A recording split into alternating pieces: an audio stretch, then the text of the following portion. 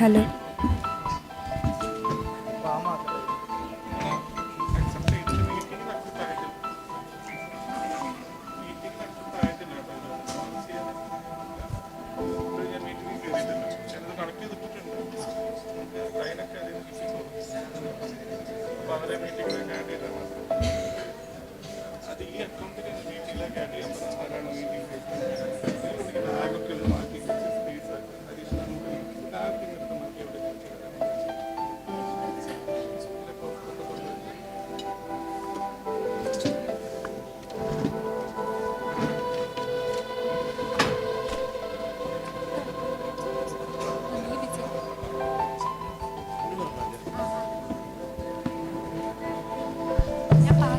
Check, check.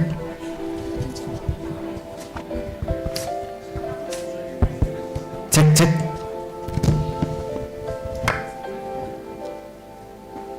നീ അവിടെ ഇരിക്കോ?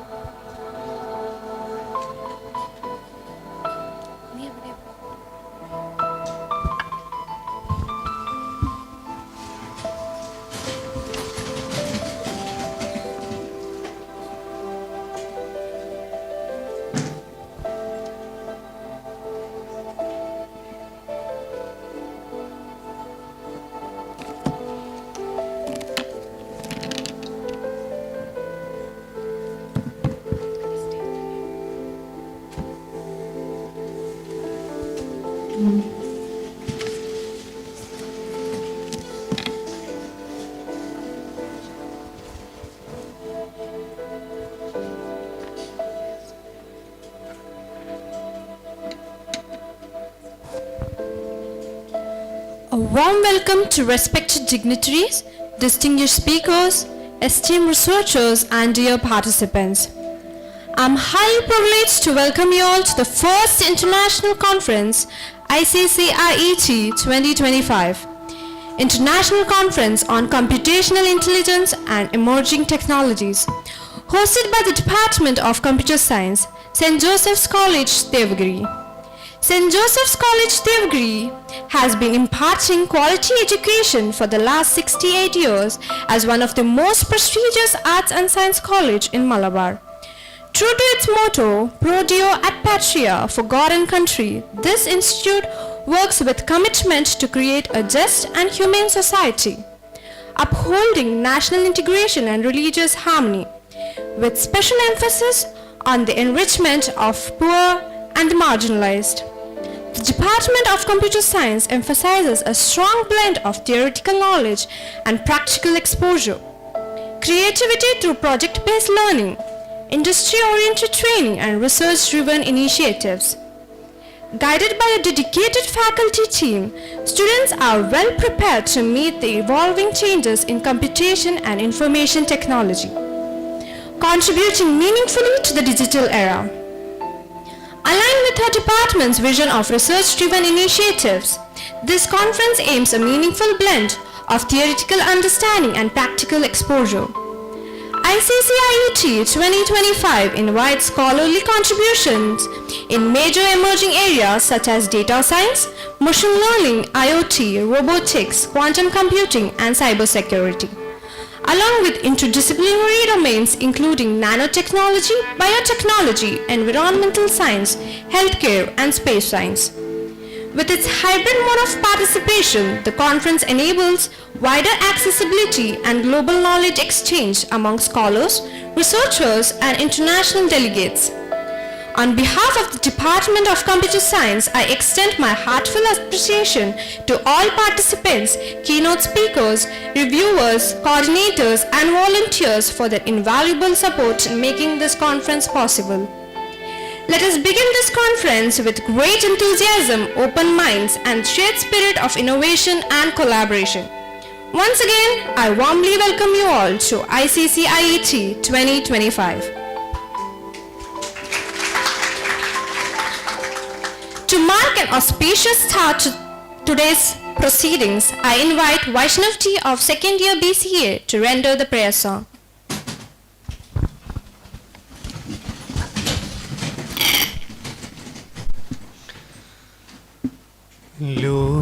ലോകൈകനായക ഞങ്ങളെ അതീതമാം ഭക്തി തന്ദാനമിന്നേകി മനതാരിലെങ്ങും വിളങ്ങട്ടെ ശുദ്ധി ചിരമായി വളരട്ടെ ഞങ്ങളിൽ ഭക്തി സമഭാവ ചിന്തകൾ നെഞ്ചിൽ നിറച്ചു ഹൃദയങ്ങൾ സ്നേഹാർദ്രസാഗരമാക്കി കൈകോർത്തു യോജിച്ചു മുന്നോട്ടു പോകാൻ കാരുണ്യവാനേ സൽബുദ്ധിയേകൂ ലോകൈകനായക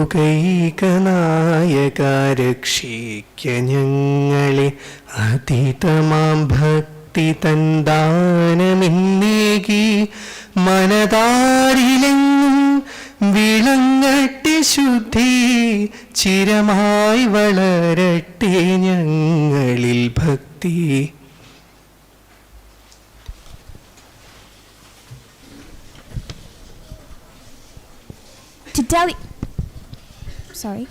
To deliver the welcome address, I respectfully invite Ms. Reshma S. Ravi, Assistant Professor, Department of Computer Science, and one of the dedicated staff coordinators whose efforts have greatly contributed to the smooth organization of this program to come forward. Ma'am, please.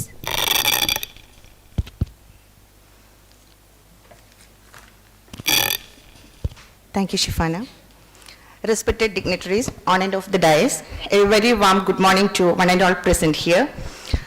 It's with profound respect, great pleasure, and a deep sense of honor I extend a warm and wholehearted welcome to all who have assembled here for the first international conference on computational intelligence and emerging technology organized by the Department of Computer Science, St. Joseph's College, Devagiri, Calicut. Today is indeed a remarkable occasion in the academic journey of our department. ICC-IET 2025 marks a significant and ambitious step towards fostering a global research culture that blends theoretical excellence with practical innovation. This conference is intended to provide an internationally recognized platform for sharing scholarly insights and to explore innovation to several emerging domains. The hybrid structure of ICC-IET 2025 ensures that all the participants from different parts of the world, irrespective of geographical boundaries, can engage in meaningful interactions and exchange ideas to create a real-world impact. I'm delighted to note the overwhelming responses we have received, with many registrations by delegates and high-quality papers submitted. As the coordinator of ICC-IET 2025, let me come to the official duty welcoming you all to the inaugural session. I deem it my privilege to extend a special welcome to our respected principal, Father Dr. Biju Joseph, whose visionary leadership and unwavering commitment to academic excellence continually inspire us all. Your guidance and support has helped us a lot to achieve this moment. Welcome, Father. It's my privilege to welcome Father Sunil M. Anthony, Director, Self-Financing Programs, whose administrative leadership empowers every academic initiative undertaken by our department. In his absence, I extend a very warm welcome to Father Sunil. With utmost respect, I welcome Dr. Sanathanan Valua, Academic Coordinator, for his constant support in all our endeavors. Welcome, sir.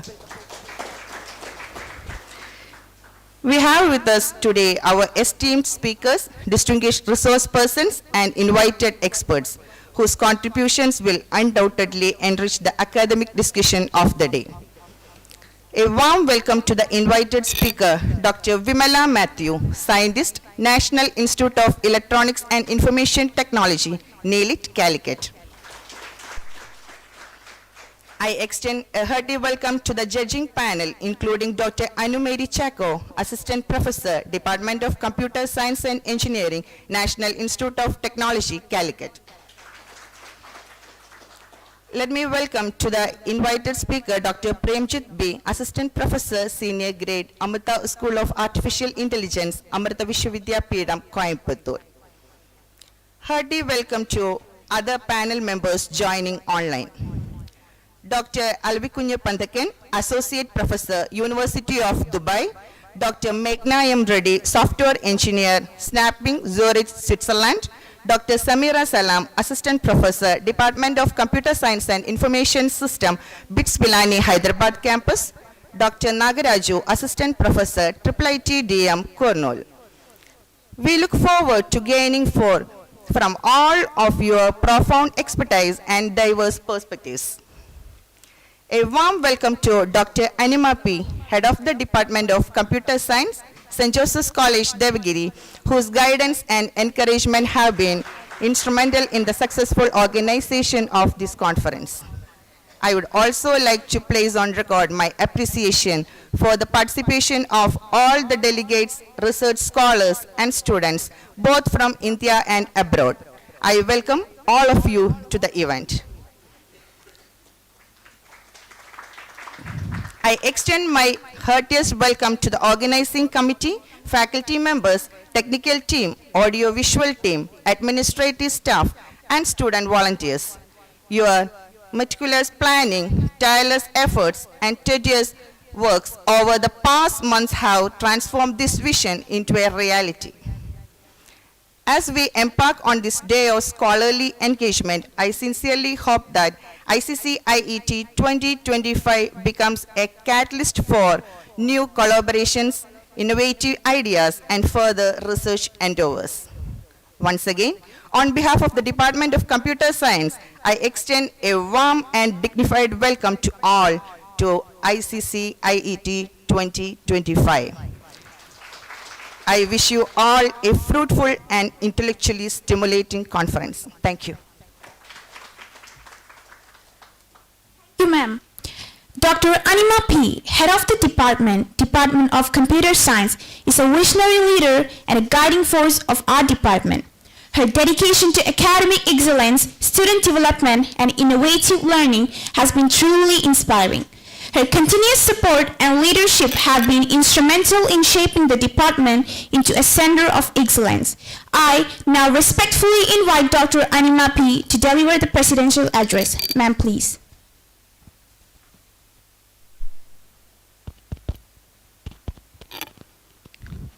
Thank you.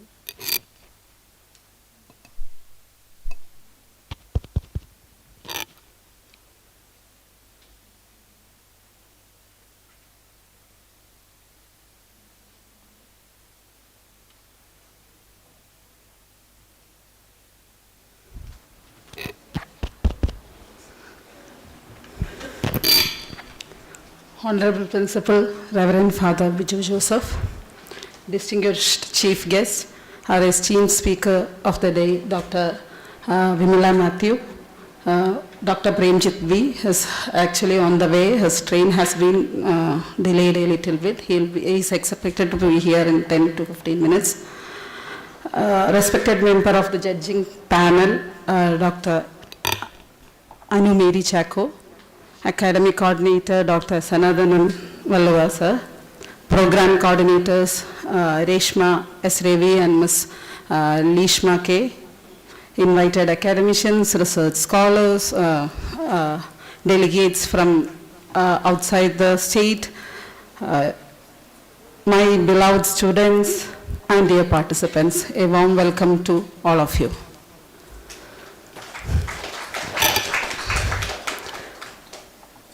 It actually gives me immense joy and pride to welcome you all to ICC IET 2025, the International Conference on Computational Intelligence and Emerging Technologies, the first international conference hosted by the Department of Computer Science, St. Joseph College, Devagiri. Today is actually, as Reshma ma'am said, today is actually a defining moment for the department as we officially commence a global platform for research and innovation. International conferences like this actually play a vital role as they provide a valuable platform for knowledge sharing, networking, and global connection, thereby driving innovation and progress. As we stand at the forefront of the technological revolution, computational intelligence is actually changing how we understand and solve complex challenges. Emerging technologies such as AI, blockchain, IoT, or quantum computing, etc., are now central to the transformation of every aspects of our daily life. ICC IET 2025 brings together visionaries who will share real-world problems they are addressing, the research areas they are exploring, and the innovative solutions they are developing to make technology more useful, safe, and accessible.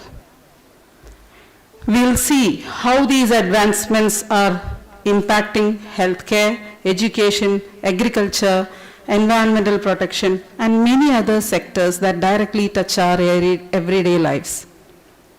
Every idea that you hear today reflects a human effort to solve a challenge, to reduce someone's burden, or open new doors for the future.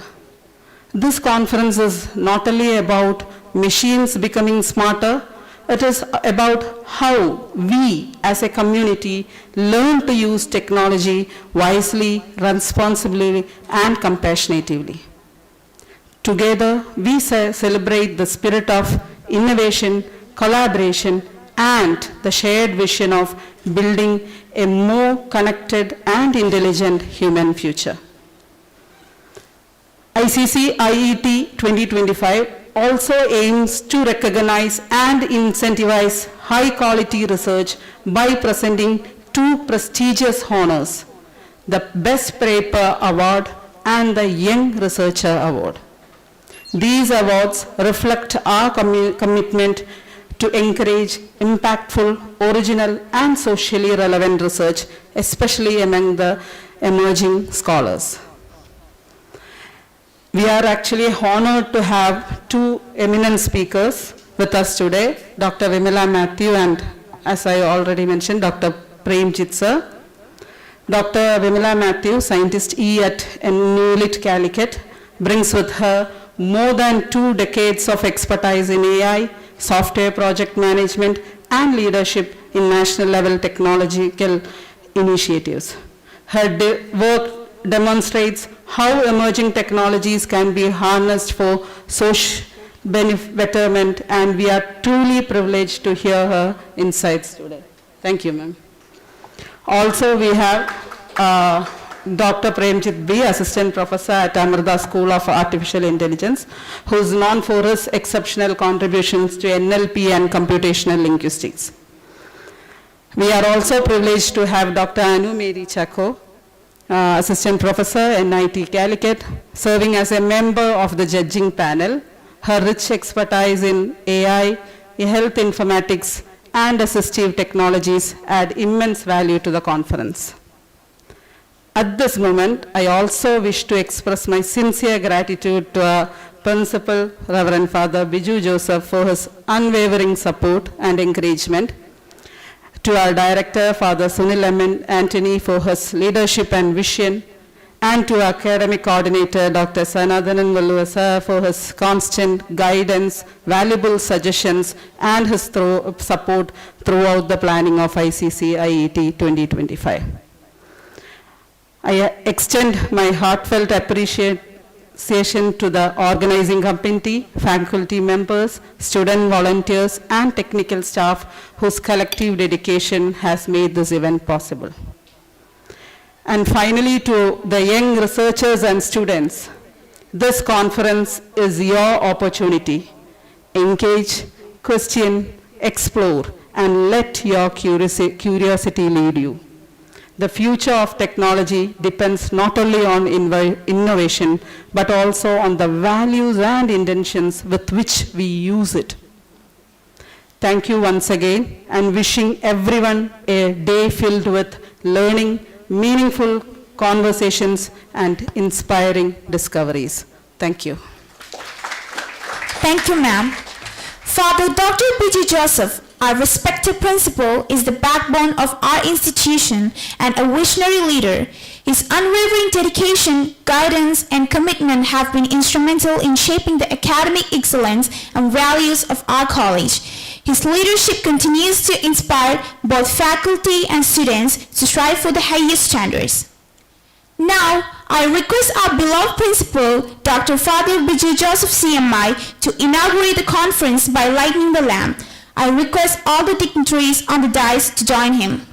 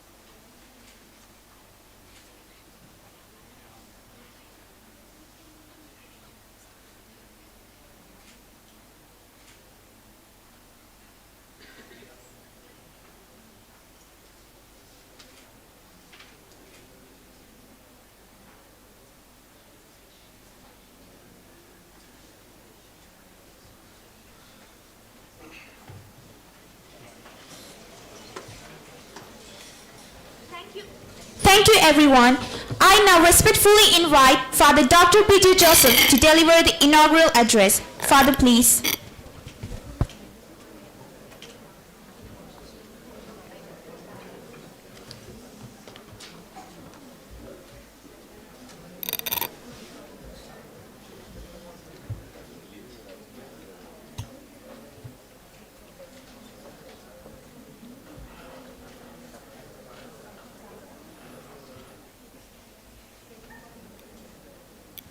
Okay, thank you.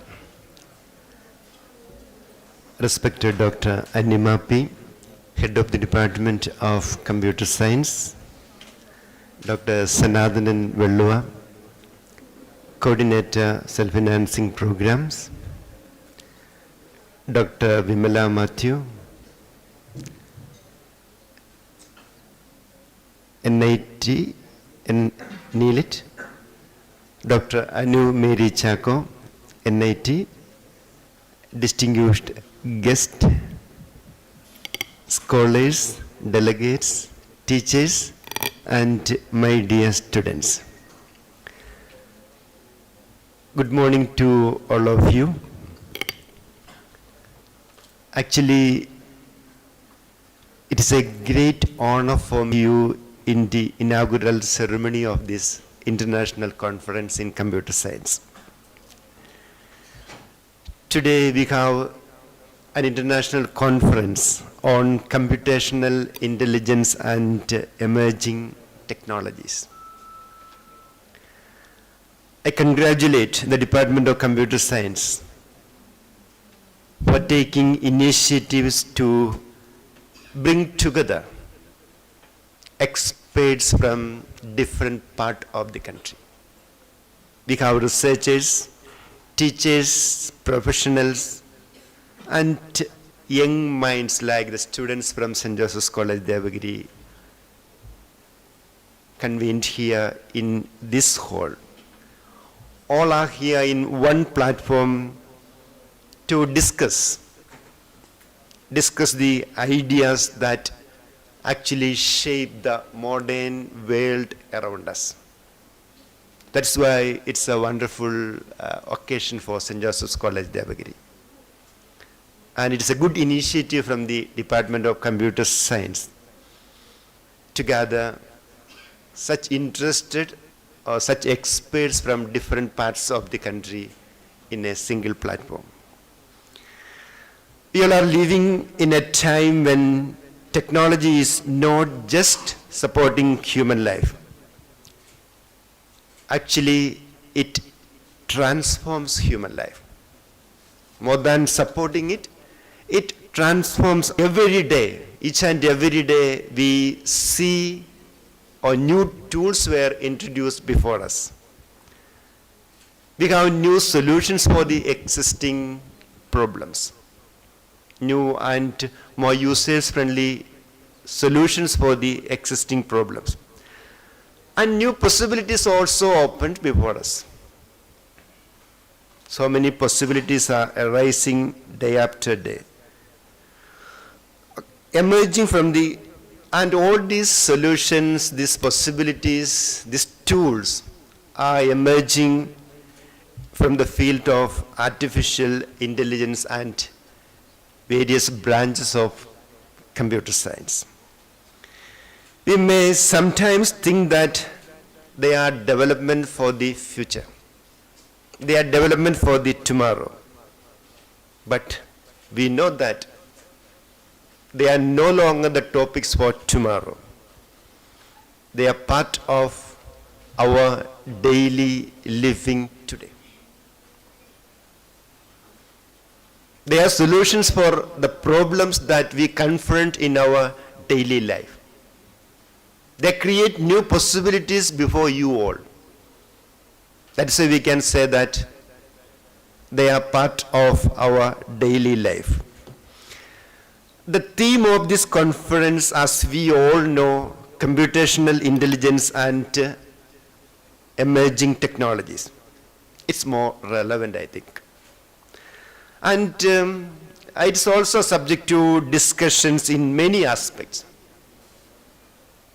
In different higher education institutions, at government level and at industrial level also. It's a matter of discussion for many who are related to computer science or artificial intelligence. Computational intelligence helping the machines to learn from experience. It helps to make decisions and also to solve problems and even to create new things. Then coming to emerging technologies, and emerging technologies in computer field are more related to AI, we know. And it is such as AI, blockchain, quantum computing, and advanced automation. They all are opening doors we couldn't imagine even years ago. Earlier, we know that knowledge was passed from one generation to another generation through human educators, or it is through books and journals. Today, instead of this, instead of the human teachers or experts or books or journals, We have conversational AI, and this conversational AI can guide the students. It may be an assistance to researchers. It may support the professionals. That means it has role in each and every field.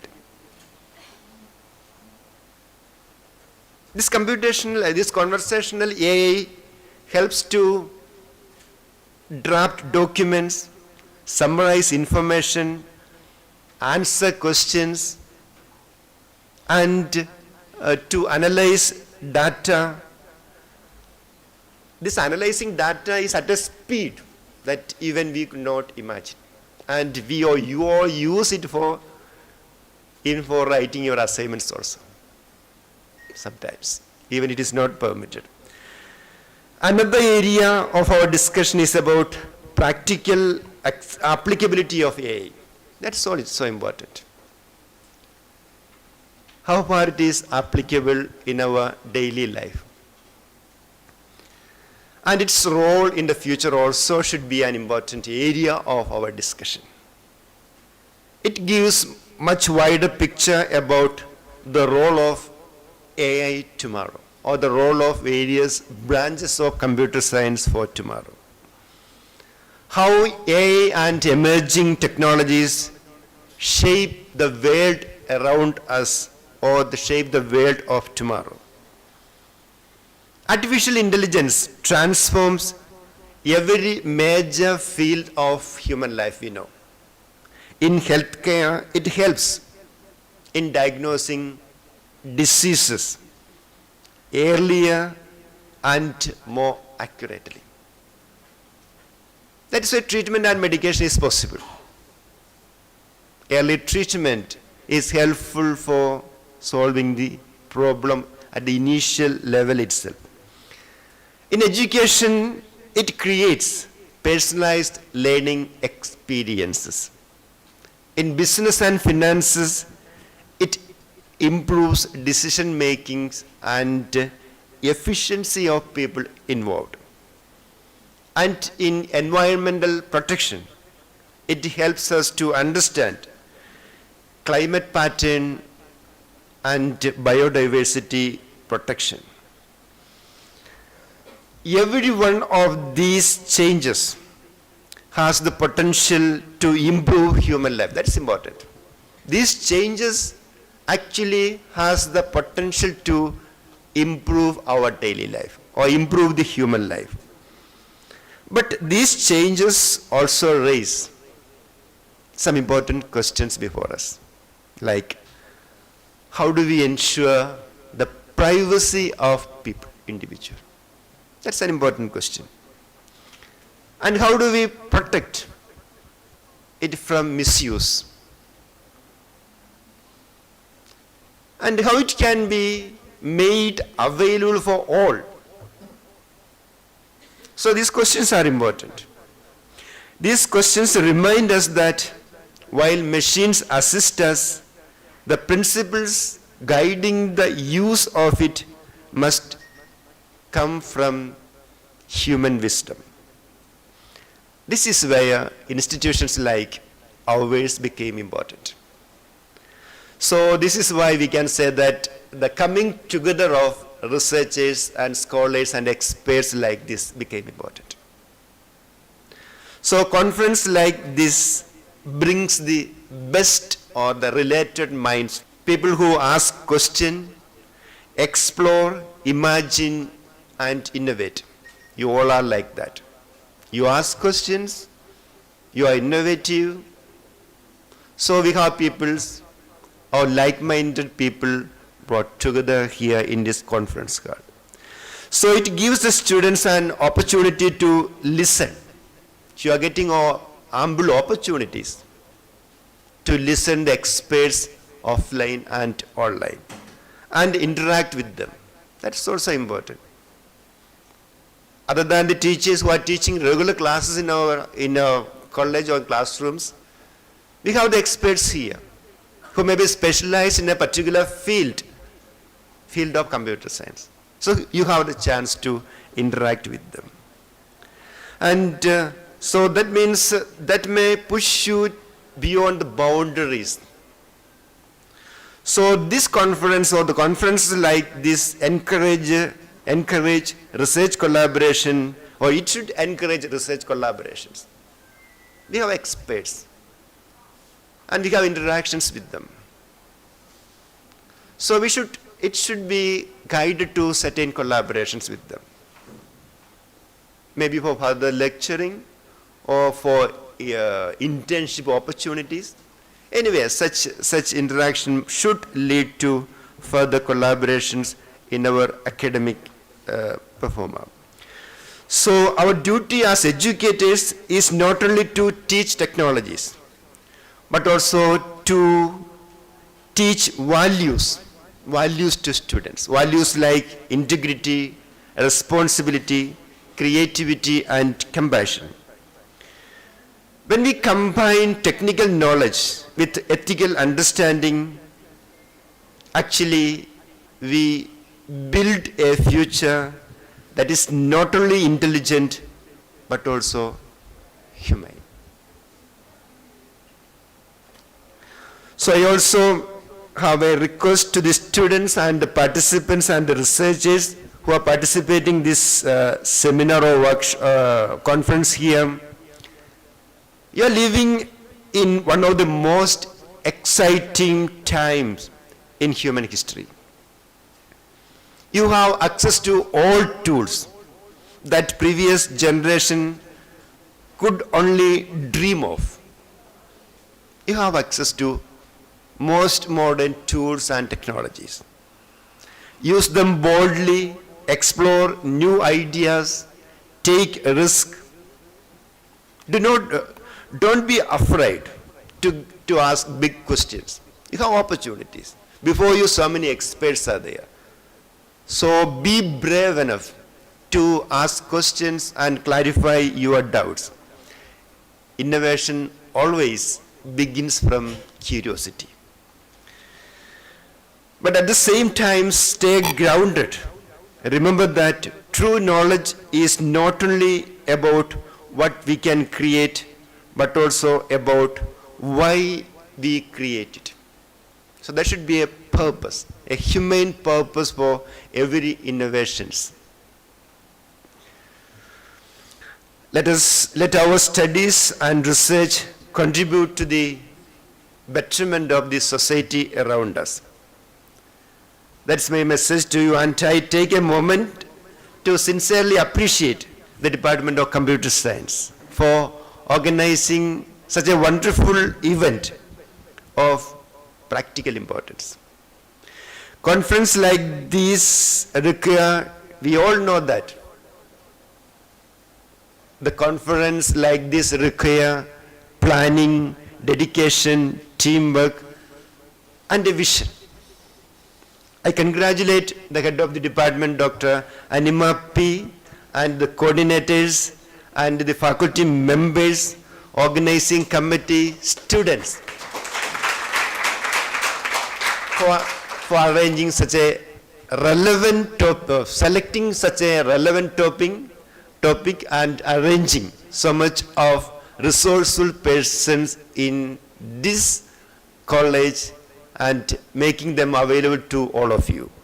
Thank you, organizing team, and your commitment to academic excellence and your interest in contemporary topic made our college proud. As we begin this international conference, let us open our minds to new ideas and new possibilities. Let us learn from one another, share our experiences, and build connections that may lead to future collaborations. Let this conference be a space for inspiration, creativity, and collaboration. Thank you, and I wish the conference great success. I remain. Thank you. Thank you, Father. This conference is a reflection of the constant guidance and steadfast support of Dr. Sanatana, our academic coordinator, whose academic vision and commitment have played a crucial role in shaping this event. His dedication towards research-driven initiatives and his continuous encouragement has been instrumental in inspiring students and faculty alike. His presence with us today strengthens our confidence and motivates us to strive for higher academic standards. I now request Dr. Sanathan Vilva, our esteemed academic coordinator, to deliver his remarks and enlighten us with his thoughts. Good morning, all of you. Most respected Principal, Reverend Father Dr. B. Joseph, Dr. Animo, distinguished experts in the subject, colleagues, my dear friends and participants. This is really a very memorable, great day for the Department of Computer Science because for the first time they are organizing an international conference like this. And even the inaugural session is very lovely, very calmful, very professional. I expect this will be continued forever. And the College is now in a new stage, a new arena. And we are looking for conferences like this from every department. This is, say, either you publish or you perish. Like that, we have to have conference for conference. And I expect every department of the college, a series continuously going on, should continue a series of conference like this. Well, the topic is very, very amazing, very interesting. I feel that in the history of humanity, civilization, when we examine, we can see there is lots of discoveries and inventions, starting from fire to tire, for example. Fire is followed by communication, language, then writing, then come to electricity, steam engine. Finally, we come to a stage of computer, internet. Finally, we are in artificial intelligence and machine learning. When we examine all these, what I feel is that from fire to tire, we took long time. But these days, from computer to artificial intelligence, we took only small time. The pace is very, very fast. Every day, spectacular changes is happening in every second of life. Minute by minute, second by second, AI is developing and growing. Yesterday's scenario is different from today's scenario, and tomorrow will be entirely different. Such a fast change. In such a scenario, a conference of this nature is very, very powerful, very important. And what I feel is that when I was a student like you several years back, Pentium computer was very prevalent. That time there was a saying, computer is intelligent and stupid and man is intelligent. Not man, is women also. Computer is stupid and man is intelligent. I was very curious about the term computer is, of course, computer is stupid and man is intelligent. But this man or woman has created AI also. Definitely, AI is an improvement. So it is a, who is stupid? Computer is stupid. And even this AI is powerful because we made it, we created it, we improved it, and we are working on it. So we are still intelligent. I do feel that even if in the AI stage, humans are intelligent. Father rightly mentioned here the ethical part of human life. Love, compassion, sympathy, empathy, everything. So after all, this is much more important. And in this conference, we have here creators of AI, and users of AI, users of today and users of tomorrow, as well as we have here sometimes regulators of the AI, as well as tutors of AI, teachers of AI. Definitely, in this conference, you are going to have a very, very serious discussion on what is present scenario and what is going to be tomorrow. And I expect that this conference is going to create a great world for all of us. So just involve in the seminar like anything and contribute to it like anything, and as rightly Father mentioned, ask big questions yourself to make a great future for tomorrow. Thank you all. Thank you, sir, for your inspiring words and for your continued support. Though Father Sunil M. Anthony, Director, Self-Financing Programs, could not be with us in person today, this conference is deeply rooted in his constant support, visionary leadership, and unwavering commitment to academic excellence. Father has always been a guiding force, motivating us to strive for higher goals and nurturing an environment where innovation and learning thrives. His encouragement continues to inspire our efforts and uplift our initiatives. In his absence, we seek his blessings for the success of this event. Thank you, Father. As we conclude the official inaugural session of the ICC-IET, I invite Ms. Lishma K., Staff Coordinator of ICC-IET, to deliver a vote of thanks.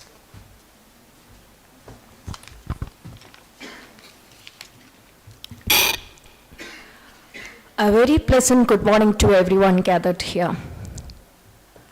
Before I begin the formal vote of thanks, let me share something that is happening right now in the scientific world. Something so fascinating that it reminded me why gatherings like ICC IET 2025 are truly special.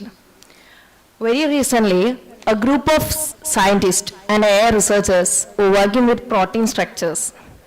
These tiny molecules inside of our body that twist, dance thousands of times every second. They fed an AI system a large amount of molecules, not just to detect disease or to predict new medicines, just for analyzing the protein structures. And then came the surprise. The AI quietly highlighted a specific spot and indicated, this area is going to change soon. But at that moment, nothing had changed in the real protein sample. Naturally, the scientists thought AI was overconfident, as usual, and then again repeated the same experiment. But after a few days, the exact mutations appeared naturally in the real protein sample, as precisely the AI had predicted. So, it was as if the system analyzed a tiny ripple in the molecular universe before even our most advanced system could analyze it. So one of the scientists predicted this and commented it beautifully. AI is not predicting future. It is noticing a future we are not trained to see yet. This is a kind of curiosity, courage, and forward-thinking spirit that drives conferences like ours. With that thought, I extend my heartfelt thanks to our dear principal, Dr. Reverend Biju Joseph, for his inspiring inaugural address and for always providing a space where questions, ideas, and experiments are encouraged. With respect and appreciation, we thank our head of the department, Dr. Anima P., for her thoughtful presidential remark and for guiding this academic journey with clarity and strength. A sincere appreciation to Father Sunilam Anthony, Director of Self-Financing Section. Even when he is not physically here, his support and guidance are always remembered. We also extend a warm thanks to Dr. Sanathan Veluva, Academic Coordinator, for being with us this morning and adding value through his encouraging words. My heartfelt thanks to Ms. Reshma S. Ravi, Program Coordinator, whose calm leadership and tireless effort ensured that every detail of this conference came together successfully.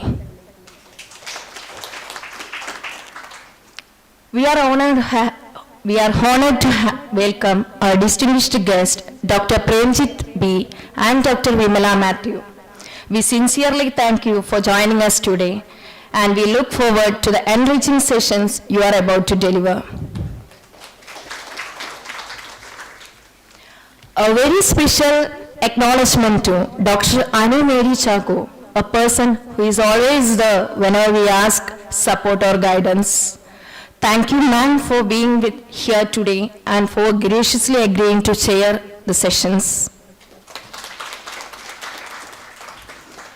We are deeply honored to have an exceptional panel of international and national judges, Dr. Alavi Kunju, Dr. Meghna N. Reddy, Dr. Samira Salam, Dr. K. Nagaraju, evaluating today's research contributions.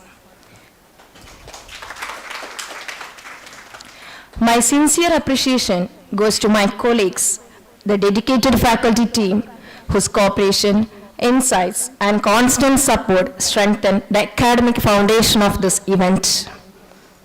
A special appreciation to our enthusiastic student volunteers for their discipline, technical efficiency, and behind-the-scene efforts that made this inaugural ceremony run seamlessly.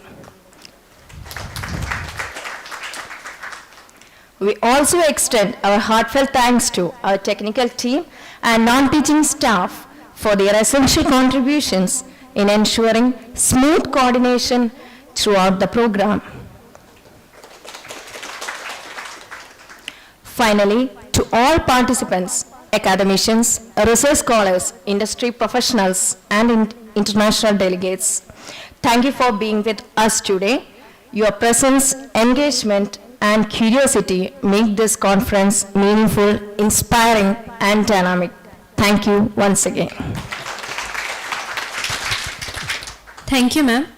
We now look forward to the upcoming sessions of ICCIET 2025, and we hope you all gain meaningful insights and enriching experience throughout the conference. We will now have a short tea break. Refreshments have been arranged outside the hall. Participants of the offline seminar are kindly requested to return to the seminar hall by 10:25 a.m. Online sessions will be held at the library. Thank you one and all.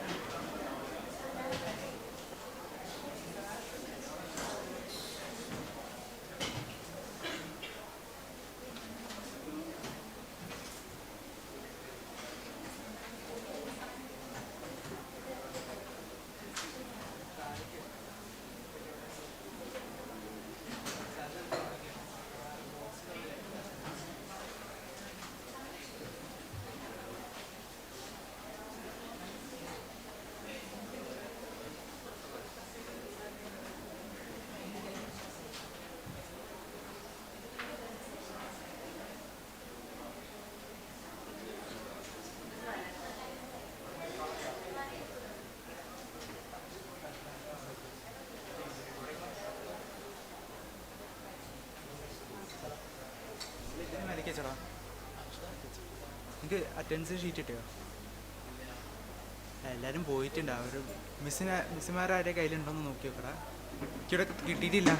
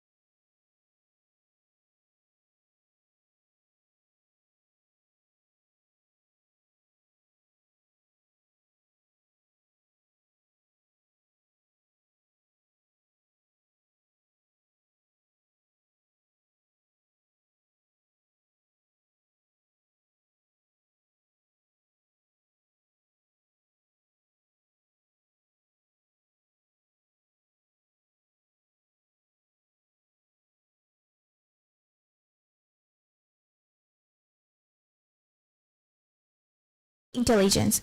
Amrita Vishwavidyapitham, Coimbatore.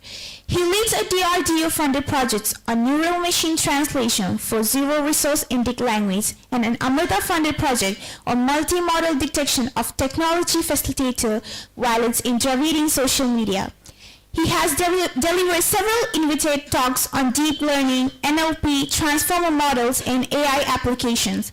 His research focuses on natural language processing for Indian language, computational linguistics, and computational social science with over 80 publications to his credit. It is my privilege to have Dr. Premjit B. to lead the session titled When AI Learns to Speak, an Introduction to Large Language Models. I now cordially invite Dr. Premjit B. to deliver the keynote address. So please. Good morning. Thank you for the introduction. So today I'll take you through a topic when AI learns to speak, an introduction to large language models. Basically, this is the most relevant topic nowadays in the AI industry. So if you see these logos, Gemini, Cloud, ChatGPT, okay, most of us are using these tools nowadays every day for different purposes, for writing assignments. Some people use these tools for attending exams, online exams, and we can use it for preparing the meeting minutes, mails, etc.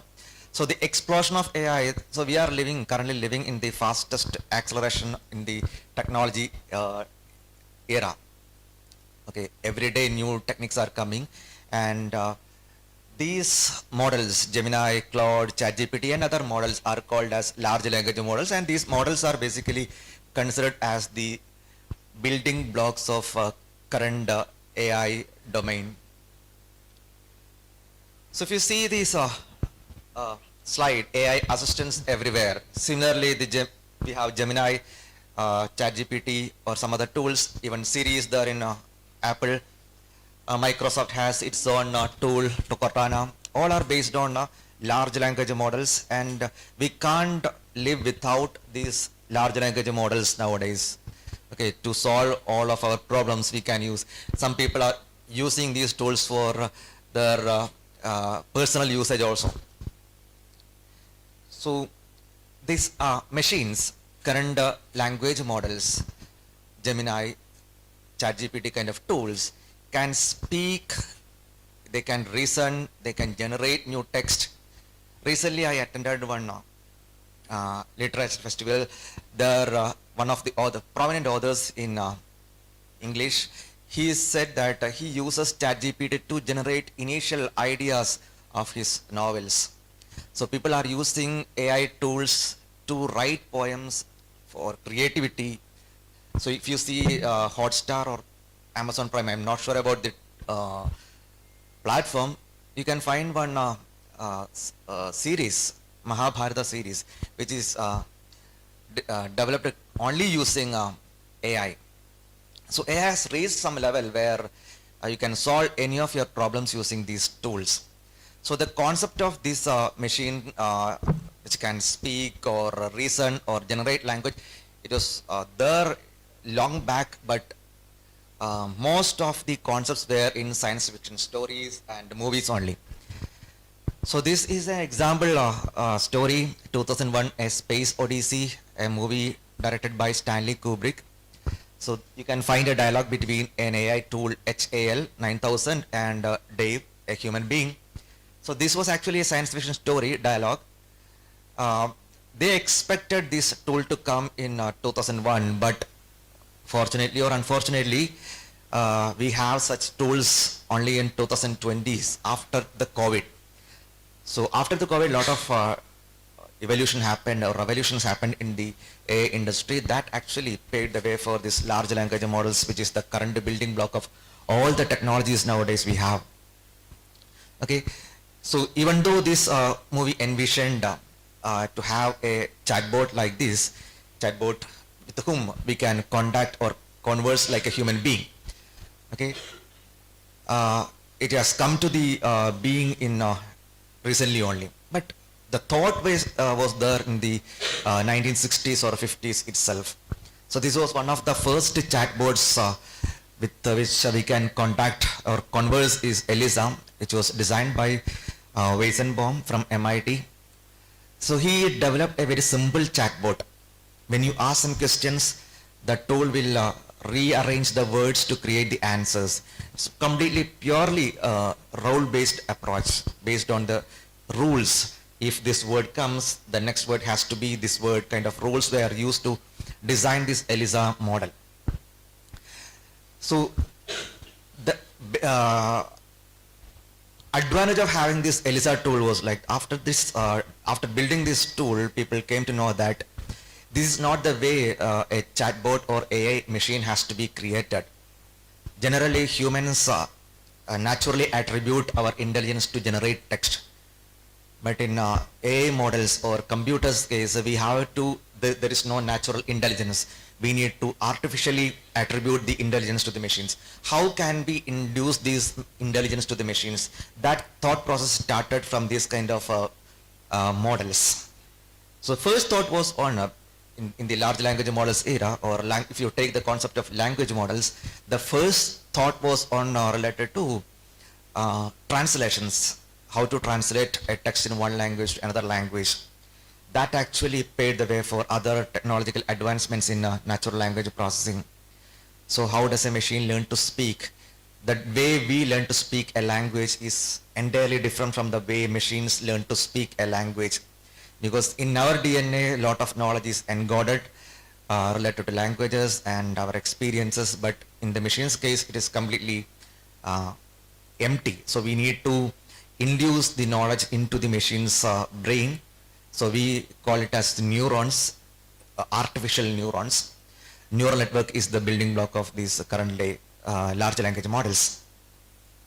So before learning how can we model language using machines, or how to teach languages to the machines, we need to understand the nuances in the languages. So language and text. Language we can express in multiple forms. Like in the textual format, when we write something, it is in a textual format. When we speak, it is in speech audio format. You can also have sign languages, different forms of languages available. But the way we treat these languages differs. Okay, when you use computers to model your language, each modality, the way you model speech is entirely different from the way you model text data. The initial advancements in large language models started with the textual analysis. Okay, so when you consider the initial implementations related to language models, implementations related to text data, it is purely based on probabilistic and some linguistic properties. Language is too challenging. Okay, when you have to model a language, you need to understand the linguistic properties of the language. For example, how the words are constructed. If you take the word played, okay, the ed is attached to the word play. Okay, so you can understand that when you are attaching ed to the word play, you will be getting the past form of the word. When you are attaching ing, you will be getting the continuous form of the word. So that understanding has to be captured or induced into the model. The other concept is syntax. Syntax means the structure of the words, sentences. Structure of the words also. If you arrange the characters in a proper order only, you can have a meaningful word. If you take the word book, you have to arrange the characters like B-O-O-K. Otherwise, you won't be able to create a meaningful word like book. In the case of sentences, if you take English language, it follows subject, verb, object format. In Malayalam, it follows subject, object, verb format. So there is a structure for the words and the sentences. So this is another challenge in the case of languages. But when you use speech data for, nowadays speech-based large language models are available. When you use speech data for speech data based language models, you can consider speech data as a normal signal. You can extract some signal processing features for analyzing the speech data. Even though speech and text are different versions of language or forms of language, forms of expressing language, the way we model these data using computers are entirely different. But nowadays, because of a super algorithm called transformers, everything can be modeled using same approach. only some minute changes are required, otherwise everything will remain the same. So I have already explained this thing. Language is related to the syntax, morphology, semantics, phonology, etc. Semantics is related to the meaning of the words. Morphology is related to the word formation. Syntax is related to the structure of the sentences or words. Phonology is related to the production of the word sounds. Okay. The most challenging task in natural language processing or artificial intelligence or in large language models specifically is, there are two challenges basically. One is how to assign a meaning to a word. Okay. If you can call a sequence of characters as a word, which means that there should be a meaning associated with that word. If you can't assign a meaning to a word or sequence of characters, you can't call them as a word. Similarly, if you want to call a sequence of words as a sentence, that sentence should give you a meaningful sentence structure. Otherwise, you can consider it as a sentence. So the structure and meaning is important, and this is not a easy task for the machines, learning the meanings, because it is too challenging. Most of our words are polysemous. Polysemous means a word can have multiple meanings. If you take the word book can be a noun as well as a verb. Okay, I am going to read a book. I am going to book a movie ticket. In these two cases, book is having two different meanings. How are you going to understand the meanings? Since we know the language, it is easy for us to understand the meaning, but it is not that easy for the computers to understand the meaning. So that is one of the challenges. And morphology, that is again related to the structure of the words. Syntax. I saw a man with a telescope. If you take that sentence, how do you interpret it? You can have multiple interpretations for the word. Okay? And if you take one sentence, I am too close to close the door. How do you understand the meaning of the word close? So a lot of things are coming into picture when you are trying to model the textual data. These challenges are not there in speech data analysis, but it is there in the textual data analysis. So language is important. Similarly, computational processing of the language is important. When you say language is important, we can't live without language. We use language each and every minute of our or second of our life. To think, to read, to speak, even to dream, we need language. Without language, we can't dream. In our dreams, we communicate with other people, we imagine something. So to do all these things, we need the support of language. Okay, that is the reason why our researchers are mainly focusing on building language-based analysis. Lot of research is happening in that direction, and they say that language is a key modality in artificial intelligence. Okay, so these large language models nowadays using ChatGPT or Gemini, you can create new images. Before that image creation task, the models were only able to do text generation or text understanding. Okay, so all the research started with the textual analysis. Later it was adapted to other modalities. So if you see the sentence, the limits of my language means the limits of my world. So if you don't, if you don't have your language or vocabulary or sentence structures with you, if you can't express your ideas or emotions in your language, then that is the end of your world. You won't be able to communicate with other people. Okay, then the other term, image, language is the roadmap of a culture. It tells you where its people come from and where they are going. That is another key property of language. So if you want to study the evolution of human being, you can also study the evolution of languages, how words are evolved, how new words are added to a vocabulary, or how sentence structures are transformed from time to time. So all those things, if you study all those things, then you will be able to study the cultural differences in our life. So as I said previously, there are a lot of challenges. It is easy for us to learn a new language, but compared to us, it is too hard for machines to learn a language. The first point is ambiguity. You can find ambiguity at all levels. I gave you one example previously, like I saw a man with a telescope. So there can be at least two types of interpretations for that statement. So how do you interpret that meaning of the statement? In which context you interpret it? Okay, that is challenging. Then I was too close to close the door. How do you assign different meanings to the word close?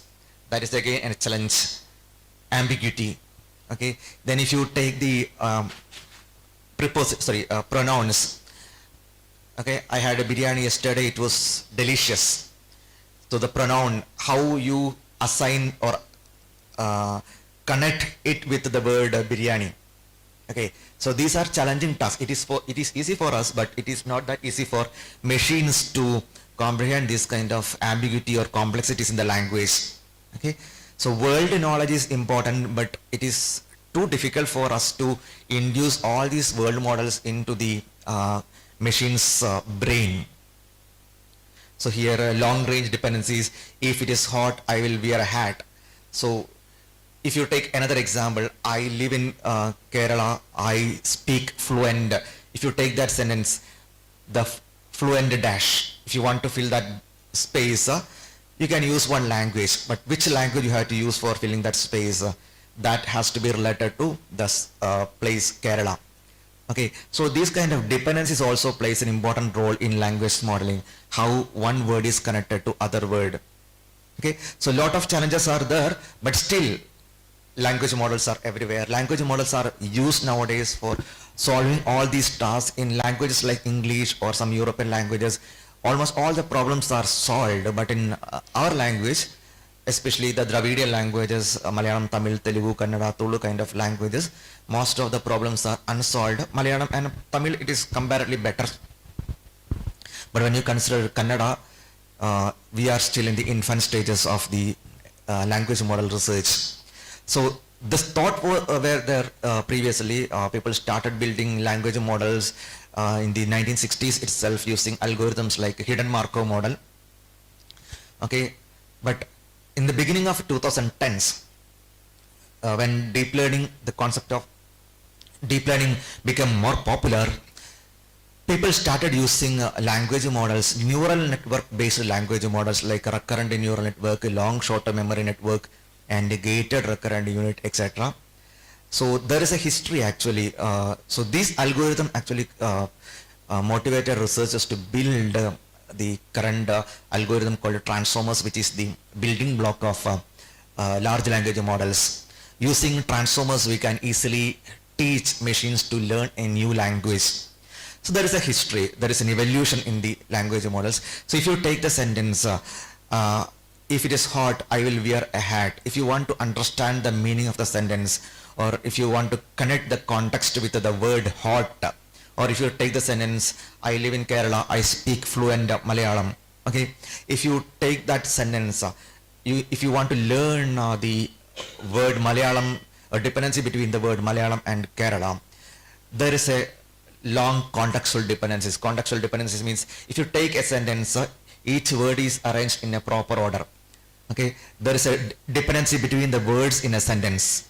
If you jumble the words in a sentence, then you may not be able to understand the proper meaning of the sentences. So there is a dependency. Technically, there is a dependency between the words in a sentence.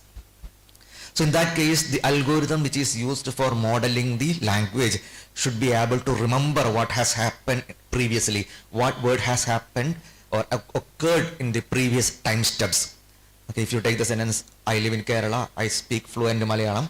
So if you want to generate the word Malayalam, the algorithm has to understand that the word Kerala has occurred previously. So to model these kind of languages, people used an algorithm called hidden Markov model. There was a problem with the hidden Markov model. Hidden Markov model actually predicts next word based on the current word only. So everything is depending upon the current present state. So the algorithm was not able to remember what has happened previously. Okay, lot of errors were happening in the hidden Markov model based implementation. That actually motivated researchers to use these kind of algorithms, recurrent neural network, long short-term memory networks, and gated recurrent unit. So the first algorithm people used for implementing language models. Language models basically means predicting the future words based on the current words or previous words. When you type in Google search, if you type natural language, then it will predict 10 suggestions, right? When you type in Google, or if you are using a Google keyboard in your mobile phone, when you are chatting with your friend in WhatsApp, when you type a few characters, the keyboard will suggest some other words. That technology is language modeling. Okay, everywhere we are using this kind of language model. Wherever you require the future words, character predictions, you can use language models.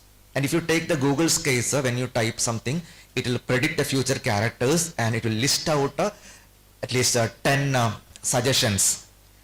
Okay, so the language models will do both. Like it will predict the future tokens and it will also predict the most probable sequence of characters. So based on your search history and the Google's engine's intelligence, Google will predict or compute the probability for different sequences and it will list out the most probable sequences. Okay, so two concepts related to language models. And these language models, as I said, require a memory to remember or memory state to remember what has happened previously. So hidden Markov model didn't have that capacity, but the neural network based algorithm called recurrent neural was able to do that theoretically, not practically. Theoretically, the algorithm was able to remember all the past events. Okay. So later people understood that when they trained with different type of data, they understood that recurrent neural network RNN had a lot of issues. Okay, the technical terms are vanishing gradient and exploding gradient problems. Basically, it means when you are dealing with the very long sentences, the algorithm was not able to remember the words, meaning of the words or context which is there in the first word or second word when it is modeling the last words. Okay, so long-term dependencies were not captured efficiently using recurrent neural network. So you have to remember that these algorithms were popular in the beginning of 2010s. That time, hope you are using some deep learning frameworks like TensorFlow, PyTorch, etc. Or hope you have heard about the terms like GPUs and all. So in the beginning of 2010s, we were not having GPUs. The frameworks were not there for coding recurrent neural network or LSTMs. Okay, so we are trying the CPUs only, and that was a challenge in that aspect. So after this, after finding out the drawbacks of the recurrent neural network, which is the disability to model long-term dependencies, people proposed long short-term memory networks, which was there in the market in the early 90s, but people started using this algorithm in the 2010s, mid of 2010s.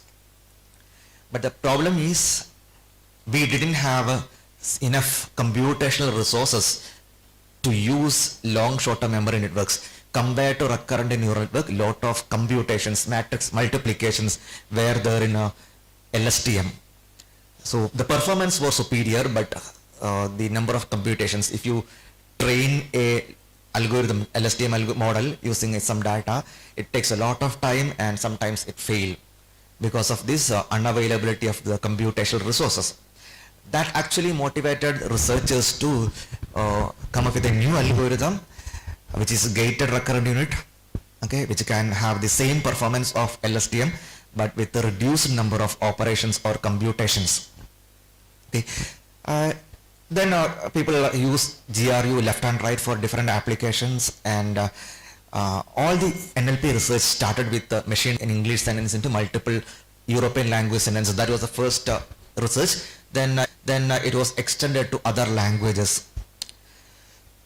There was a special type of architecture called encoder-decoder architecture, which is the core concept behind a transformer architecture. Okay, we will discuss later. So GRU was used for implementing machine translation system in the 2014-15 time. Okay, then they came to know that it is not that effective when you are dealing with long sentences. When you are translating a document in English to your native language, Malayalam, do you by heart the entire document and start translating? No. We'll look into the English document, translate a few portions, and go back to the English document, translate a few portions. That's how generally common people translate, right? So algorithms wise, it was not the way algorithms were translating. It by heart everything in the input side and is translated into another language. So that was not effective. So researchers thought about having a new technique which resembles how human beings translate. That actually motivated people to design an algorithm called attention mechanism. Attention mechanism means attention mechanism will help you to focus on certain parts of the input data, okay, to generate the output. For example, if you are doing a movie review analysis, the movie was good, the review is positive, the sentiments in that or sentiment of that sentence is a positive sentiment. That sentiment is clearly explained in only one single word, which is good. So you don't have to concentrate on all other words. You concentrate on only on one word. Okay, good. That actually decides the sentiment of the sentence. So if instead of learning the meaning of all the words in a long sentences, attention mechanism will help you to focus on certain parts of the input data. If you translate I love tea, enikku chaya ishtamanu, if you translate I love tea into Malayalam, the word enikku, translated word enikku is directly related to the word I. It is not related to other words in the English sentence. So to translate or to generate the word enikku in Malayalam, you can focus only on the word I. So attention mechanism will be doing that idea. It will help you to selectively focusing on the input words or input parts. Later, in 2016-17 times, people understood that this is not enough. Okay, lot of data were flooded into the internet, and people had to use big data analysis for modeling the data.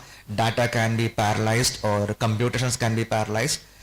But unfortunately, if you use all sorts of parallelism mechanisms, and if you are using these algorithms for modeling, at the core it is sequential. Sequential means one word after the other.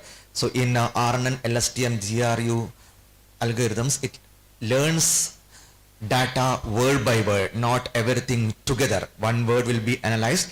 Based on that, it will analyze second word, and based on that, it will analyze third word, and so on. So word by word, sequentially they learn the language.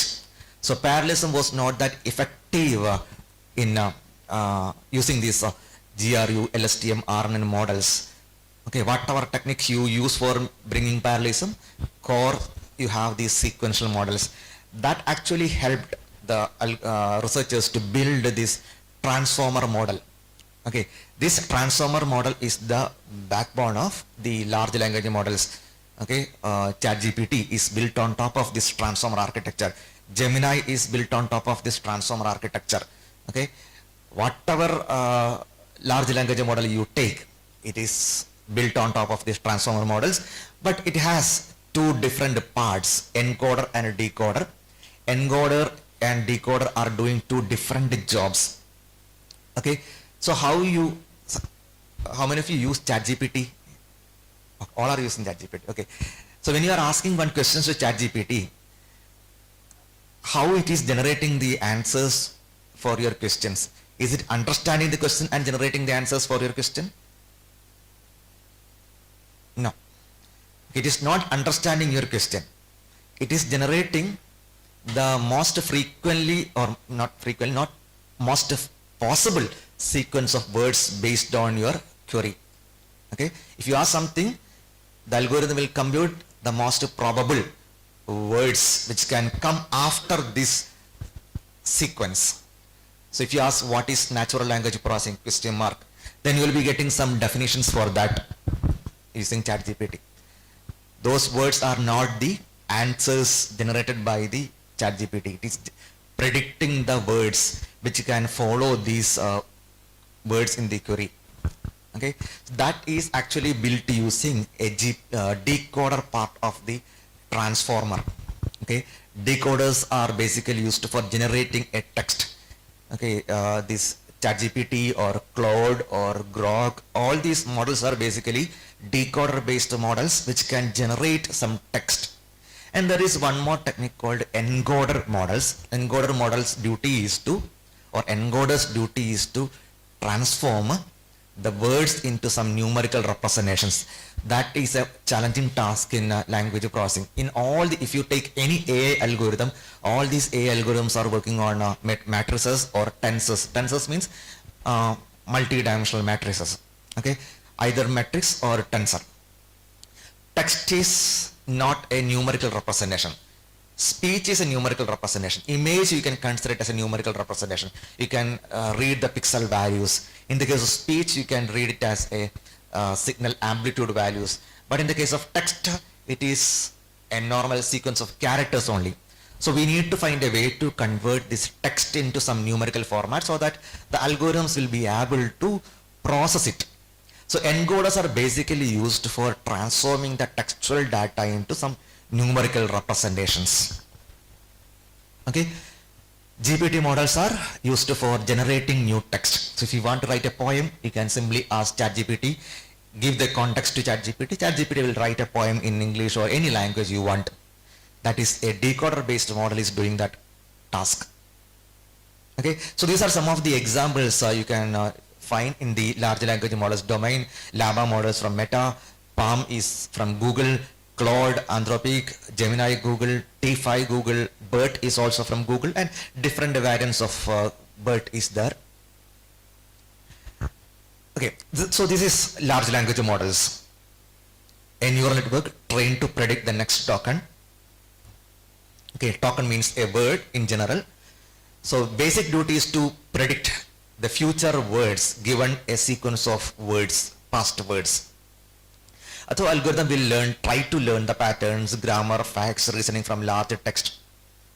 Previously, before these transformer models or large language models, we need to provide linguistic information to the model or algorithm. So this word's part of speech is this one. Okay, this word's morphology, this is how the word is constructed.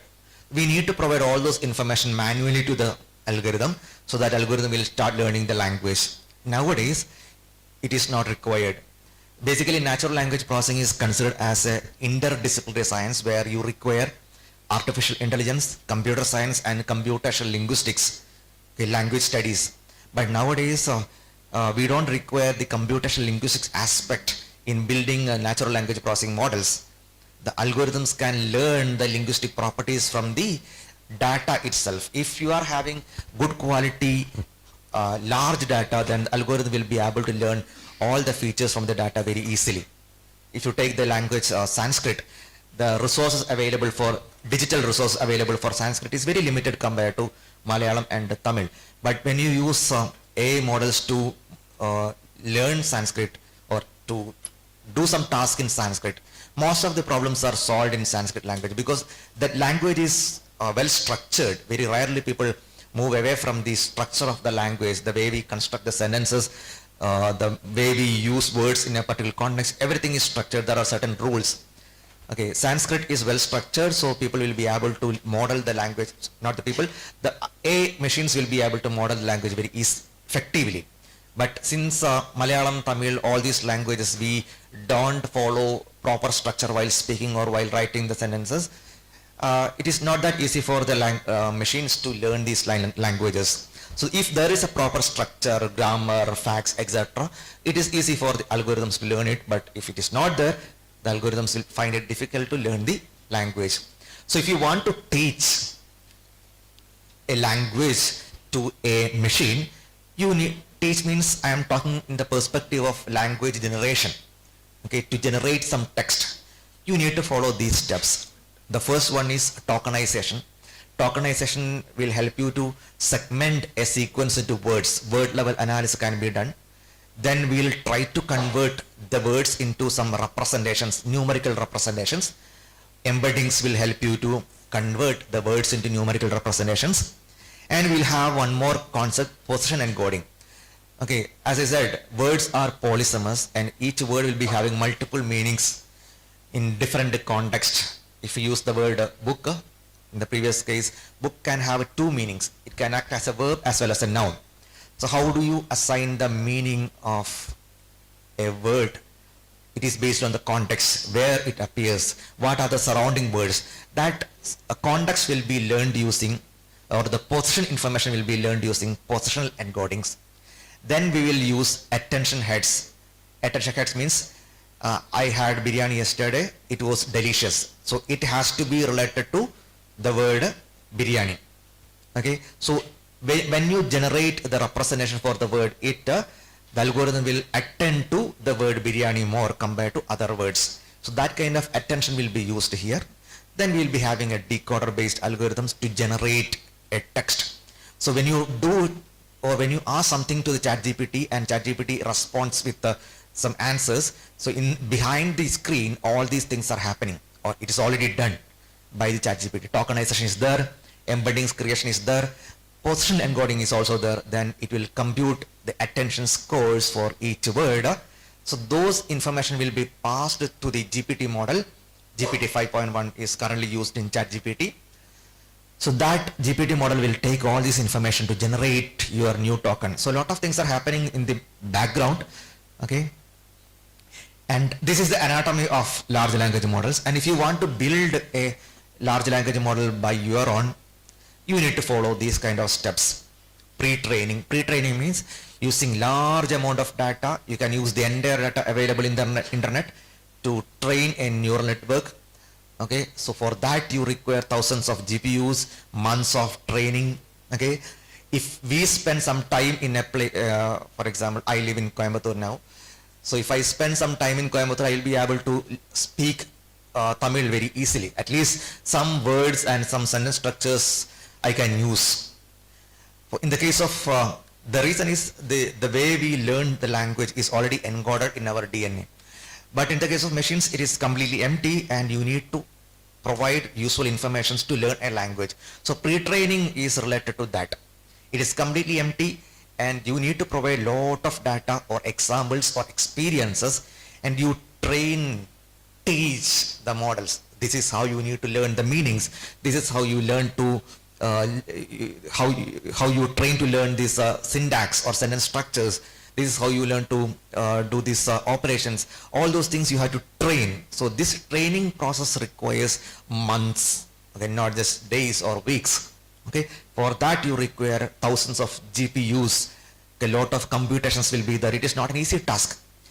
After that, once the fundamental or foundation models are ready, then you can go for fine tuning. Okay, fine tuning is very easy to explain. It is like, suppose you know how to ride a bike. Okay, then now you want to ride a bike in a racing track. So while learning how to ride a bike in racing track, you won't learn the bike riding skills again. That knowledge is already there. You will learn or you will acquire new skills related to the riding a bike in a racing track. Only that coaching you will undergo. Okay, so that is called as fine tuning. You upskill your skills, okay, your knowledge by using some additional information. So once the foundation models are ready, then you can upgrade the knowledge of the foundation models by providing new information. So fine tuning basically does that job. Then next one is important, reinforcement learning. So once you deploy your models into the real time, the algorithm has to behave in that particular atmosphere or environment. Okay, in ChatGPT takes your responses to update its knowledge. So reinforcement learning will help the model to do that. Okay, given an environment, how the model behaves in the environment, that understanding will be considered for updating the skills of the models. So these three steps are important in building a model which can speak or which can generate language. And this is not easy. Okay, scaling matters. The quality of the text that a model generates is directly proportional to the model size, the number of, we call it as parameters, the data and the computational resources. There are different arguments related to this slide. If you take a person, Yann LeCun, he is the vice president of Meta, he is completely against this idea. Scaling up is not at all good now. Okay, it has already reached a point or saturated. The research is saturated. Now we have to move back to go back to some fundamental research. Ilya Sutskever is another scientist who has the same opinion. So many top scientists are saying that scaling up doesn't do the job, all the job. It can improve the quality to some extent, but not always. But till 2025, people were focusing on building huge networks. So in our brain, lot of neurons are there. The largest ever trained network will be having neurons, which is 1,000 times lesser than our neurons. Okay, so the artificial neurons are very less compared to human brain neurons or human neurons. And that's the reason why the researchers are trying to increase the number of neurons, so scaling up the models to improve the quality. But there are other opinions also, like it is saturated and no need to go for this kind of scaling the models, go for the fundamental research. So if you provide a lot of data to the model, the algorithm will be definitely able to learn the grammar, syntax, semantics, word knowledge, reasoning patterns, task generalization, etc. But make sure that when you provide the data to the model, then the data should be very high quality. There shouldn't be any irrelevant or unwanted things in the data. If you have irrelevant or unwanted data, it will cause a lot of problems. So that we will discuss later. Okay, so this is how I already discussed this thing, how LLMs generate text. The cat sat on the mat, a typical example. So the next word, how it is predicting the next word or sequence of words, it is purely based on the probability. It will compute the probability of all the words available in the language, and which word is having the highest probability will be taken as the next word. So it is easy. Conventional technique is, have you studied probability in your classes, maths class? Okay.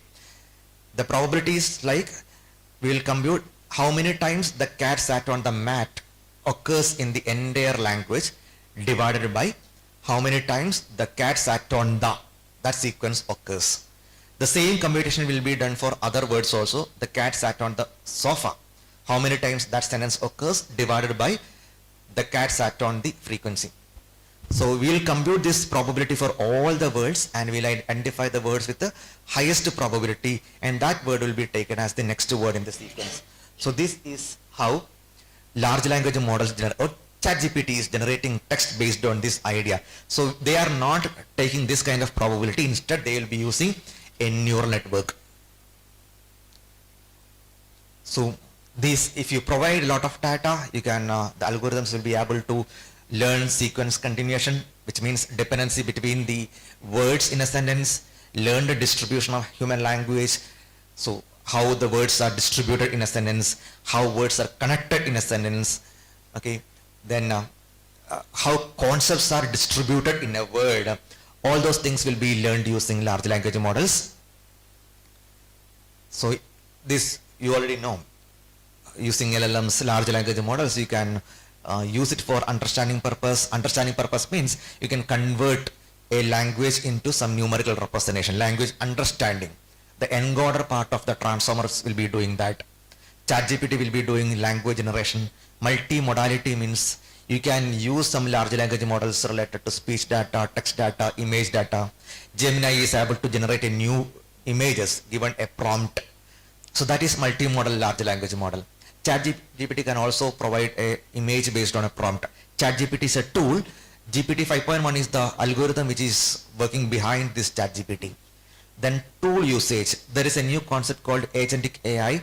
With agentic AI, you can control different tools in your computer. Okay, you can deploy some agents to use your calculator or WhatsApp. You can call APIs of all these tools to manage the tools using your large language models. And even though large language models found a lot of success in different areas, there are some limitations. One is hallucinations. Hallucinations means generating some irrelevant or unwanted responses. Okay, when you ask some questions, sometimes the algorithm will generate irrelevant answers. So that is called as hallucination.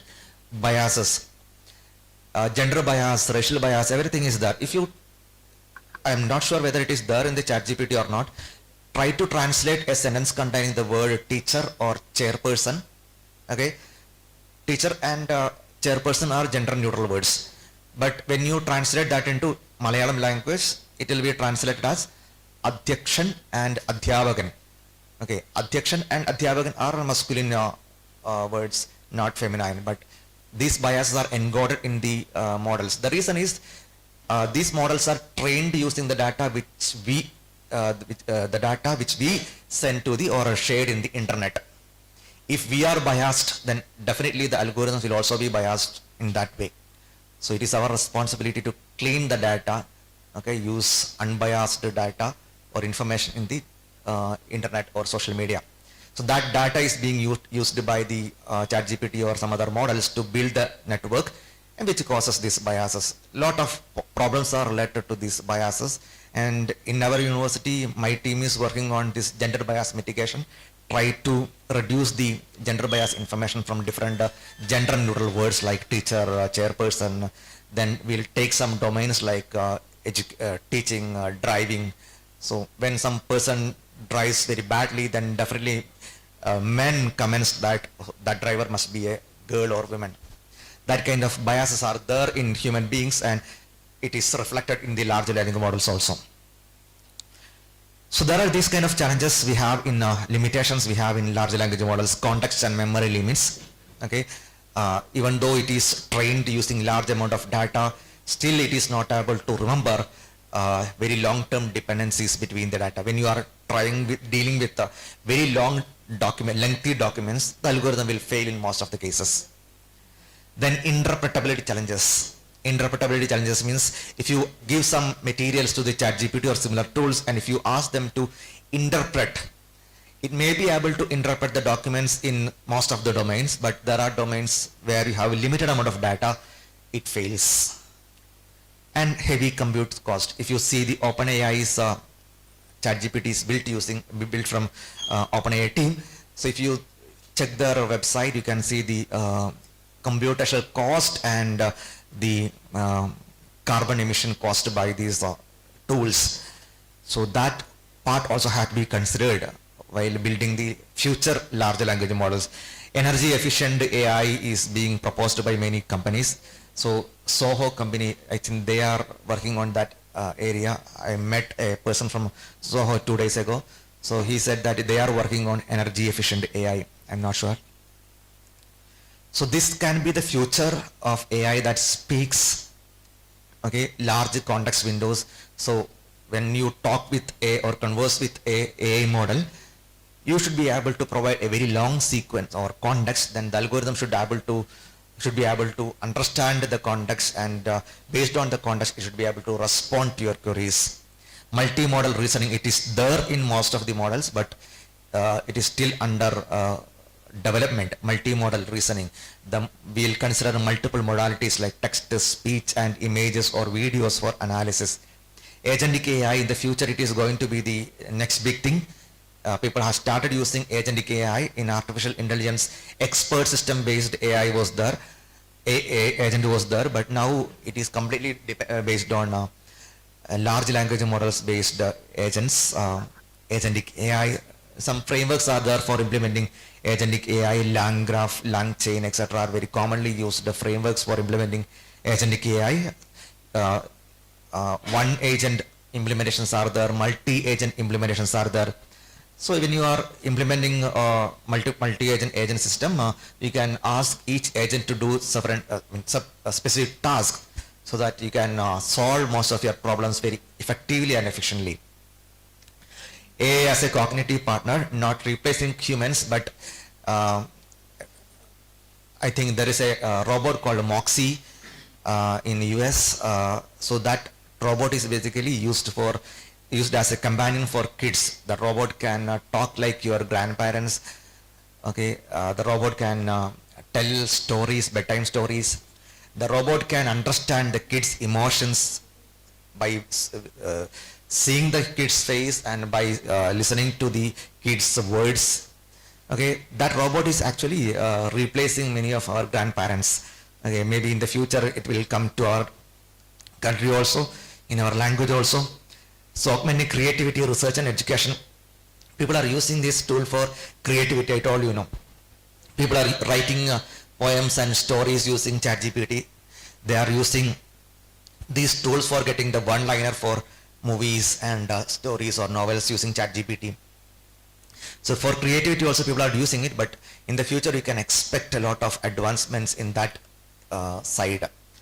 Open models versus closed models.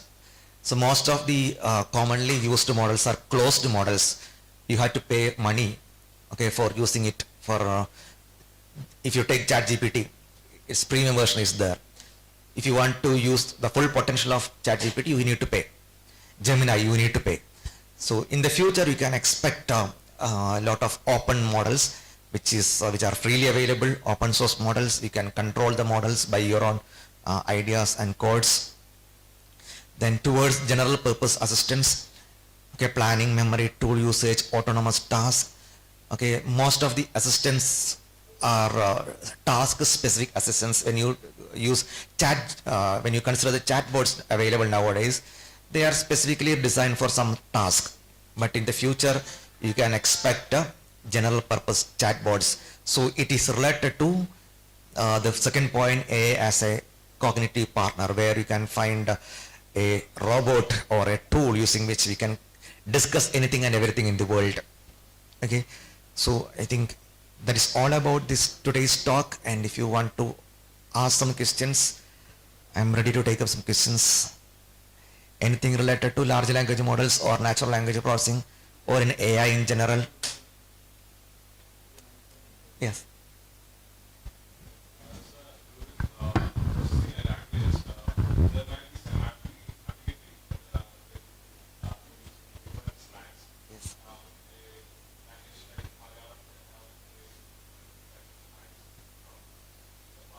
Yes.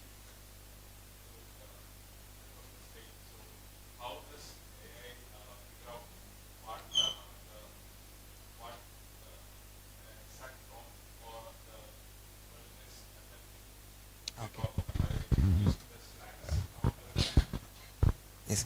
So previously, if you consider the era before this large language models, we need to provide rules. Okay.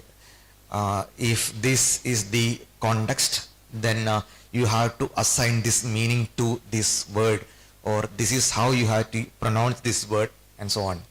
But nowadays, the algorithms will be able to learn these kind of nuances from the data itself. You provide maximum examples to the model, and the model will be able to learn from the data. Okay, for example, if you take all our Malayalis, right? In my place, I am from Talasheri. So in my place, if you use the word anak, it is for enik. The meaning is enik. But in, I think, Calicut, it is ninak meaning, right? So if you move from one district to another district, you are having completely different meanings for one single word. So how do you learn that meaning? Only based on the context or surrounding words. If you provide a lot of examples related to enik meaning, okay, then the algorithm will understand that, okay, if these kind of words are coming with anak, then I can assign the meaning enik to that word. If these kind of words are coming along with anak, then I can assign enik meaning to that, sorry, ninak meaning to that word. So based on the examples, the algorithms will be able to learn it. So that is done by the encoder part of the, so here I have shown BERT algorithm. That algorithm is capable of learning that kind of nuances from the examples. So only thing is you need to provide maximum possible examples to the algorithm. Okay, it is just like us only. If you don't have much experiences, then you won't be learning something better. If you have a lot of experiences in some domain, then you will be able to learn anything and everything about that domain very easily. Same idea. If you have to provide more examples or experience to the algorithm. The context matters here. Okay, context means surrounding words. Any other questions? AI? I'm not into that.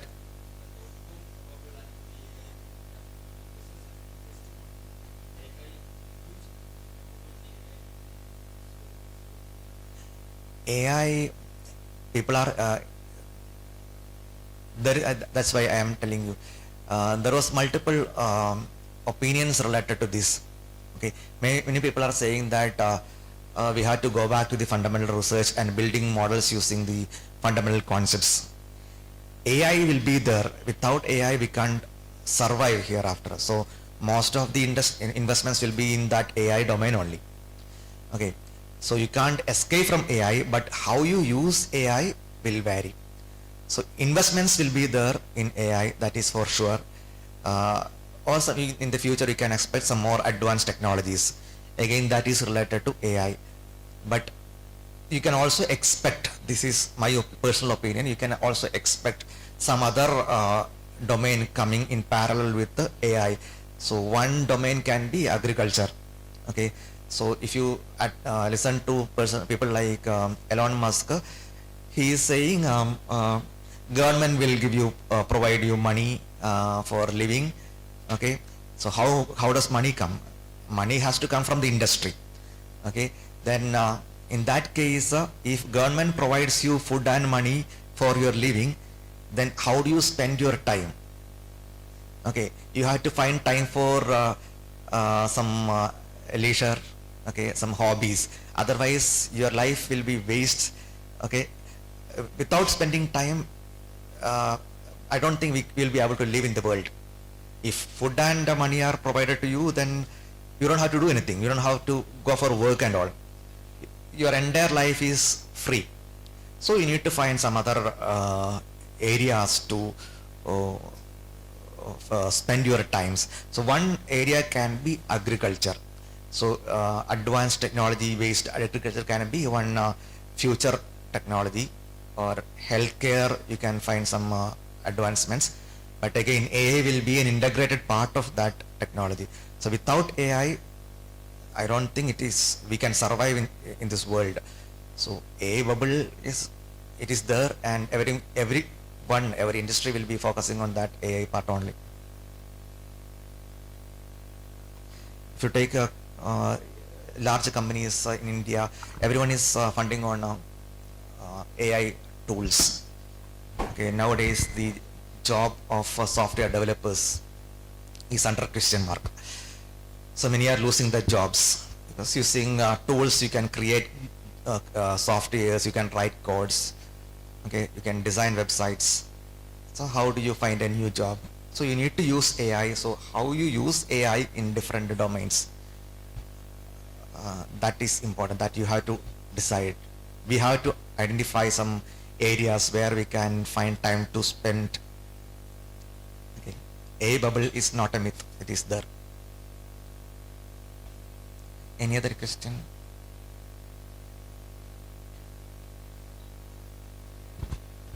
Please. Trusting is a big question. Only thing is, as I said, if you provide the data and the environment, the algorithm will be able to do it. So the best thing according to my understanding is use multi-agent system. Each agent can be deployed for different tasks. For example, if you are searching for some queries using some large language models, then you can deploy one agent to search in a database. You can deploy another agent to search in an internet.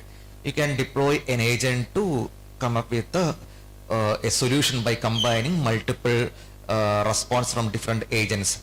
So in that case, there is a concept called chain of thought that is currently being used in without agents also we can use that.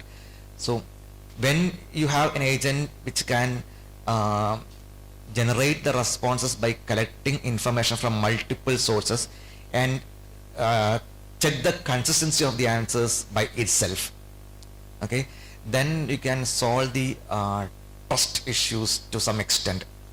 So multi-agent system is very common now, but while doing so, you can use this chain of thought, few short kind of examples.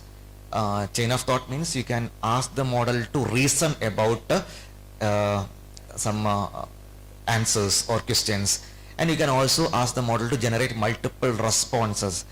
Then based on the most probable response, the algorithm can generate the output. So that way we can control, but it is, how can you trust me? Same question you can applicable to machines also. We can trust anything and everything 100%, but based on the responses, we had to come to a conclusion that okay, this response is fine. So you can completely rely on AIs for different tasks. You have to manually think, and you have to use your cognition power to come up with the conclusion. Okay. Any other questions?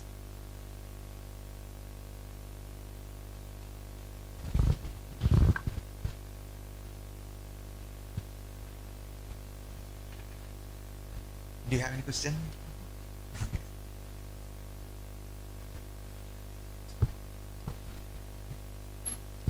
Okay, thank you.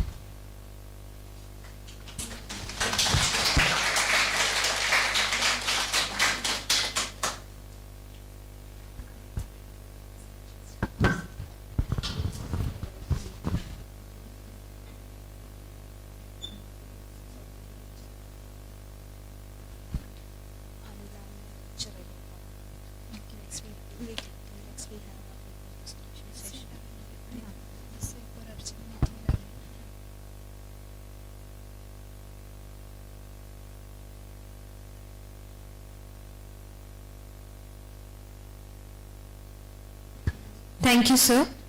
Due to an urgent meeting, the session handled by Dr. Vimala Matthew is postponed to afternoon session. So now we continue with the paper presentation. I call upon Anulal P to start with the paper presentation.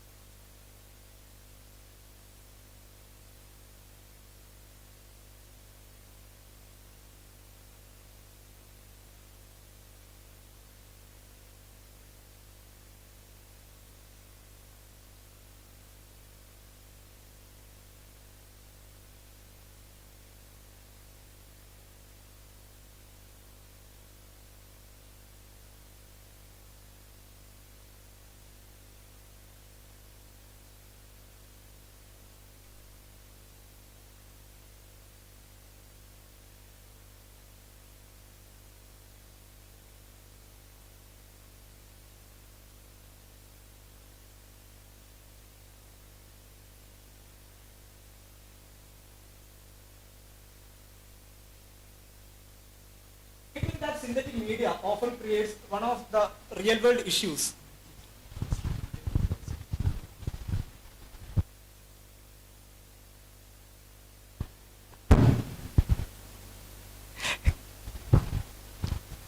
So creating a deep fake media that I've been using, we are using it using legal way, using Gemini, but that can be used in illegal ways through.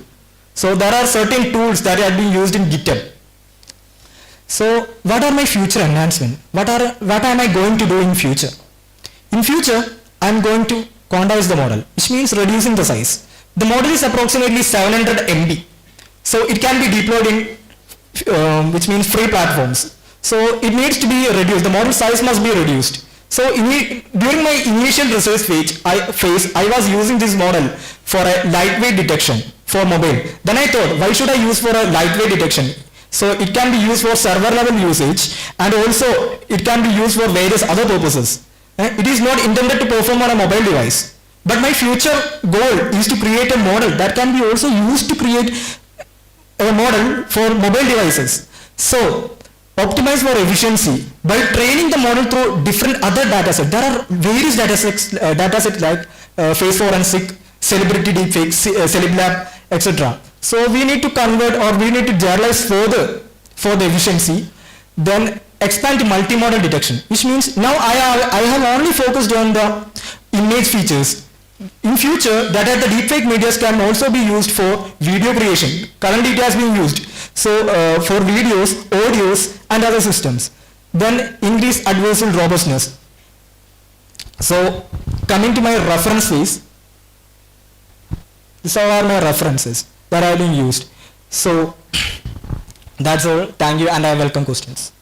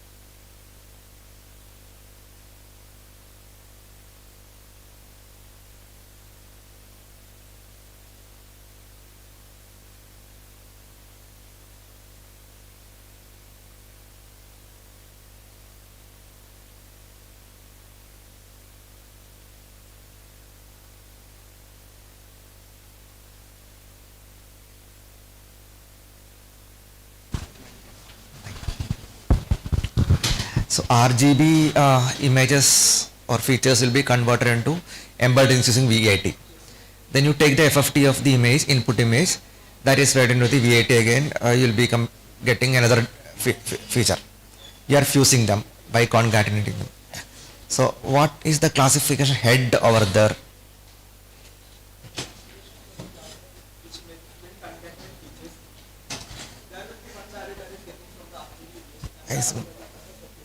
My question is, did you use any machine learning classifiers like support vector machine, or you use some softmax classifier at the end of the network?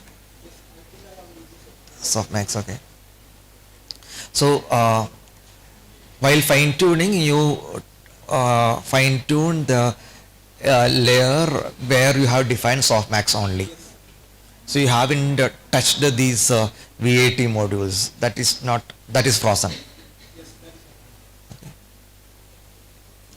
Okay. So you concatenated all the features. One suggestion is you can think about some other fusion techniques. Okay, concatenation is a commonly used techniques, but there are other fusion techniques also, because you are combining two different features. Not, some algorithms are there like optimal transport, using which you can fuse different features from different modalities. Generally, it is used for multimodal training, but you have different type of features. In that case, you can check whether they are following different distributions, probability distributions. If they are following two different distributions, then you can definitely use optimal transport kind of algorithms. Or else concatenation or taking the mean is also fine. But classification head, you should be able to explain it properly, because okay. So in the network, after fusing, how many layers were there? Only one layer or multiple layers were? 12 layers. So you, during the fine tuning phase, you are not fine tuning all those 12 layers. You are fine tuning only the last layer. So there also you can try like the features learned in those 11 layers may affect the quality of the model. So you may be able to increase the performance from 93 to 99, because during the training phase you are getting 99. During the testing phase you are getting 93, which means there is a slight overfitting. Overfitting is there, slightly. So you can avoid that overfitting by fine tuning these other layers also. Did you do any hyperparameter tuning in this case? Controlling the number of layers, controlling the number of neurons in each layer? No, yeah, you used the default values.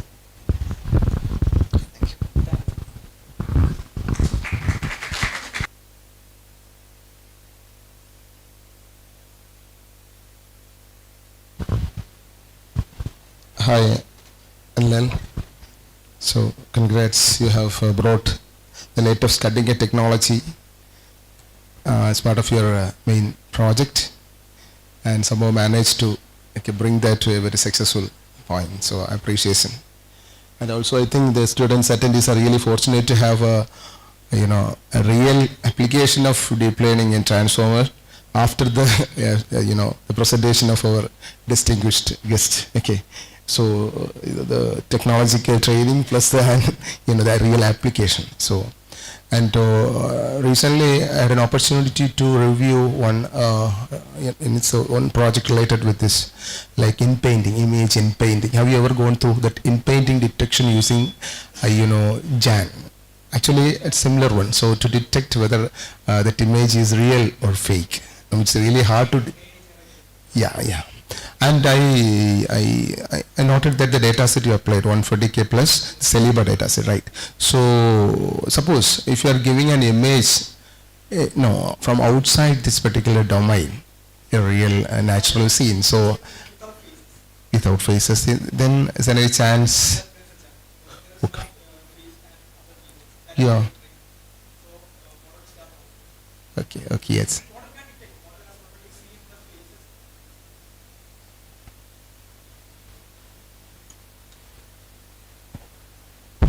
The model has never seen the eyes or face or things. Yeah. So the model will get disturbed. Okay. It's a really different scenario. Yes, there are different scenarios. Like what about bringing or to create a tool which use this algorithm to show this output?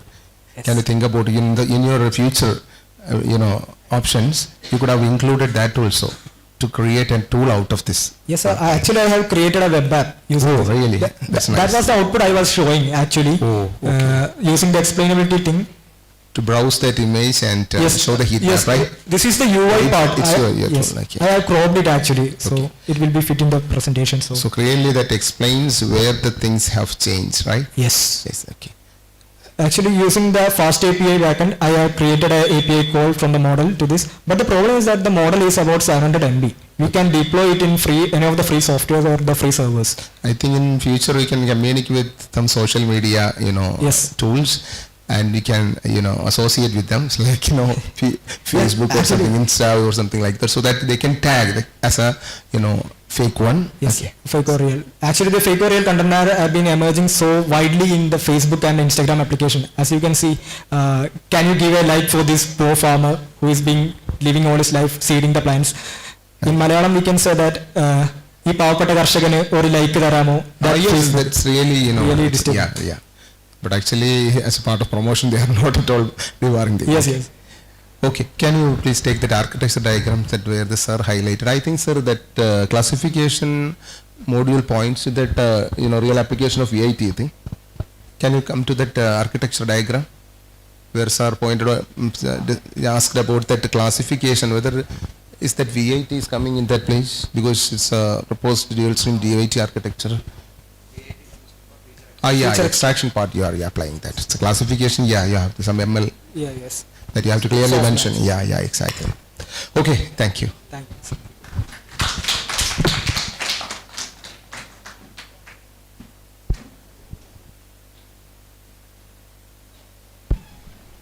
Thank you for your presentation. The next paper is presented by Mohammad Rashid.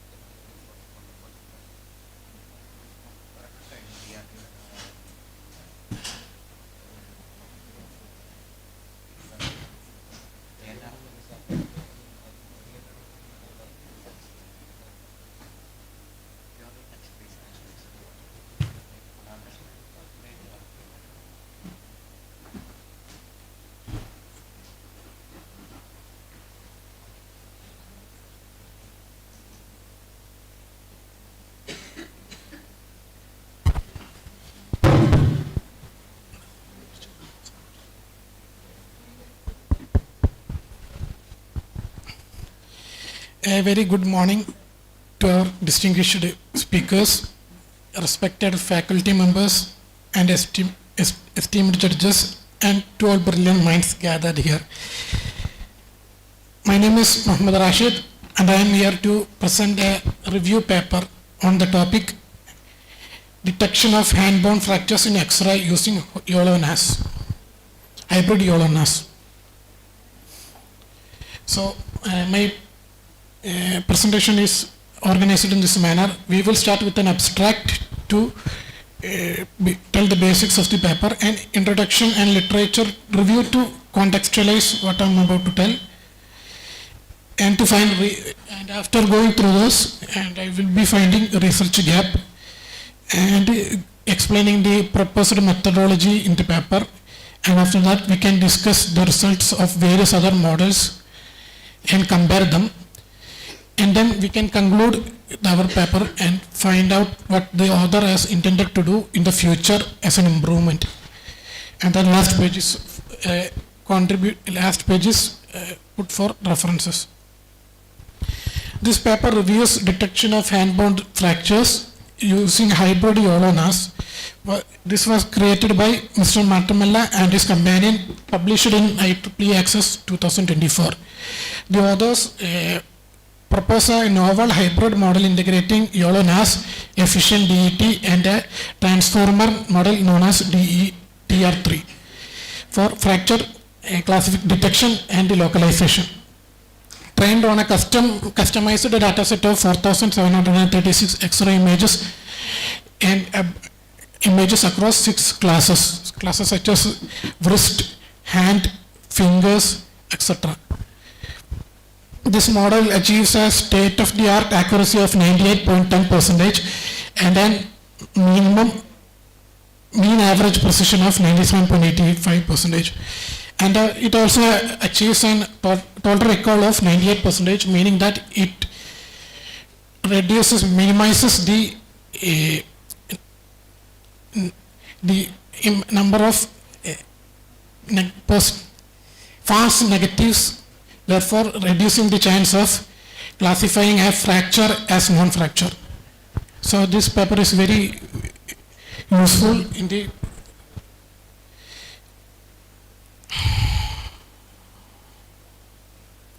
introduction. Why this paper is significant? Hand bones are among the most frequently fractured,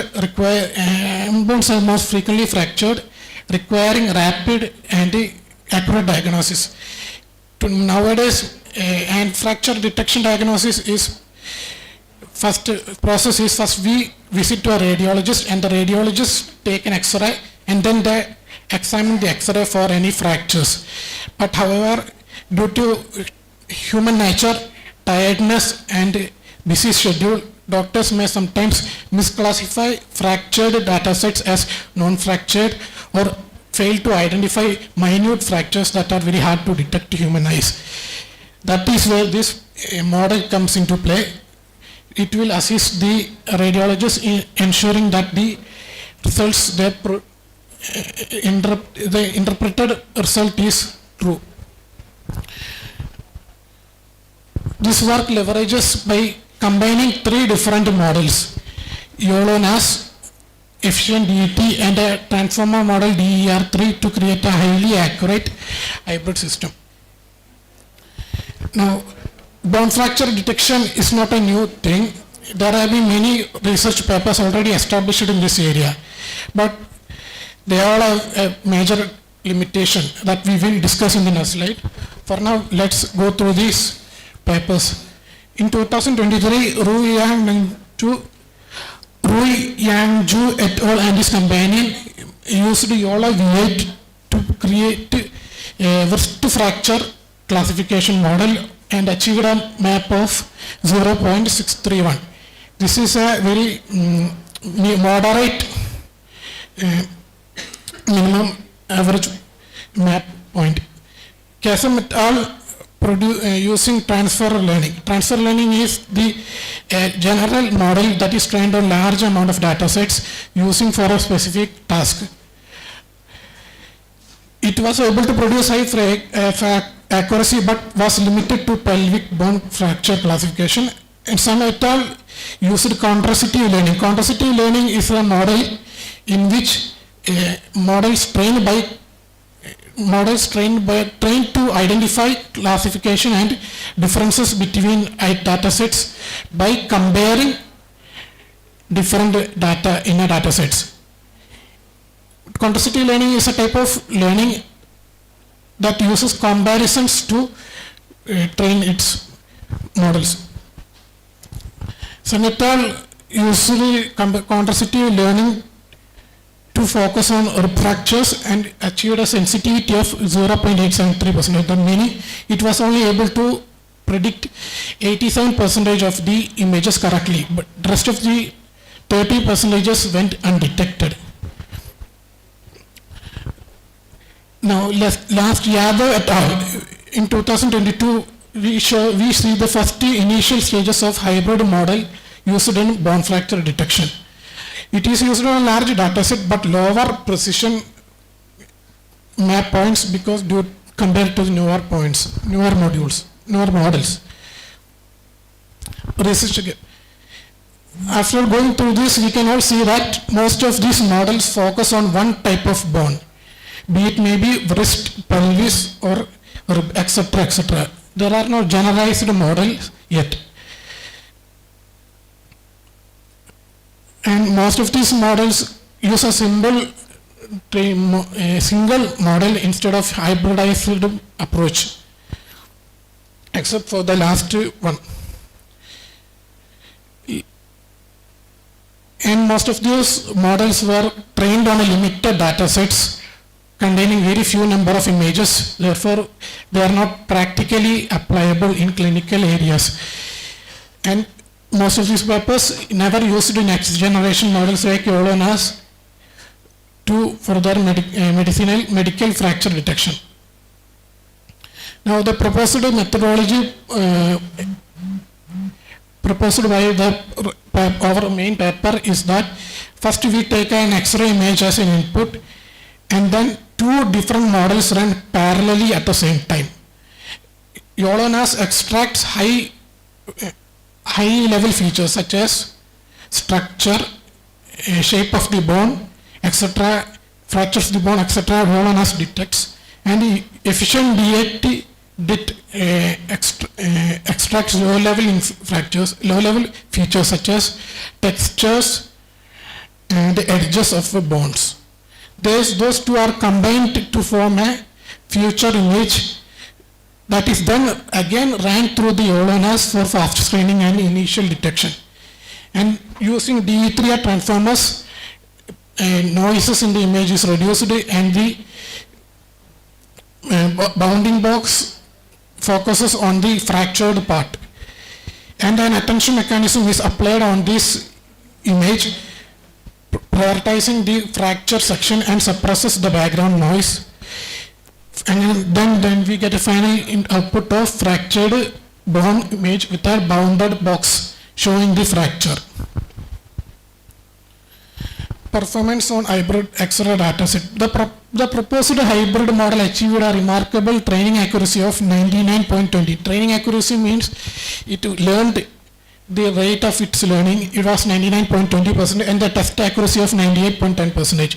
Test accuracy meaning it was able to recognize 98% of the fractures, and what it was also able to achieve a recall of 98%, minimizing the total number of false negatives raised. So this model is very useful in the clinical section. Outperformed all benchmarked models including YOLO V8, standalone and YOLO-NAS. This hybridized model outmarked the previous versions of YOLOs and YOLO-NAS standalone version. Achieved a mean average precision of 97.85, indicating excellent localization of fractures. Fractures were identified very well. Consistent performance across all 6 classes. Earlier we said the dataset was classified into 6 sections, and datasets were classified into wrist, fingers, elbows, etc., etc. Consistent performance across all 6 classes. Now, after seeing the performance, let us compare it to other models available. Traditional CNN models were only, such as VGG, were only able to produce an accuracy of 74.30%. It is a good feature extractor, but produced low accuracy. Standard detector YOLO V8 alone was able to give an accuracy of 91.60%, but less compared to the other hybridized models. Now, V8 was only able to give us an 81.27% accuracy. Excellent with the small data sets, very useful for specialized cases, but when come to a realistic case, it will fail due to large data set requirement. Our proposed model combines both YOLO-NAS, DETR3 and efficient that produces an accuracy of 98.10%, superior accuracy and precision through model fusion. Conclusion. The proposed hybridized YOLO-NAS model sets a benchmark for automated fracture detection and achieves 98.10% accuracy. It effectively demonstrates strategic model hybridization that can significantly outperform individual state-of-the-art architecture. The model produces a robust, accurate, and efficient tool compatible of assisting radiologists and reducing diagnostic delays. This model is very good for as an assistant for a radiologist. Now, as per the paper, after reading the paper, these are the future works I conferred that can be performed, extending the approach to other anatomical region. This one is focused on hand itself, but other regions such as spine, femur can be added, incorporating multimodal data such as CT scans for complex fracture cases. For example, rib cases. In rib X-rays, bones are superimposed over other bones. So, being able to use CT scans or MRI scans, which produces 3D scans of the bone fracture, bone structure, it will be able to detect such complicated bone fractures. conducting prospective clinical trials in hospital settings to validate real efficacy. We need to test this model in a real world environment to truly test its efficacy, because currently it is only trained on a 4,000 image customized dataset. Developing a lightweight version of the model for deployment on mobile devices and resource limited areas. This model is very heavy due to the hybridized nature of the model. So developing a diluted or distilled version of this model is a necessity so that hospitals with lower resources can also use. These are the references I used to make this paper. That concludes my paper.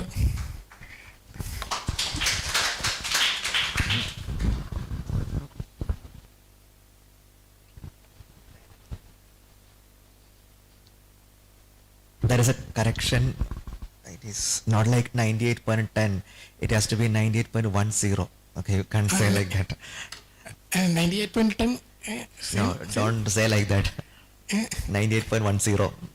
Okay, 88.2. It's not 10. Why not? It is not 10. Okay. Then why did these authors use YOLO for this task? They tried many other models, but they were not able to achieve accuracy near close to this. Okay, what is the purpose of using YOLO? YOLO is to detect the patterns from the image, bone fracture patterns. Objects. Yes, object. So why did the authors use map for evaluating the performance of the models? It also used accuracy. Map is the standardized unit used for object detection models to see how good it is. What are the other possible metrics? Accuracy. Accuracy, then total recall. Recall. Yes. Okay. So here you are telling that the authors were trying to reduce the false positive. Yes. So what is the meaning of that statement? Giving an actually fractured bone a non-fractured classification. That means telling someone their bone is not broken, even though it is broken. Okay. So how significant it is in medical field? It is very significant. Delay in treatment of bones can cause lifelong consequences to the victims. Okay. So we need to reduce that. So what happens if the false negative, we are talking about false negative, right? True negative increases. You mean the misclassification of a non-fractured bone as fractured? Yes. Then the radiologist will have to double check the data. Okay. Even if the bone was classified as fractured, it will bring no one any harm. Yes. It is better to be safe than be confident and break the leg. Okay, thank you. Yeah. Hi. I think sir raised a question, the significance of YOLO. Normally YOLO is applied in object detection in a real scenario, right?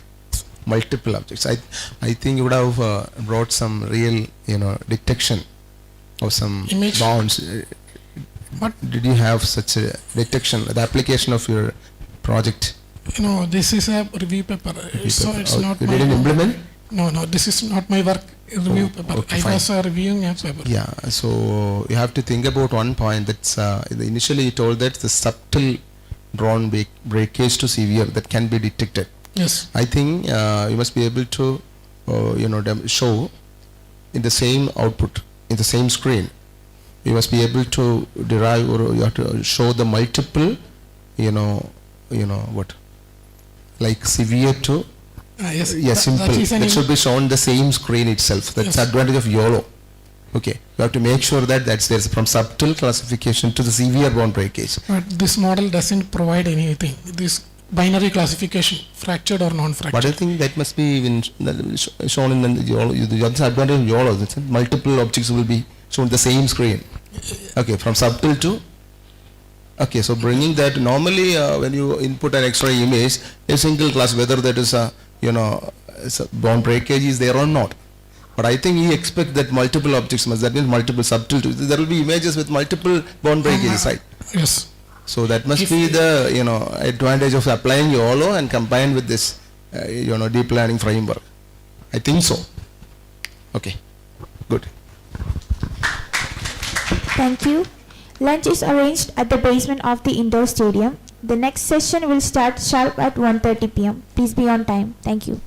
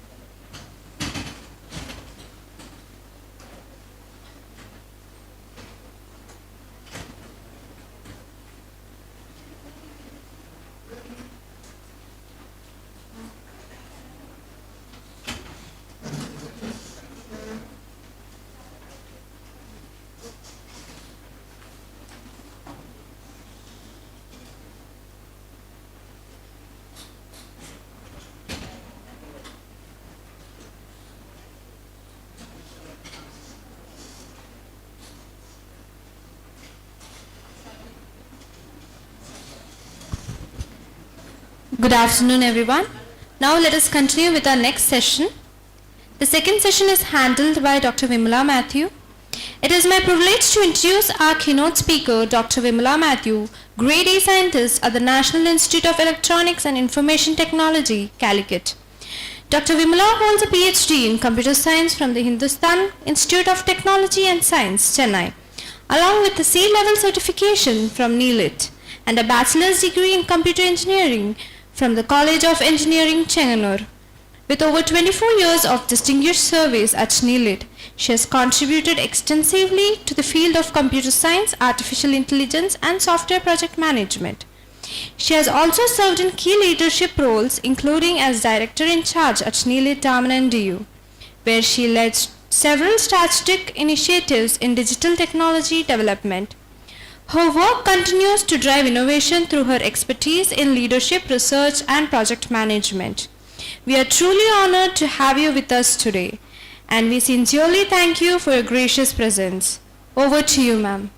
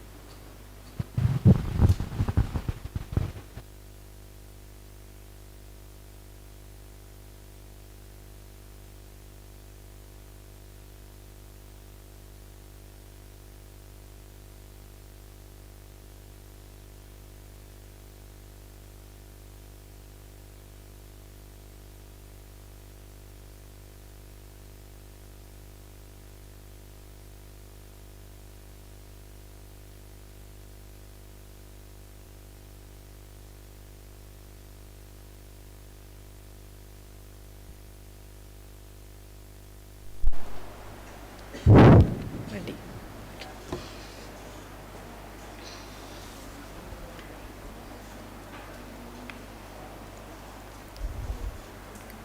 Good afternoon. Good afternoon. Actually, first of all, I would like to congratulate you all for helping your teachers, or you yourself will be,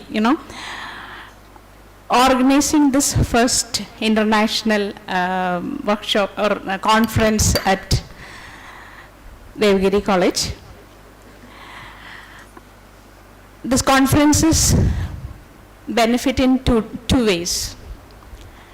First of all, you will learn how to organize such an event.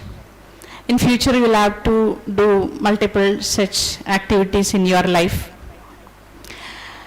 While organizing a conference, what are the things involved in organizing a conference? Did you notice? Can you tell me? Starting with, first we need to,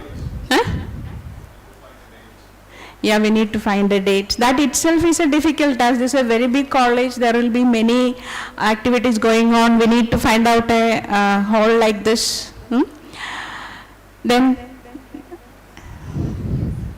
see, why I am asking this is because I usually, serve as a panel member in interview boards.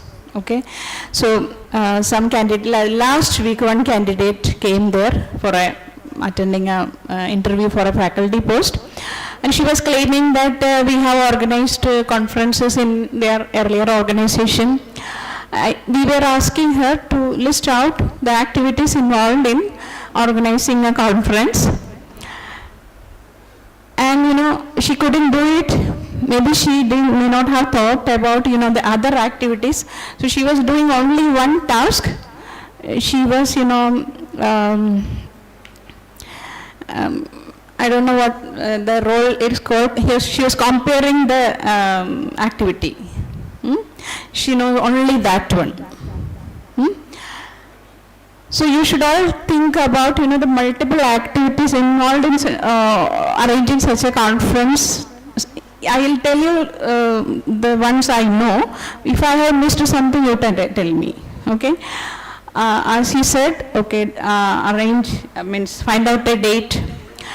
Next, we need to get the consent from all the concerned people, right? Then we have to come up with a flyer and a website, right? Then we need to inform or share this to all the other colleges. A lot of effort is involved in that. Then we'll have to communicate with those people regarding the timelines and other things.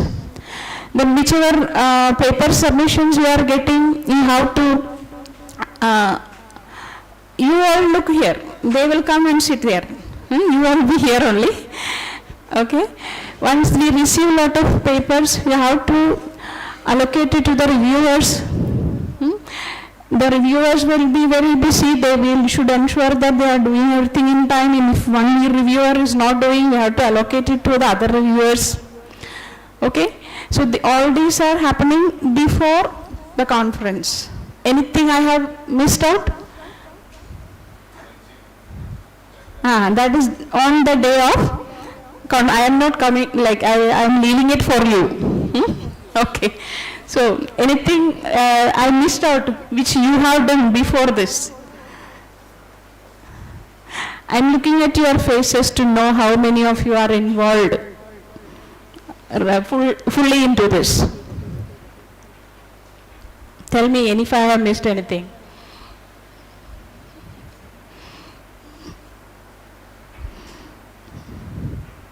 Okay, my only point is when you are doing something, you have to see, when you are organizing such things, initially what we can do is you can have committees, publicity committee, paper reviewing related committee. Whether you had anything like that? You had. And ensure that all the people, like you are PG students, no? So the number will be very less. Huh? Okay, yeah, some graduation students are all there. So we need to ensure that all of them are there in any of these committees, so that you will get involvement from everybody. Okay. So you have started with arranging this first international conference here, and I know when this is conducted in Devagiri, this will become a benchmark in their institutions, and this will be replicated in multiple organizations like this, I am sure. When you people do it, you are the perfect people. Both my children studied in Devagiri College, and now they are in various other institutions, so they compare with their current institution with their old institution and say, not up to Devagiri. Okay. So that I know what is happening here. Okay. So that is one thing I wanted to share with you, the advantage of arranging conferences. Then the second one, most important one, when we are arranging such conferences, you will think about how to publish a paper. How many of you have tried to come up with your own papers? At least when we are organizing, we have to think how to publish a paper, like how to come up with some innovative idea from my side, right? So what is a paper publication? It is the output of some research work that you have done. My topic is AI. How AI has grown to the level which you are seeing today. How AI has grown. With the contribution from so many people, right? And how they are able to contribute in like how we are able to use the research done by others. You people don't be distracted regarding the people coming in. They will come and sit somewhere. All of you listen to me only. Okay? Okay. So what is my next second point? How to do paper publication. So my point was, AI has grown like this with the contribution from so many people, and you know, when you are writing a program for object detection, inside that there is an algorithm. Someone has done research and come out with that algorithm, and another person has done programming, Python programming, and they have made it as a package and included it to the package, Python libraries, so that you can download it and just call the function and get the things done. That is because of the vast research community out there who is contributing to the whole world. Their research is given to the whole world. The very objective of your paper publication is you need to do some research and share the knowledge with others, right? So when we are doing a paper publication,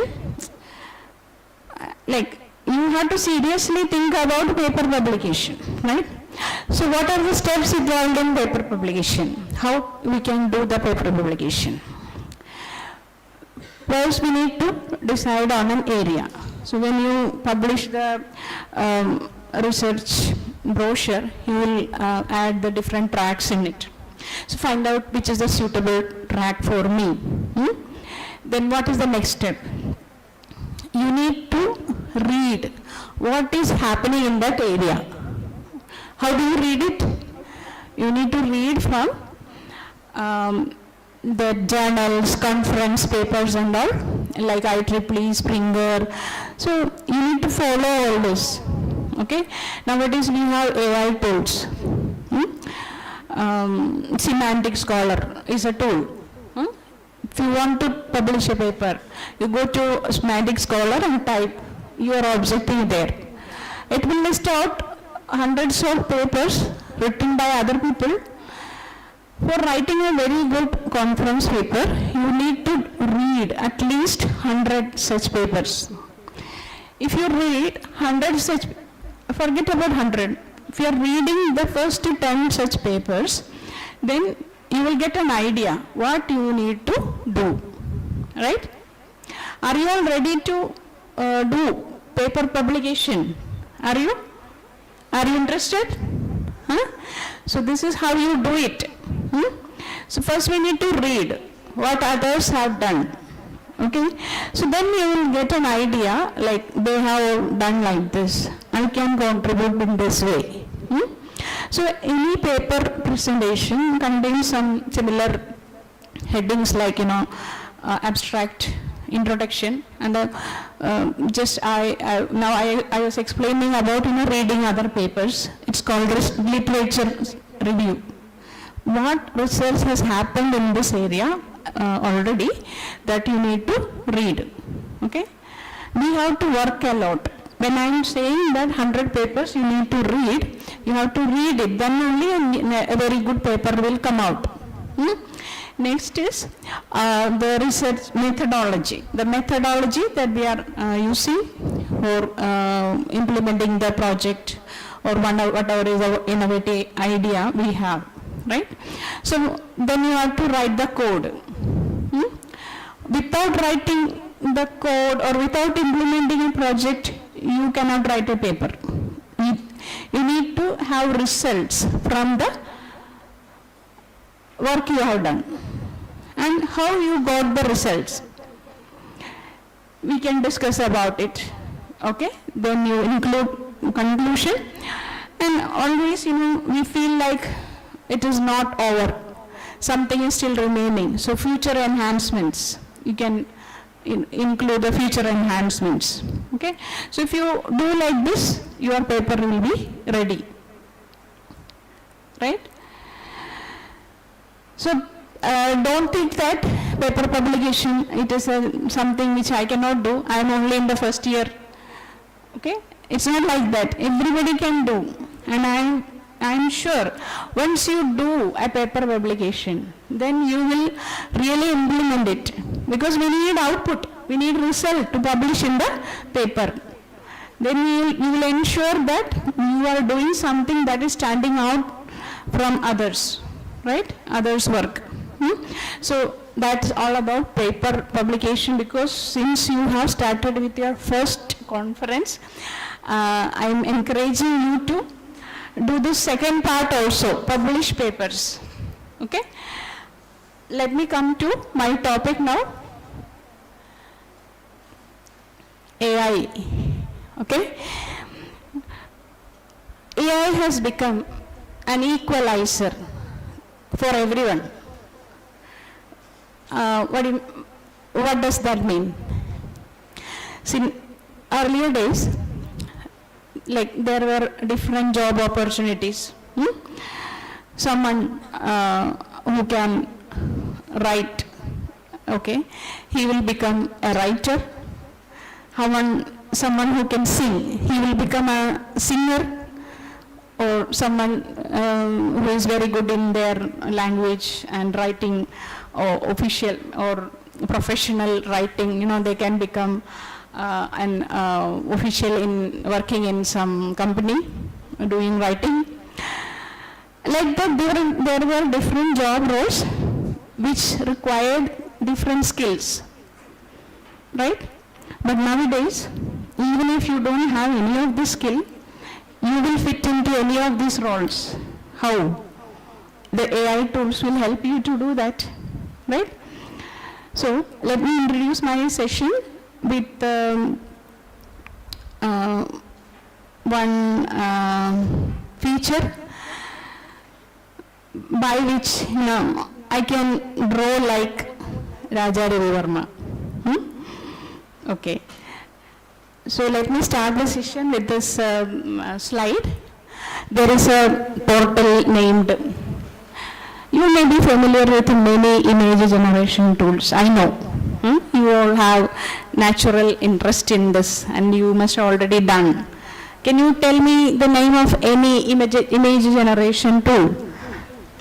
If you want to generate a new image, which tool is used?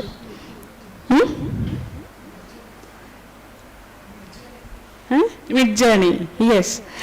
Yeah, like that many tools are there.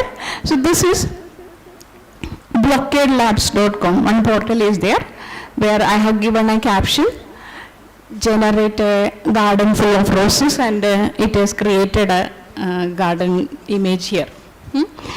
Then, well, it is the same portal, but little more detailed caption is given. Castle ruins in a wide open grass plain with a blue river running through it. But our caption I have given, the detailed picture it is preparing. To make it more suitable for our requirement, what you need to do is just change the caption. You are not drawing, just changing the caption. Okay. There is another portal, generated.photos/face generator. Usually when we prepare brochures and flyers, we need to include the face of somebody in that. Nobody will be ready to give their face picture to include in that. We will take randomly some images and go ahead. It is actually illegal. But you can generate face images like this through this portal, and you can see the attributes there. When you want to change the emotion, just go and click there. Different emotions will be displayed. So change into that emotion, so the face expression will change. Okay. This is another AI tool. Now, this is a picture by Raja Ravi Verma. I want to prepare something like this. In 2 steps, I can do something similar to this. First step, there is a portal, imagedescriber.online, where I am uploading the picture. It creates the caption for the image. A beautiful woman in a red sari stands by a pillar in a garden setting, etc., etc. Okay. Next step, go to any image generation tool. Okay. I have taken ChatGPT. ChatGPT also will generate images, but there are limitations. Otherwise, you need to pay for the version.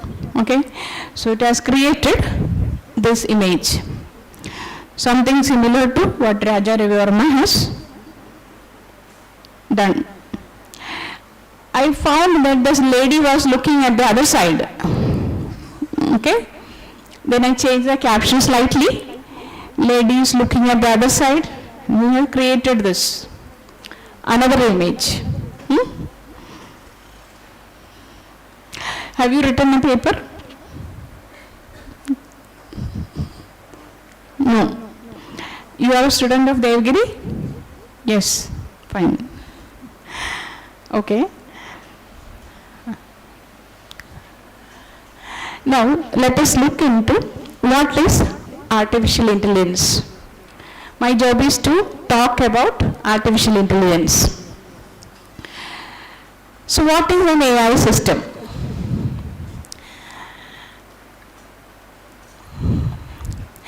Any computer system, okay, which is having any one of the capabilities of human being, we call it as an AI system. So the capabilities are, we can see, we can talk, we can move, take decisions, different capabilities are there. So coming to the definition of artificial intelligence, it is an interdisciplinary field aiming at developing techniques and tools for solving problems that people are good at. If you are introducing the capability of human beings into a system, we call it as an AI system. Okay.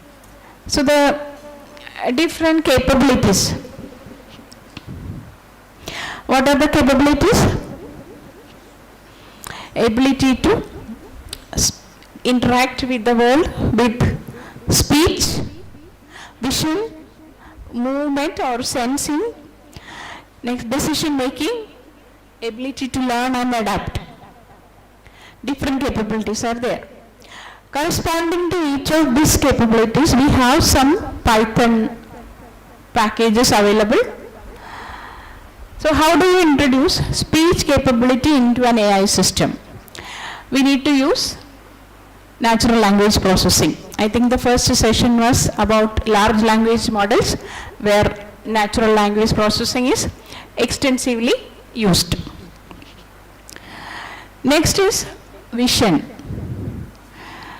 There are computer vision algorithms, and especially there is a package named, what is the name of the package in Python which allows you to come up with computer vision?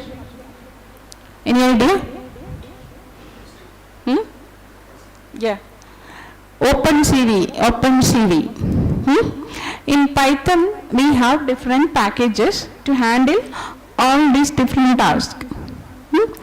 Packages means it will be contributed by different sources, right? Okay. Now, next is movement control mechanisms or sensors. What is the role of sensors in AI system? AI system should interact with the current environment. First of all, we need to understand what is happening, right? So sensors capture the real-time data and understand what is happening, and the AI system will respond accordingly, has to respond accordingly. You consider an autonomous vehicle. Okay, that blue shirt. What are the decisions to be taken by an autonomous vehicle?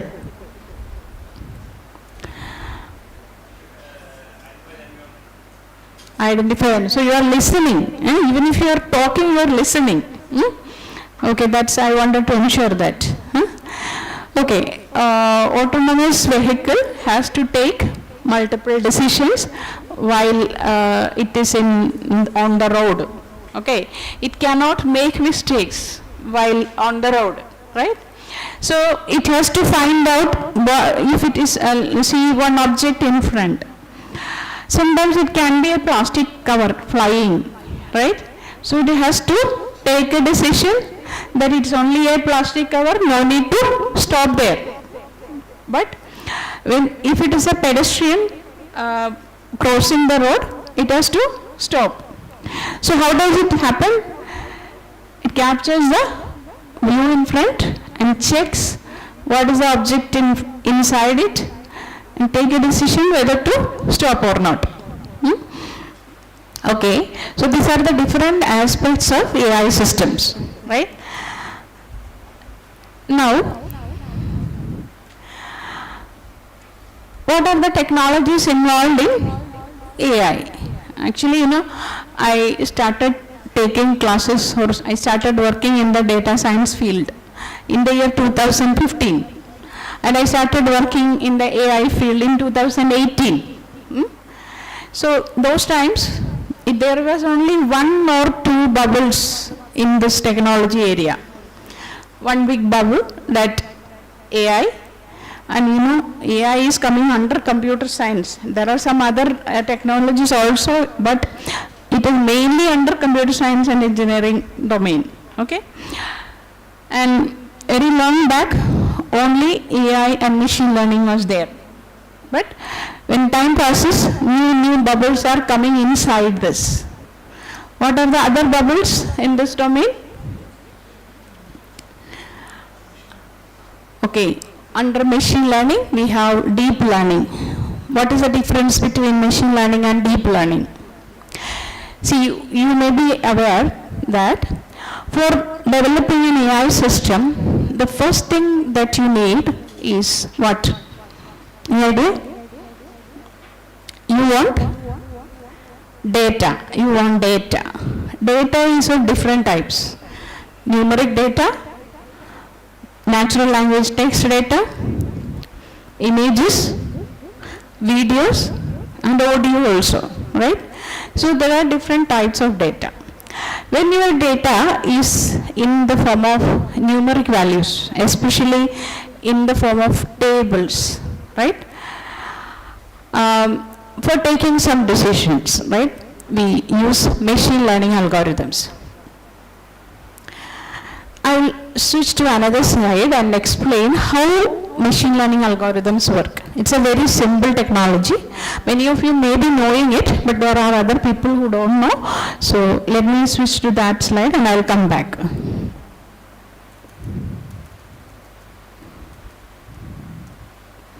Okay, it's coming under the topic how AI works.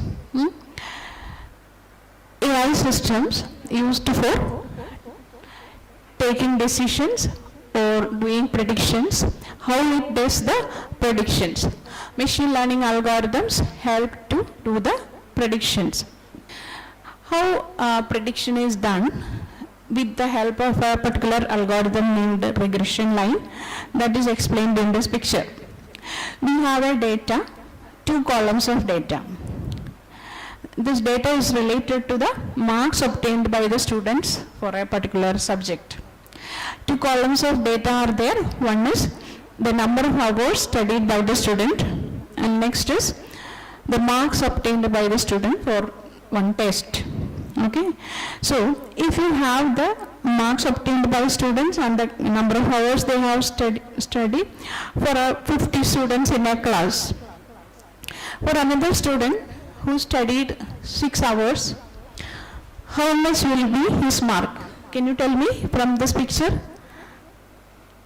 In this picture, we have an XY axis. In the x-axis, the number of hours studied, and y-axis, the marks obtained, and the dots indicate the different students or the 50 students in the class, right?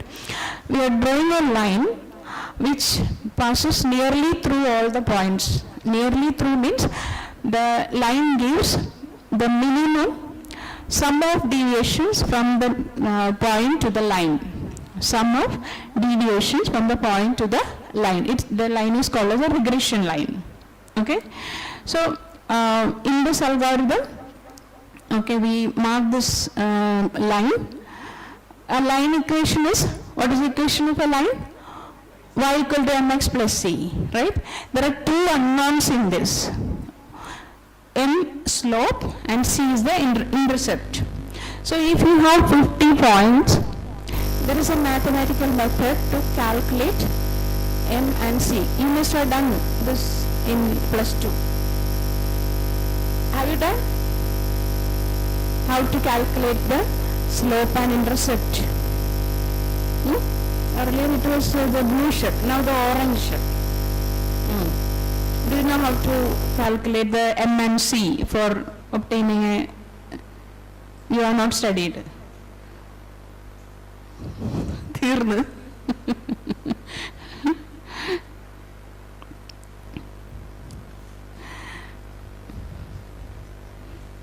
Have you studied? You have studied. Huh? You know it? You know it? ഇല്ലാന്ന് പറഞ്ഞാൽ പിന്നെ എളുപ്പമാണല്ലോ. എൻ്റെയും 2 മക്കളുണ്ട് നിങ്ങളുടെ പ്രായത്തിൽ. എനിക്കറിയാം പഠിപ്പിക്കുന്നുണ്ടെന്ന്.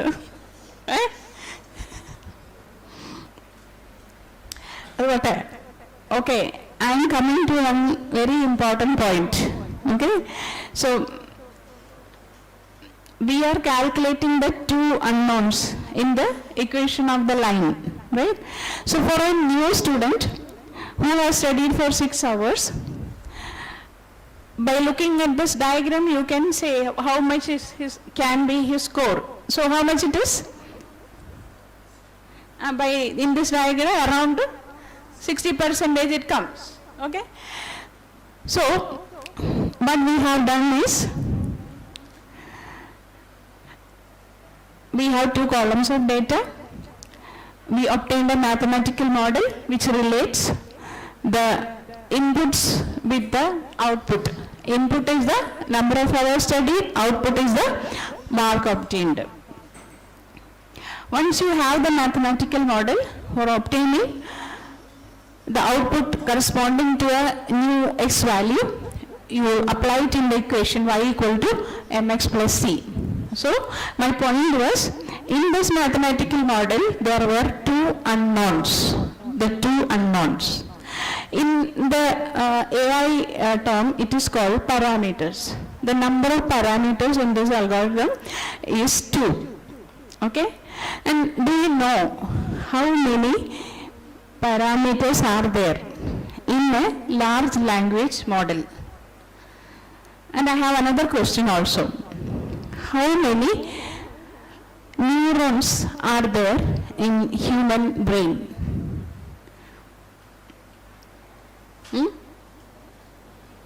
Do you know?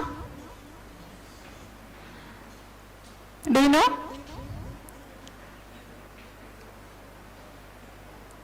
Okay, I am taking chat GPT. Okay. Speed illengi pattula.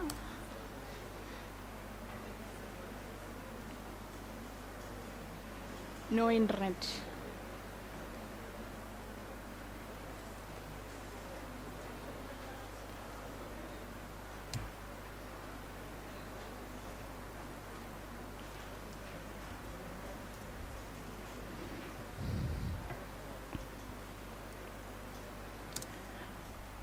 Can you see what I am typing? Huh? How many neurons are there in human brain?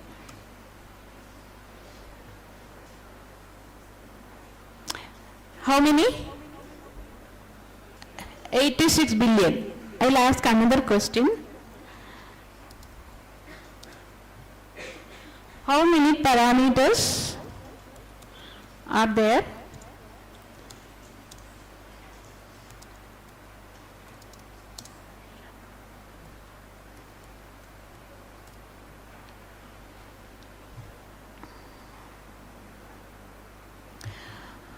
Okay, it is 1.7 to 1.8 trillion parameters.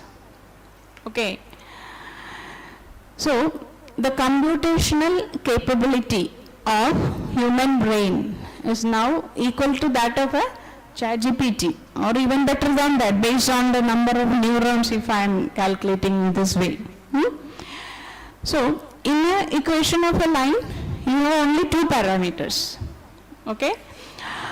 Now let me extend the task. You want to compute you want to predict the marks of a student in terms of the number of hours studied and the number of classes he attended, attendance.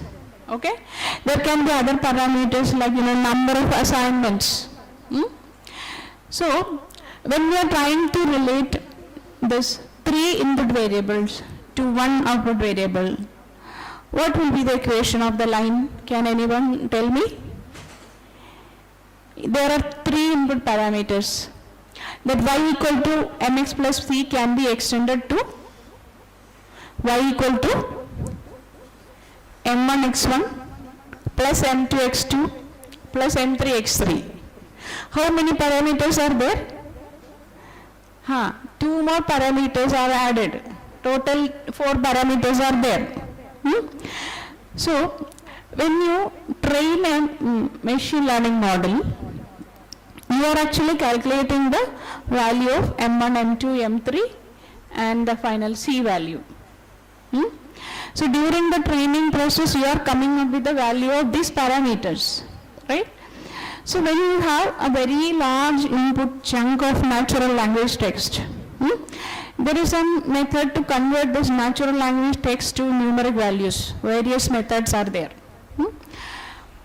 And finally, it will be in the form of a table where there are many rows and there are many columns. Okay? And these inputs can be related to the output using neural network models. I will show you the structure of a neural network model.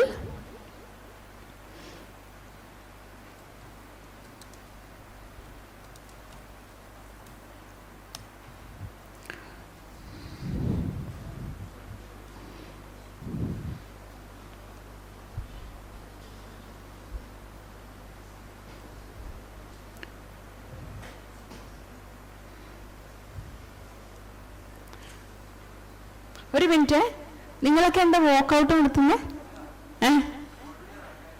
എങ്ങനെ ഇവിടെ എന്താണ് പരിപാടി? Volunteer ആണ്. കഴിഞ്ഞില്ല ഇന്നത്തെ കോൺഫറൻസിന്റെ task ഒക്കെ? വൈകിട്ടത്തെ ഒരു കാര്യമുണ്ട്, കൾച്ചറൽ നൈറ്റ് ഉണ്ടോ? എന്നാ ചെല്ലേ. Okay, so this is the structure of a neural network. Do you know which is the company that is making lot of money these days by selling AI hardware? Which is the company who is the richest company by selling AI hardware? Nvidia. So what is the speciality of AI hardware or Nvidia? What kind of devices they are making? Graphical processing units.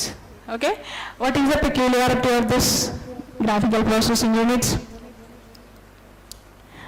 It can do a large number of parallel computations. Okay, so you see the neural network structure, right? In the first column, what you are seeing is, we call it as inputs. What is coming out at the last layer is the output. Okay, what is in between is a function, y equal to f of x function it is. So this neural network is preparing a y equal to f of x function. Based on the inputs, your y can be calculated.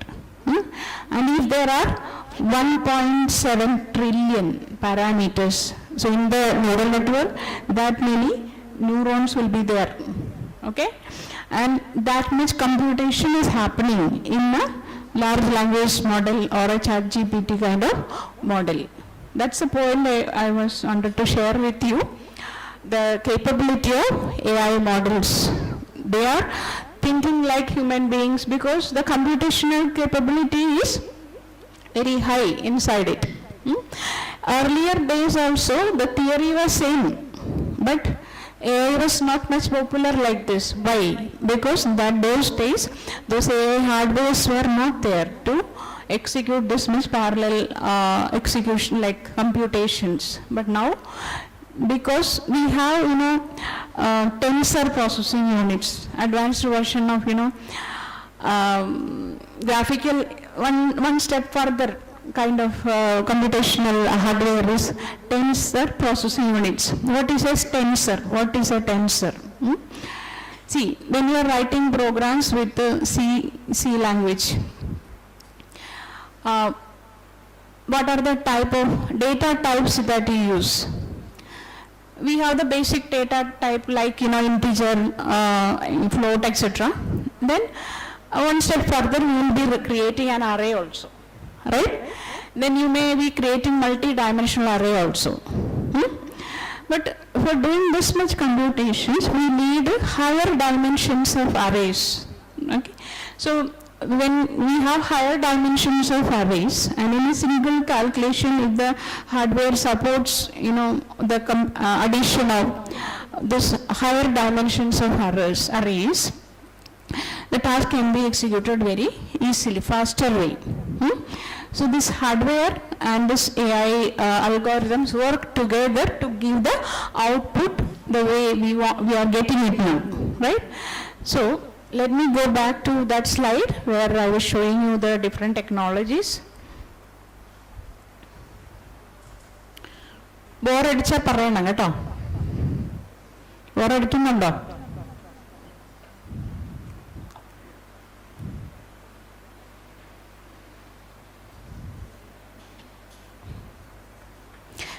എത്ര മണി വരെയാ class? എത്ര മണി കഴിഞ്ഞാൽ presentation? 2:30 വരെ class. ഞാൻ ഒരു 2:40 വരെ എടുക്കാം അല്ലേ? നോക്കട്ടെ. Okay. Okay, now you see the overlappings in this domain. under machine learning, we have deep learning. When your input is images, okay, the basic machine learning algorithms are not capable of handling that much, computations. So it will not perform well when the inputs are, in large amount. So we need neural networks. So deep learning models are models which work based on neural network. Okay, the conversational AI tool. You are familiar with Alexa, Siri and all. And also this ChatGPT also can be called as a conversational AI tool, because converting from audio to text is only a one function, Python function. You input the audio, it will immediately convert it to natural language text and give it to you.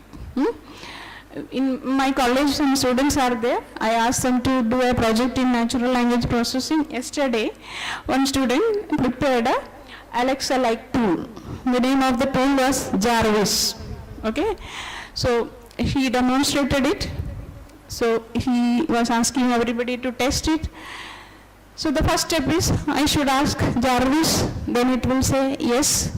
Okay, then I need to ask questions like, what is the weather today? So it will display what is the weather.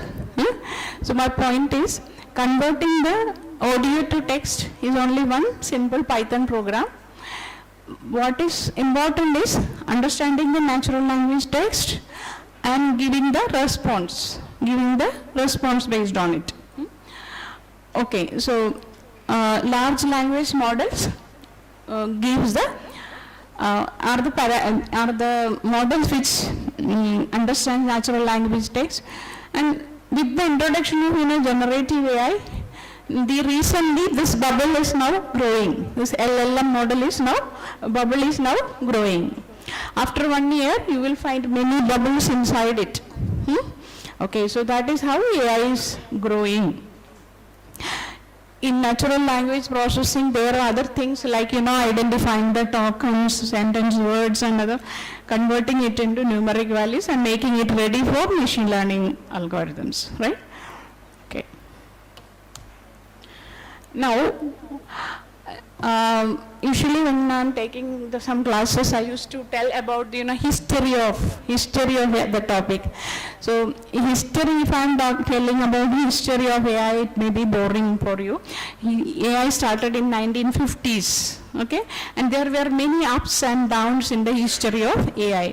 But now AI is finding an explosive growth because of the existence of hardwares, very high-end hardwares.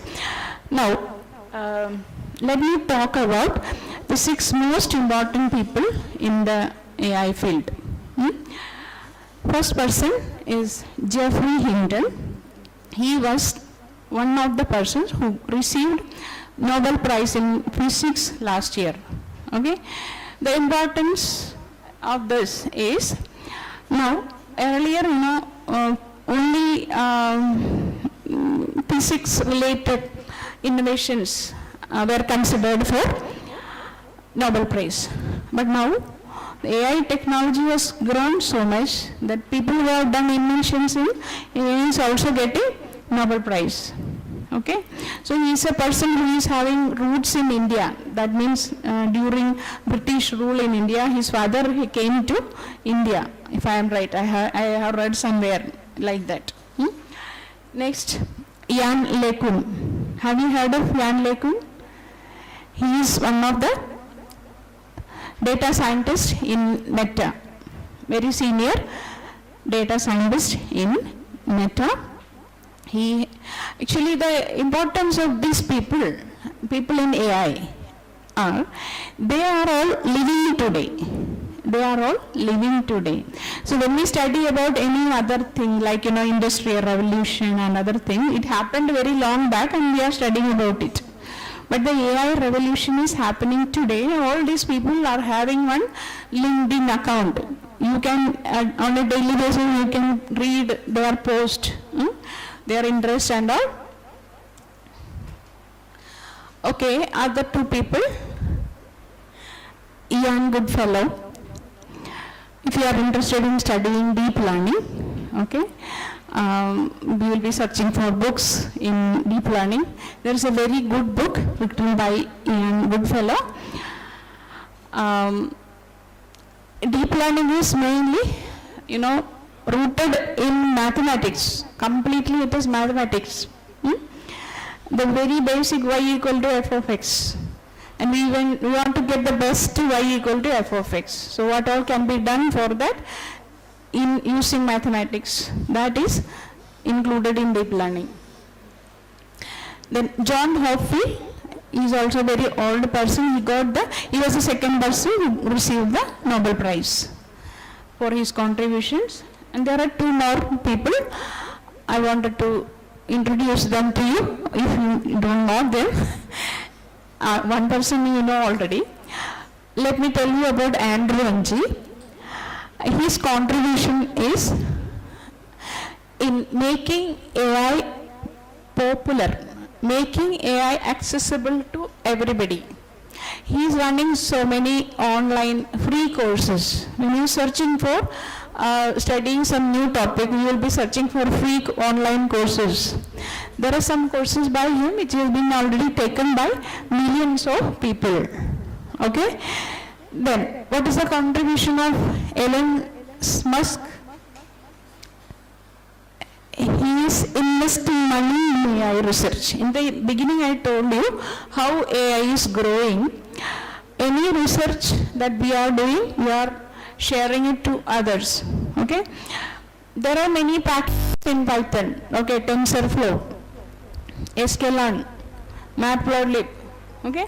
Whoever has done it, they are sharing it to the research means the others for implementing their programs.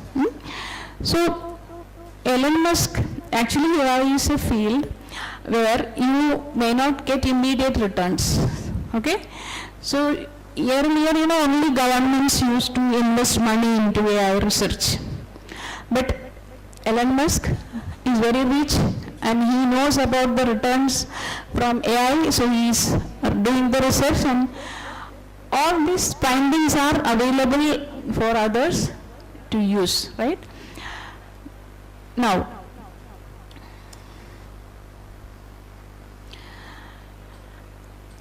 AI is not a single technology that is growing, or there are contributions from other technologies also into AI.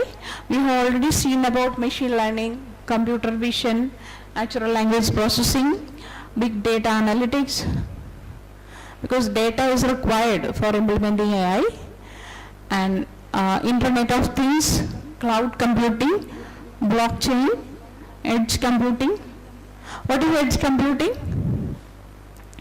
When you are introducing computing into the edge devices like mobile phones, it's called edge computing. Then digital twins. What is digital twins? Okay, when we have very huge systems like some semiconductor plant, trial and error is not possible inside the physical system, right? So we make simulators and implement everything in the simulator and see how it is working. Then only we will implement it in the actual system. They are called digital twins. We have already seen how AI works. AI works with the help of data. So that is my next point. What is the importance of data? Okay. Data is the world's most important and flourishing resource. Like, light, energy, water. Nowadays, without data, you cannot exist. The AI programs will not, cannot be generated without data. So, that's why. Now, data analysis has influenced all the important sectors of economy, and it will continue to do so in the future also. This we have seen. Okay, what do you mean by data? From where data will come? Nowadays there are many sources of data. I'll just list a few sources of data prepared. Data can be generated from mobile devices. How mobile devices generate data? Okay, we are using mobile devices. There are a lot of applications in it, apps in it, right? So, when you are playing a game, you are logging into it. Then, whatever steps you are taking after that, it is being recorded in the corresponding server. If you are playing a FIFA game, have you played? ഒന്നും ചെയ്തിട്ടില്ല. FIFA game കേട്ടിട്ടുണ്ടോ? അല്ലേ? അതല്ല, മൊബൈലിലൊരു game ഉണ്ട്, അത് കണ്ടിട്ടുണ്ടോ? ഉണ്ടോ? അതാണ് ഉദ്ദേശിച്ചത് അല്ലേ, അല്ലാണ്ട് മറ്റേ ഫിഫ അല്ല, രണ്ടും ഉണ്ട്. മൊബൈലിലൊരു ഫിഫ ഗെയിം ഉണ്ട്. അതിൽ we take the role of some famous players. Okay, ഉണ്ടോ? ഒരാൾ ഉറങ്ങിയിരുന്ന് നമുക്ക് ഫിഫ എന്ന് കേട്ടപ്പോൾ എണീറ്റ്. Okay, we take the role of some players and we take different steps during the game. Everything is recorded at the server side, and all the data they have collected, they are publishing it to the research community for them to do analysis. Have you heard of a portal named Kaggle? You have heard of. It is a data repository where anybody can upload their data and anybody can download also. You need to have a login into that. So if you are interested in studying about data and AI, first you create a login in Kaggle and go and see what is the FIFA data set if you are interested in that. You search for FIFA data set. You will get a data having 49,000 rows and 50 columns in it, which can be used for prediction of player ranks, rating, such things. Okay, so we were talking about data from mobile devices. So all these applications are generating data which is recorded at the server side. Okay, another example of data is geographical information systems. What is the peculiarity of geographical information systems? Data exists for every location. On Earth, every location is have a unique latitude and longitude. So, related to every location, there is some nearby roads, nearby institutions, nearby hospitals and other things. Okay, so that data is having a third dimension which increases the content. All the data that we use nowadays, if you have only very small data, that's not much useful, right? When you have data in very large amount only, it will be useful. Okay, coming to the another type of data collected through sensors. What is the nature of the data collected from sensors? How it grows? It grows over period of time. It grows over time. So now let me compare the few examples we have seen. The first example was data from mobile applications. Large number of users are using it, so collectively the data is a very large amount. Second one is location based data. So when you consider all the locations on the earth, it is a large amount. Now sensor data, it is a time series data. Over a period of time the data grows, right? There are other examples also.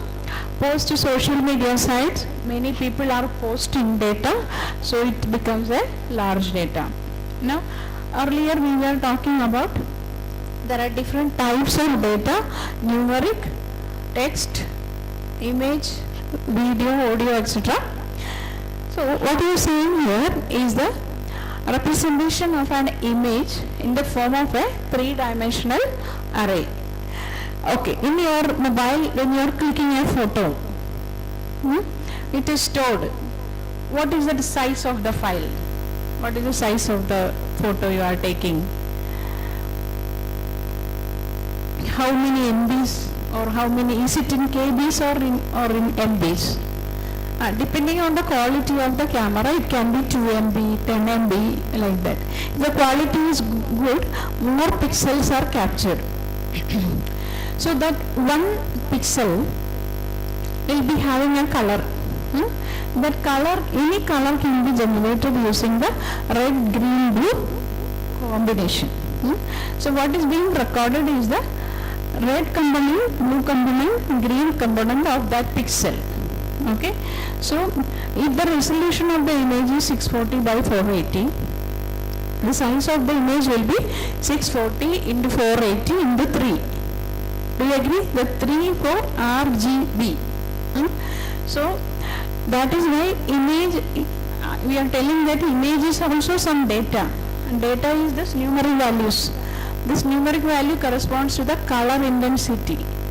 It is a value between 0 and 255. Okay, so deep learning algorithms works based on this image data. So it takes a large collection of dog images, another collection of cat images, and generates a model which can distinguish between cats and dogs. Okay, there are different types of neural network. Convolutional neural network used for image classification, recurrent neural network used for time series prediction or sequence prediction, then generative adversarial networks for developing images or generating data, and encoders, decoders, etc. All are neural networks used for some purpose. Okay, I think it is time for me to conclude. Okay. We were discussing about the different sources of data. Other sources are like, purchase transactions, cell phone GPS signals. This data, some characteristics are there. When it is time for me to complete, you tell me. Okay. There are 4 characteristics for the data: the volume, velocity, variety, and veracity. Volume is the quantity. Velocity is the speed with which the data is being generated. Okay. We need methods by which we can handle real-time data. When we are doing stock market prediction and all, the most wanted algorithm will be which handles the latest changes in the stock market. Then variety. There are different types of data which we have already seen. And there is something called veracity also, the truthfulness of the data. Okay. And we are not talking about the fake data. See, I'll tell you an example. When we are collecting data, suppose I am collecting students' registration forms, asking the students to enter the name of the city from where they are coming from. One person will be writing Calicut, and the person will be writing Kovicode. One person will be writing everything in small, other person one letter capital. There are many versions of Calicut. So before implementing the machine learning model, we need to ensure that all these are converted into the same word. Okay. So in natural language processing, we have some mechanism. First of all, we convert everything to small letter or capital letter.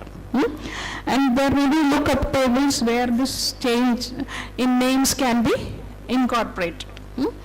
So there are various pre-processing steps that we apply on the data. They are called as data pre-processing. In Python, we have packages in which there are modules data for doing pre-processing. some advanced packages like NumPy and Pandas. There are a lot of functions available for data curation. Okay.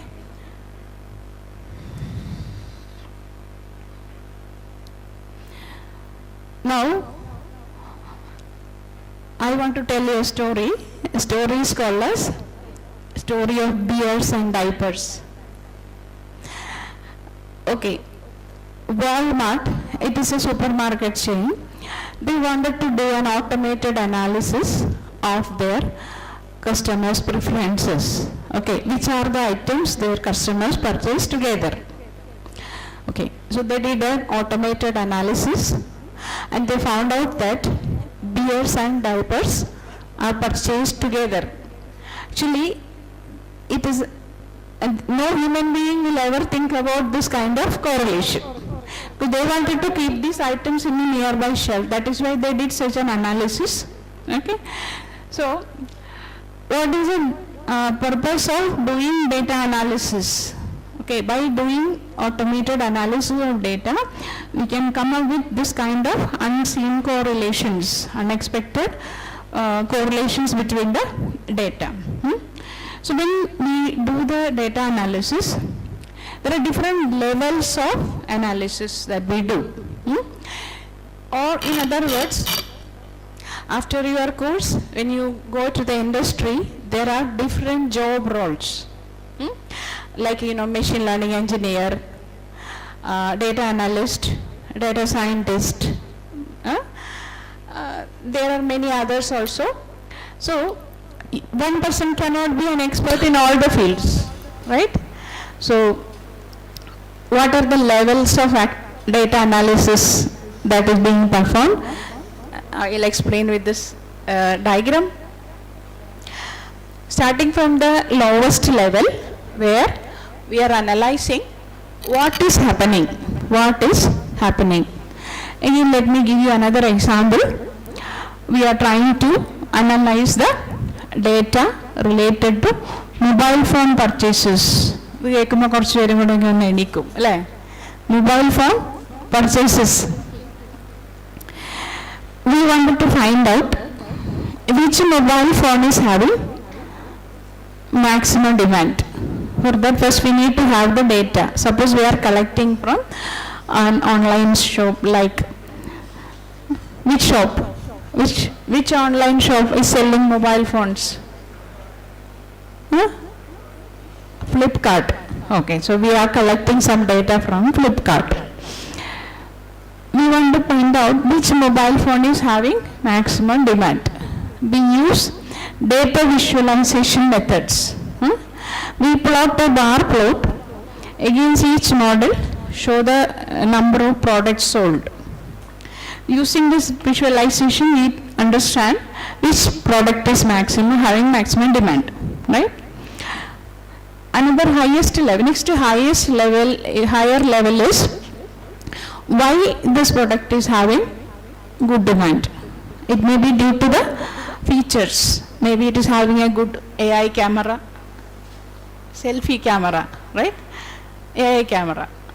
AI camera is the traffic. Nowadays mobile phones are having AI cameras, fine. Then coming to the next level of data analysis, where we do predictive analytics. Okay. Actually, in this level, we use the machine learning algorithms. When you have the data for the previous so many years, we can understand what is the trend and which mobile phone will have more demand in the next season. That way predictions can be done. All the machine learning algorithms are working in this predictive analytics domain. Then the highest level is prescriptive analytics. Suppose I own a mobile phone company. I want to come up with a new mobile phone. So to increase the demand of that phone, what should I do about it?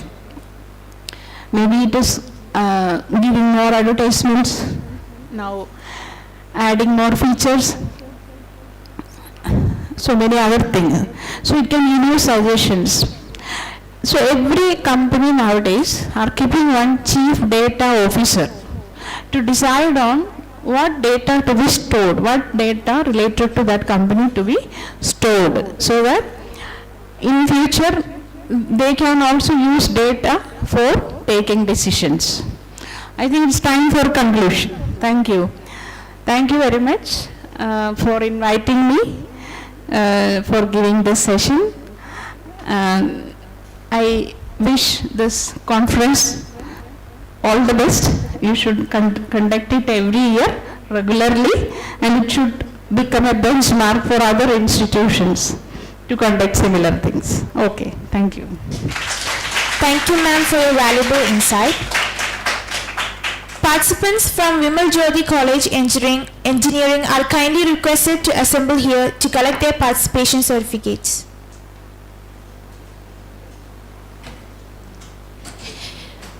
I request Dr. Vimala Matthew to hand over the certificate to the participants.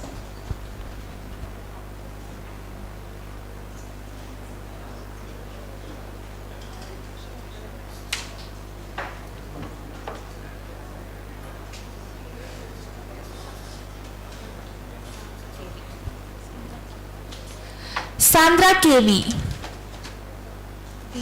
Deepnita Ramachandran. Deepnita Ramachandran. Sri Lakshmi Suresh. Sri Lakshmi Suresh. And Sania Sudan. Sania Sudan.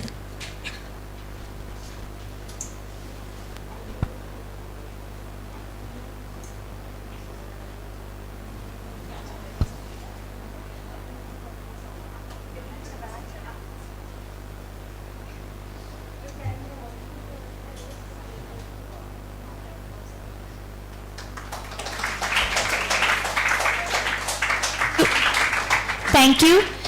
Participant from MES Kuttipuram are kindly requested to assemble here to collect participation certificate. Ma'am, please.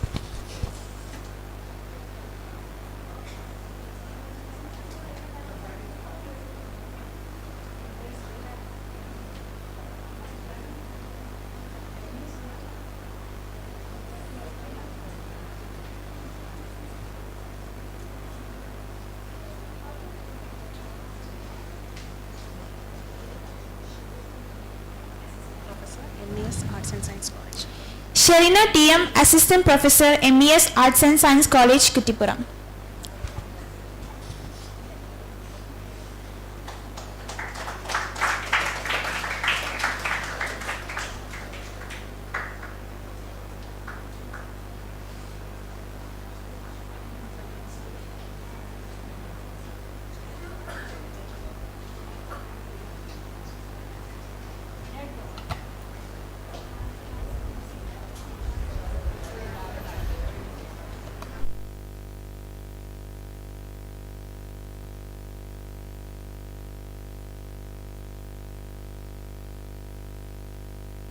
Now we will continue with the paper presentation, which will be chaired by Dr. Sajeev J. and Dr. Vimala Matthew.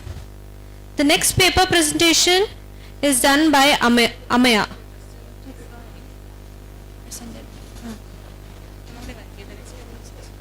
The next paper is presented by Amaya.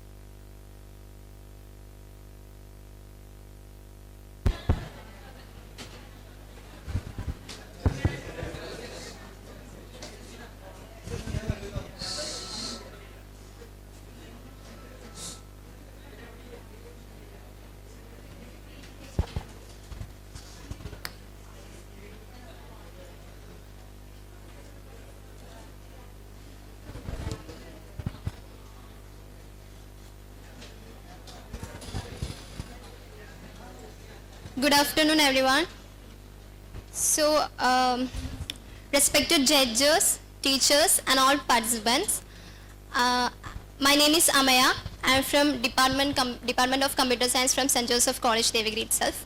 So, today I am here to present a survey paper based on the eye disease classification using deep learning techniques, a survey and comparative study.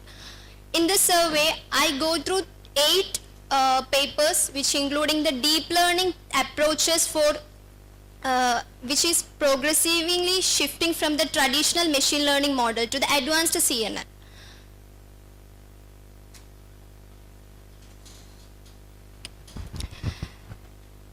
So in the work, I present a survey of 8 deep learning papers as I mentioned, which covering the fundus images, OCT images and the clinical data also. So by covering this, it including from one single diseases to also the multi diseases. And starting from, it show the progressive from like a shifting towards the progressing technologies from the traditional machine learning to advanced CNN. So by analyzing the survey, I came to know that there is no paperwork working with a complete evolution method from the traditional ML to the advanced CNN, which is now coming to the transformer based ML.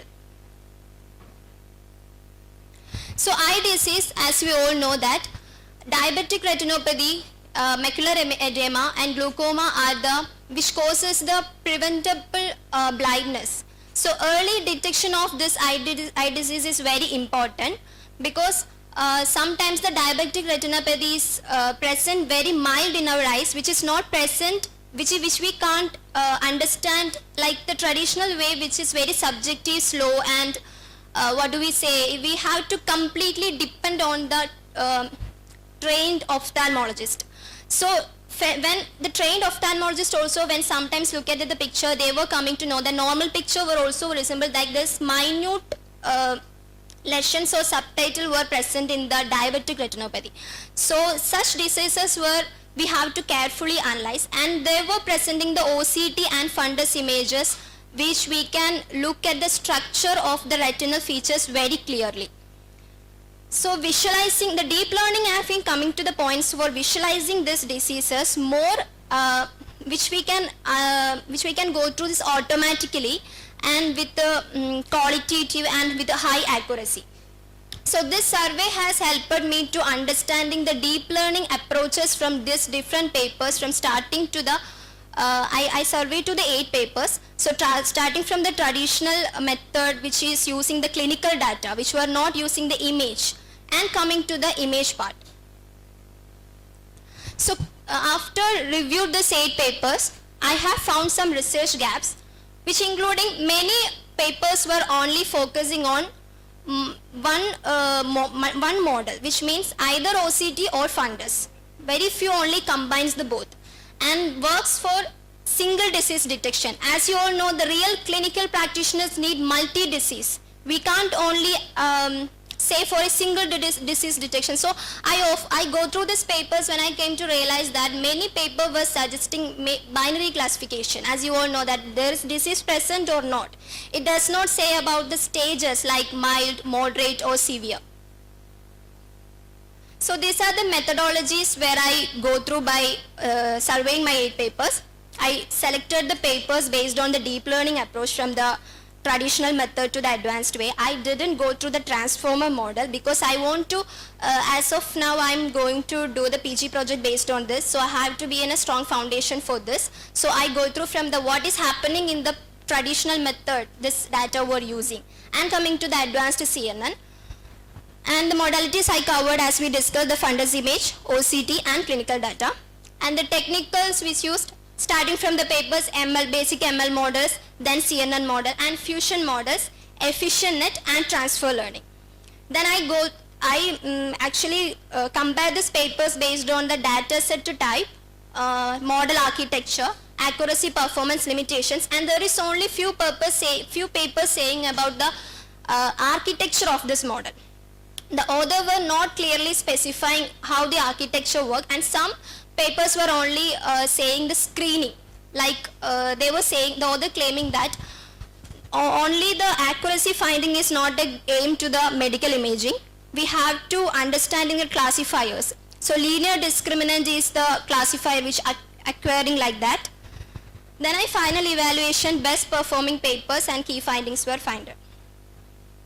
So these are the papers I used for literature review, and paper 1 starting from data driven approach for ID services to the CNN architecture and transfer learning. As you can see, the modality covered from the clinical data to the fundus images, and the model techniques were using the traditional ML model to the ResNet frameworks, and which is also classifying the disease type, performance and limitations. As you can see, some of them including the general symptoms based diagnosis based on the ICD-10 code, which is a international classification code, and here this paper is not using the retinal images.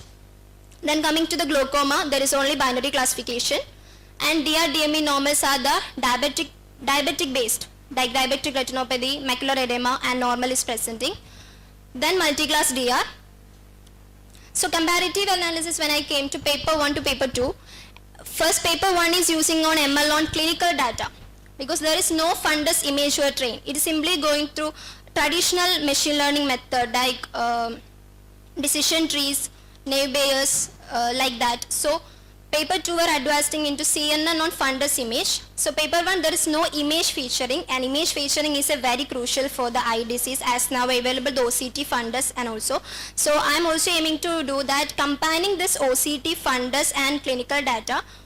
Combining all this data set, there is a multimodal data set we will receive. And paper 2 is the, and coming to the paper 2, CNN on fundus image. What is the limitation of this paper is, it is only using the binary classification. So it is not okay for the clinic practitioners. We need multi-disease classification. And paper 3, which is more realistic for the clinical use, and pre-processing were also added. On paper 1, there is no added the pre-processing techniques. It's simply saying the ICD-10 code basis. And coming to paper 4, we're shifting from the small data set to very large data set. And the author is specifying here custom CNN, which is building from the scratch. Like it is not using anyone, the author used the convolution layers, max pooling and everything from the ideas of its own. Like this data set is suitable for my model. It is created from his model. So custom CNN is used in paper 3, and which is came to shifting to the paper 4, custom CNN plus gradient boosting hybrid, which is where I told you the screening were or the mentioned, and it to provide the better explainability. And paper 4 and paper 5, the fundus images coming to the OCT image. Right now on this paper 2, paper 3, paper 4, we have gone through the fundus image and shifting towards the OCT image. OCT image means it's showing the little more deeper layers. Like fundus images, we can just see and understand where is the part, like the model can accurate. The front layer of the eye picture is the fundus image, and the back layer which presenting in the OCT image. And the paper 4, as you single CNN model is used, and paper 5 use dual CNN feature fusion, and paper 4 use only using the only DR detection. That is a limitation, because I told, because we need the multi-disease classification. So paper 5 use the multi-disease OCT classification, and paper 5 on other state that OCT only is not a better idea. We should also add the fundus image into that. And paper 6 were not related to actually the eye disease. It is something called efficient net. Like when we use the CNN, we slightly improve the one, so little improvement will only in the accuracy. So efficient net is called in depth, width and resolutions, both were scaled, which is called a compound scaling. So we perform the compound scaling. So here the means compound scaling, which is here the author mentioning that efficient net. And efficient net is providing strong backbone for medical image tasks, but the author is presented here a general architecture, not specific to eye disease. So paper 7 converted the eye specific CNN fusion and combined a hybrid model, which is called DenseNet and Inception ResNet, which discriminate the features and which acquiring the accuracy amount 91%, but still it has some limitations. It is lack of the computational cost and data set limitations, and the author cannot balance the data very clearly. And coming to the paper 8, this paper 8 is actually transfer learning based, which means we can build a model from the pre-trained data, which means the author has only been trained from some ImageNet. So ImageNet means we know there is a plenty of image of cat, dog and all things. So it study the features and extractions and all. So we simply use that model to our data set, and it already studied the general feature. So we simply adjusting according to our needs. So coming to the result, deep learning is better than traditional machine learning. We have found that by going through these papers. And large data set will give better accuracy. But small data set will give better accuracy, and large data set will need to train more, and we need to have the more generalization. But small data set is not enough for the pre-processing and all the things. It will become the overfitting and problems will arise. And here fusion model performs the strongest, and the best model so far going through the survey I came to know that DenseNet 121 and Inception ResNet V2 Fusion, which requiring the 91 accuracy. So accuracy from single disease model very high, as you told. Multi-disease model low, but it is more useful because multiple disease need to be analyzed for the clinical practitioners. So deep learning outperformed the traditional ML because it automatically learned the retinal features without manual segmentation. And large data set improve the model stability as we discussed this, and combining here says that we have to combine the OCT fundus and clinical data to improve the our accuracy, and it is a little more way to improve our model. And single disease model achieve very high accuracy. Multi-class model offer greater clinical usefulness.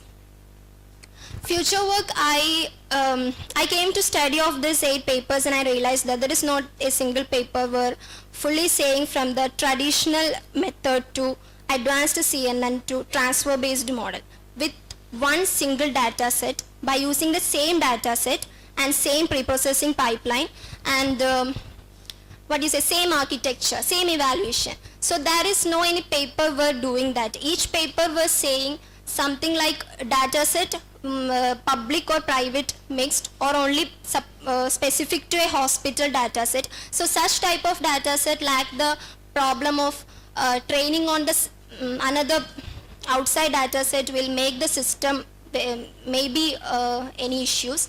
So that's a problem. So I'm going to, if I do my PG project, I'm going to address these issues, and I need to do something like this based on the transformer based model, vision transformers and BERT. So, and providing the explainability like GradCam and Lime to show the where the data has been, show the disease in the images. So it will make my model to trust for the doctors, like they can know in this part this issues is there. So that's I'm going to do my project, and these are the reference papers I gone through. Thank you.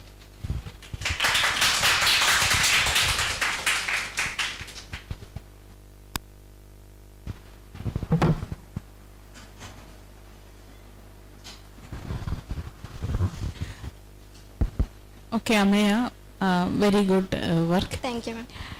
So you were telling about, there were no papers which was describing, from the traditional to the advanced, that mode, there were no papers. Papers is there, ma'am, but I'm saying that from the traditional ML to advanced ML, single paper. Okay. Same data set. Let me ask the question. Why you need such a paper? Because we need to compare the result. I just want to show the comparing the result on the single data set where which model perfectly work like that. So multiple papers may be referring to the same data set and they giving their results, no? Yes.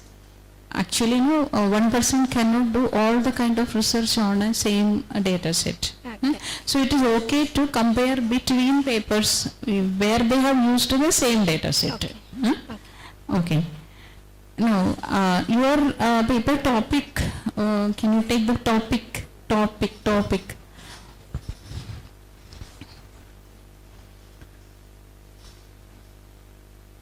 Okay, the topic includes the word transformers. Topic includes the word transformers. Word transformers. No, no. Your topic says I just included transfer learning, ma'am. the name of the paper. Enhancing eye disease classification with a transformer-based vision model. Is there any change in the name? Yes. Enhancing eye disease classification using deep learning Okay, I think you have changed it in the, not reflected in the, they have, you must have already given another name. No, I included my full paper. In the full paper, whether the transformer word is there, not there, no, then it no. is fine.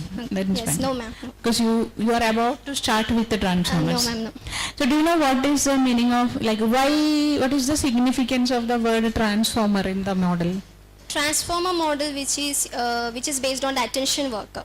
Like the convolution network is looking the feature by layer, while the transformer based model will look at all in one go and analyzing what is the issue in there.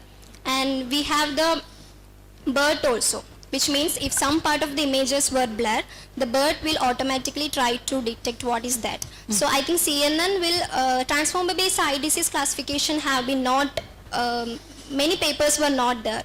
Transformer My based. question, you do know what is the significance of the word transformer in this model? Like everything has a meaning, na? So when you say about transformer model, what is happening inside, or at least attention mechanism. What is attention mechanism?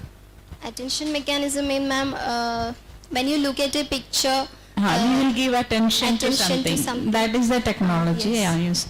Based on the attention of the things, we do some transformation, some changes. That is why the transformer. There is some equation how they are being transformed. So you can look into the theory of that also. Okay. Thank you. Okay, all the best, sir. Thank you. Okay, nice presentation. Only one question. I found that that OCT yield around 99.99% for single class or multi-class. That in the tabular representation, I found that around 99.9 back. Yes, approximately 99.9, right? Yes, sir. For single class or multi-class. It used multi-class. So I think there is no scope of further research there, right? But computationally it is But inefficient. sir, this only used OCT data yes, set. So the data author sets. specifying that we Limited need to to that. combine the data set like fundus OCT, and even the clinical data is also added. So it will give the better result. Better results. Okay, fine. Thank you. The next paper is presented by Aravind.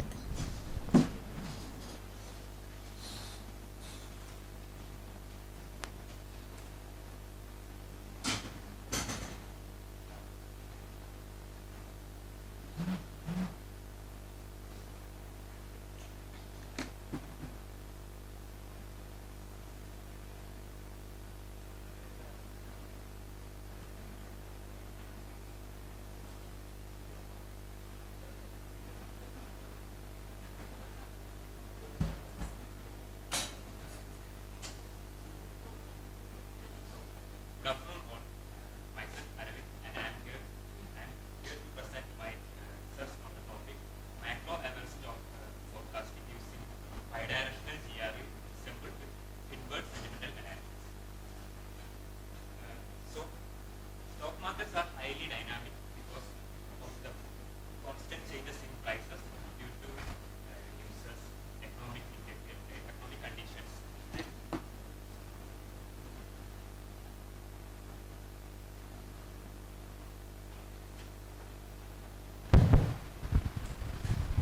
Okay. Stock markets are highly dynamic with prices constantly changing due to news, economic conditions and other and investor behaviors. So accurate stock prediction helps investors to manage risks and improve trading decisions and gain better returns. So many existing models only uses historical prices and simply rely only on simple sentimental values, which limits their ability to capture real-time market patterns. So I'm introducing a macro-aware forecasting model that can provide a better insight and improved prediction accuracy. So for my research, the base paper I selected is stock market prediction with transductive long short-term memory and social media sentimental analysis.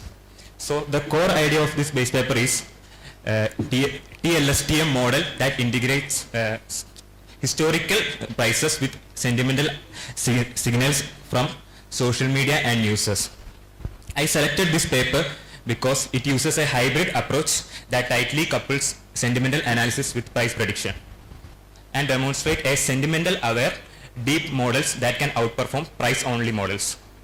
So the gap that I identified in base paper is it treats stock market as a closed system relying only on past price values and simple social media analysis, ignoring critical features like macroeconomic drivers like currency exchange and crude oil price.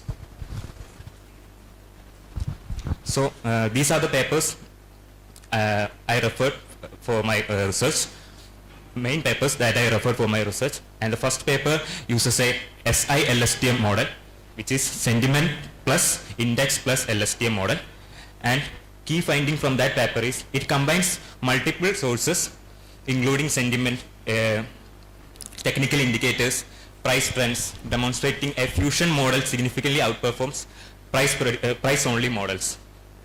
And the second paper is financial sentiment survey analysis. Just shows that the domain specific models like Finbert outperforms generic NLP models on financial texts, and highlights the importance of fine-grained continuous sentimental scoring. And the third paper is sequential LSTM stock forecasting. Demonstrate a multi-layered LSTM network captures temporal patterns better than classic ML models, but prone to overfitting without regularization or additional feature inputs. LSTM and the final paper is LSTM versus GRU comparison. And from this, I found that GRU achieves accuracy similar to LSTM while using fewer parameters and training faster, making GRU ideal for large-scale multi-assets time series forecasting. So research methodology, the first step is data set collection. So here I have collected three major data sets. First is stock market data. I have collected like 60 individual stocks from Yahoo Finance from the period of 2015 to 2025, and sentimental data for sentimental analysis, and this sentimental data is collected from India News Headlines data set from Kaggle, which contains of 3.6 millions of headlines, and from this I have filtered about 35,000 financial related newses, and from that most recent 30k newses were selected for sentimental scoring. And macroeconomic data like USD INR exchange rate and crude oil price were also collected from Yahoo Finance and aligned to trading days. So in data preprocessing, first I conducted a proper cleaning by removing zero volume days, that is market holidays, and obvious noises and errors in the data, and forward filled macro series to align with equity trading calendars. And the next major data preprocessing I done is log return transformation. It is nothing but converting the closing prices into a log returns using a simple logarithmic equation shown here, where RT is the current converting today's price into log, where RT is equal to log of PT. PT indicates today's price, and it's divided by PT minus 1, that is yesterday's price. So this converted log return prices are used for prediction. This is done due to stock market data includes non-stationary values and high volatile prices. So by minimizing or stabilizing this data, model can learn more easily. The second step is sentimental analysis, and the first step is relevance filtering. Applied keyword extraction method to sort headlines based on Nifty 50 companies and economic trends, and retain 30,000 high signal headlines to reduce noises. And this data is analyzed with the help of Finbird, which is a finance-specific language model, and it is used to analyze Indian financial news headlines, and converted each headlines into continuous sentimental scores between -1 and +1. Aggregated all headline scores per day to create a daily market mood index, and this daily sentimental score is used as a key feature for prediction by the model. These are the 5 major features used for prediction. First one is closed price, which is already converted into log returns, and second one is SMA 50, which is a technical indicator derived from the OHLV dataset, which gives a 50-day simple moving average capturing medium-term trends, and RSI of 14 days, which helps to identify the momentum and like overbought or oversold indicators. And the fourth feature used is USD INR exchange rate, captures currency impact, especially on export-oriented sectors. Daily and the fifth feature used is daily Finbird sentimental score. Aggregated news sentiments reflect market mood for that day. So this is the model architecture of my model, where first layer is input layer, where 15 days look back window is used with the features, and the the first layer, which consists of a bidirectional GRU. It processes these 15 days sequences in both forward and backward directions to capture complex temporal relationships. Second layer is standard GRU, which takes this high dimensional output from first layer and distill down to most essential signals needed for final prediction. And here we are using ensemble strategy, that is trained 3 models independently per stocks and with different initializations and average prediction for stability. And the output is, the model output is given in log returns, and this log return is inverse transformed to get the final predicted price. And these are the results. So the framework is successfully trained over 60 stocks separately and gave an average MAP of 1.08% and average RMSE of 2.023 rupees. And comparing with the base model, as you can see, the aggregate MAP is much lower in the proposed model. Also the RMSE is lower in proposed model. So overall a 8.319% of relative improvement in accuracy. So in conclusion, by GRU Finbird ensemble effectively fuses markets, macro and sentimental data for Indian stock prediction. Log return model helped to stabilize learning on noisy financial series and achieved a strong accuracy of 1.08 MAPE across diverse NSE assets. So the future works can include extend this framework to intraday trading and incorporate additional macro economics like bond yields, global indexes, etc. And also explore attention-based or transformed-based time series architectures, and also can model multi-output models for joint sectors or index level forecasting. So these are the references I took for my research. That's the end of the presentation.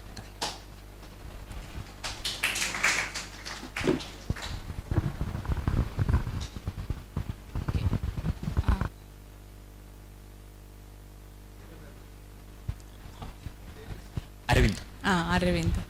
Arvind, when you started the presentation, you started with saying that there is a base paper. Yes. Actually, when we are doing presentations, it's not compulsory that we should start with a base paper. Okay. I think students are making, I don't know whether you are asked to do like that. We need not depend just on only on one paper. We need to do a literature survey and go through all the papers and then do our work. Okay. Especially when you are presenting, it's not required.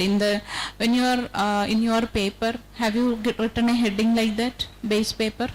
Yes, base paper selection. I don't think that is a usual heading that comes in the paper presentation. You can write abstract, introduction, literature survey and go ahead. It's not compulsory to mention any base paper. So, like what I can understand is you have implemented those two models. Yes. Right. What Python technology, like which packages you have used for implementing it? Keras and Keras. Keras. And TensorFlow also. For both. Just can you come to the output of the first section?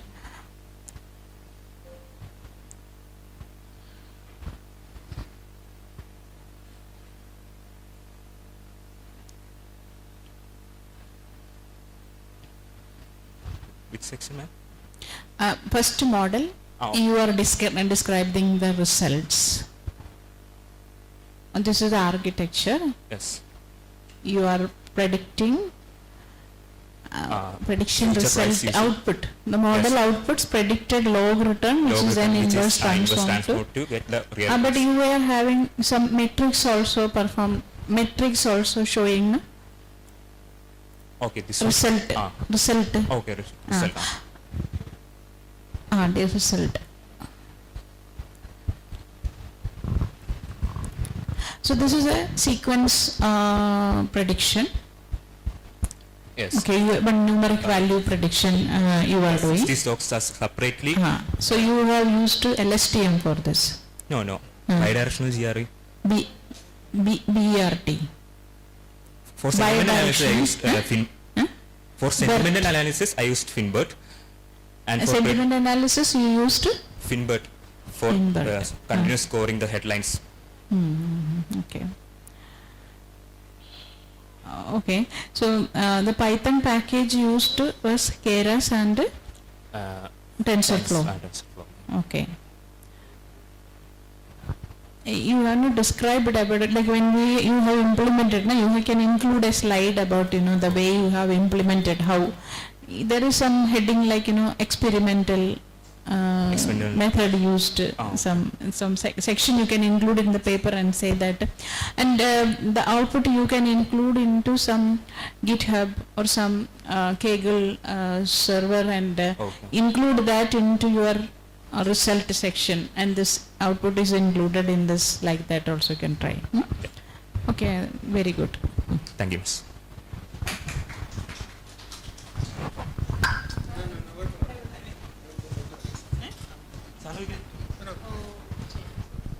Thank you.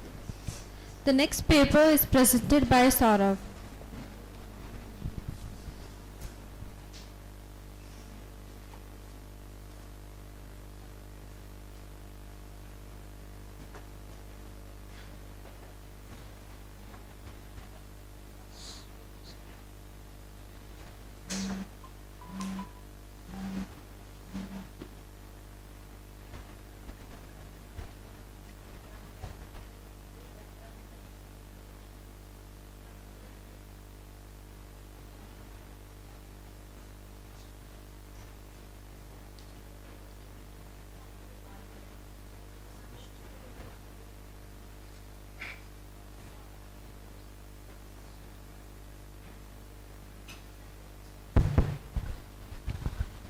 Hello.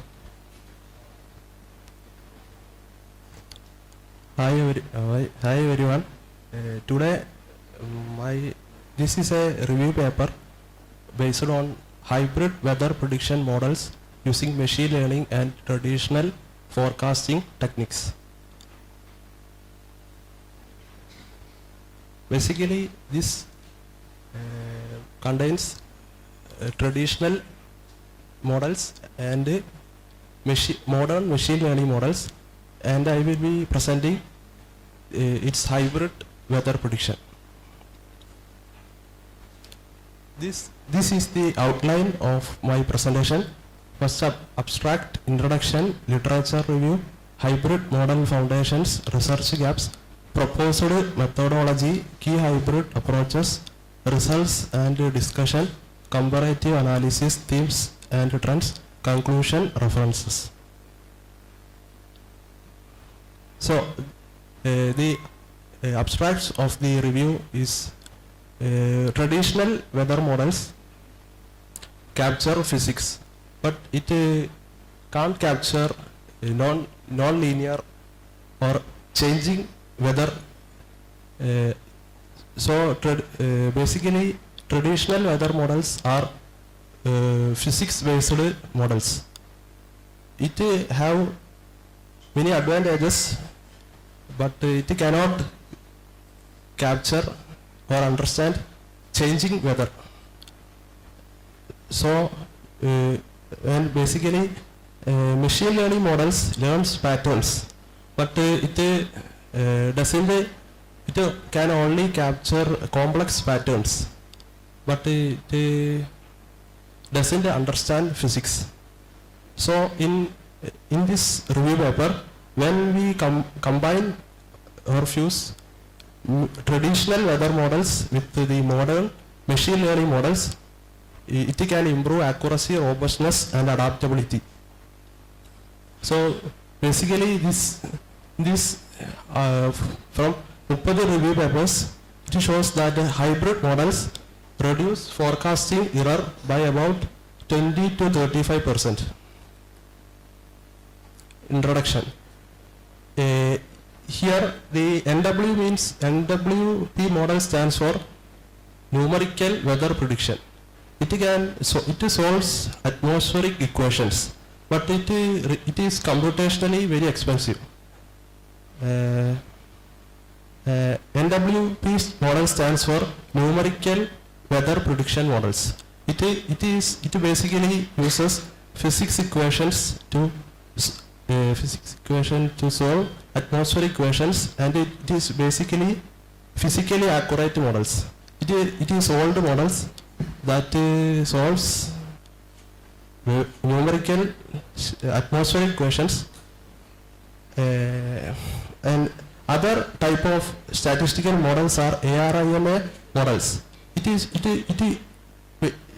improves efficiency, but it cannot capture chaotic weather events like cyclone tracking.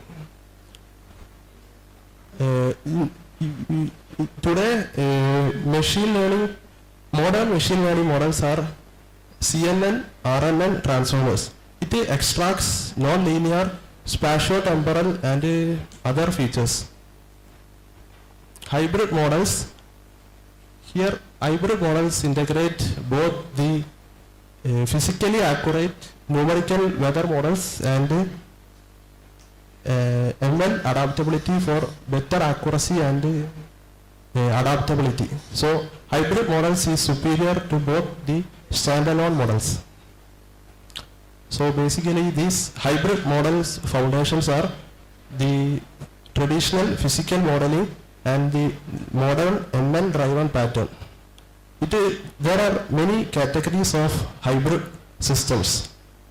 Some of them are bias correction, physics guided learning and fusion forecasting.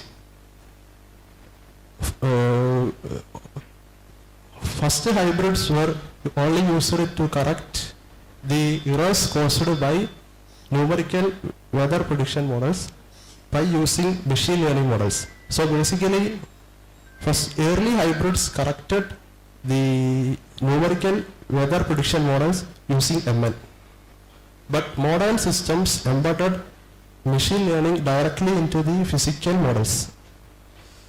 The hybrid model foundations are basically used to improve accuracy while preserving physical laws of the atmosphere. In this literature review, there are 4 categories of hybrid systems. First is bias correction. The key studies of this are mentioned, and in this the traditional models, it removes numerical weather prediction errors by using machine learning. It reduces error by about 50%.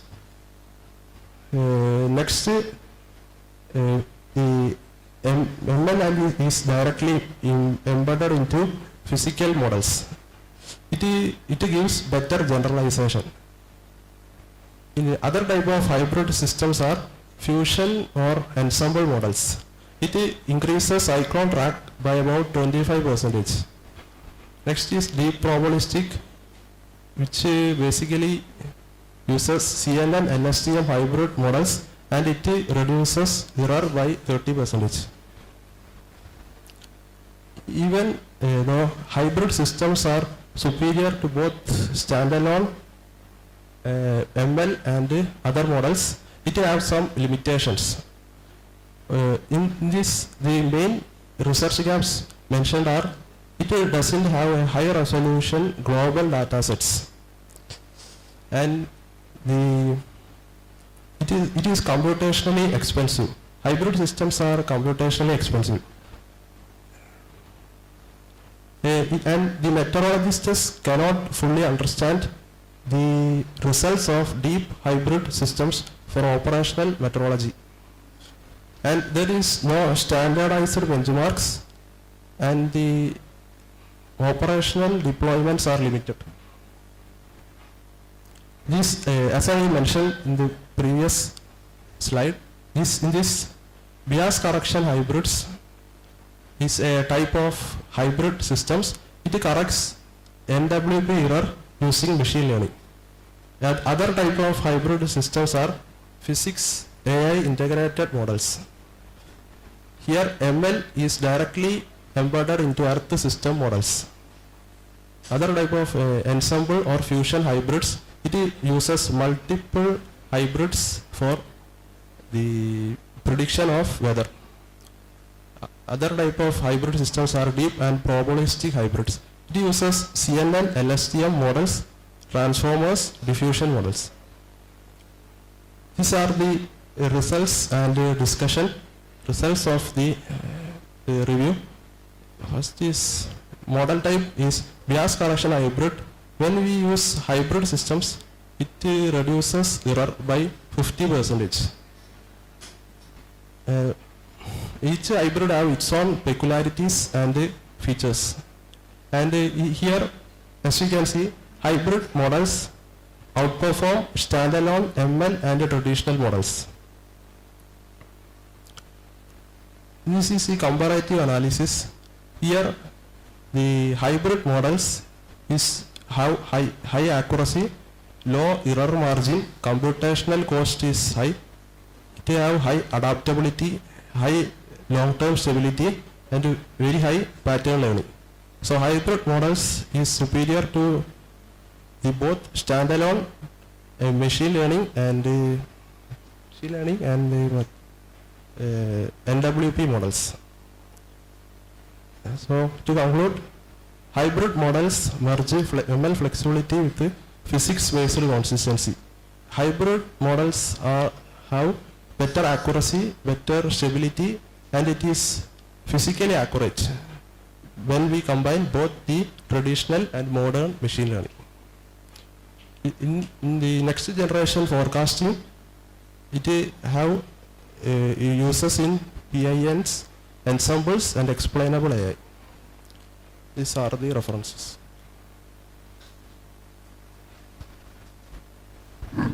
First slide. Come to the first slide.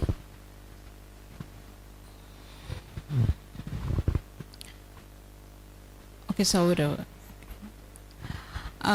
When you are presenting your this thing, like inside the presentation, you should use the real bullets. See, in the slide you have, what you have used is just a dot. Come to the next slide. This is okay. The first one is okay. This is okay. This is bullets. But in the next slide, these are not bullets. These are just a dot.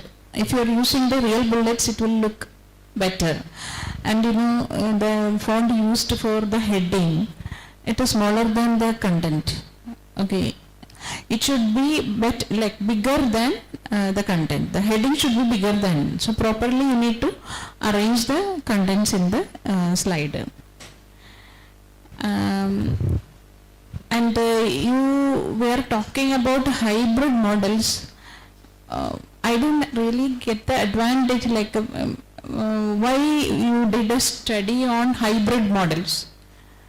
It combines both the strengths of traditional and modern systems. Traditional.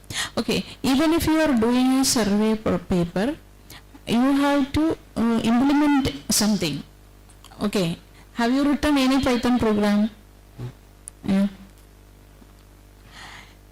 It doesn't mean so, but you know, even if it is review, you can do a better review if you are first implementing some models and then studying what others have done. Okay, so next time when you are doing, even if it is a survey paper, you try to implement some basic things, then try to compare them. You come to the 9 and 10 slide. Yeah, here last line it is mentioned, error is increased to 25%. Error has increased to 25%. Why somebody will come up with a paper presentation or work where error is increased? Or there should be some improved cyclone prediction you are writing, but the RMSE is going high. You should understand this thing and improve it. Then in one of the slides where you have written key studies,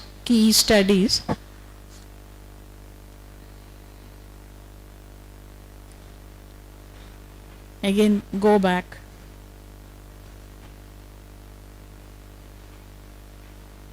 One table in which it was one heading was case studies. Yes.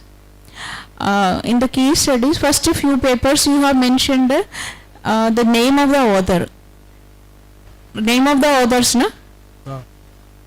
That Farsi, Singh and Reddy, they are name of the authors. Okay, that refers to one paper, right? But why the last two, they are not name of the authors? So you should correct that one. If you are keeping the name of the authors to represent the paper, the bottom lines also should be like that only. Okay. So you have attempted it, but you have to improve a lot. One thing that is missing is you have to first really implement the model. Then when you are doing the study, you will understand what exactly the final result should be. Okay.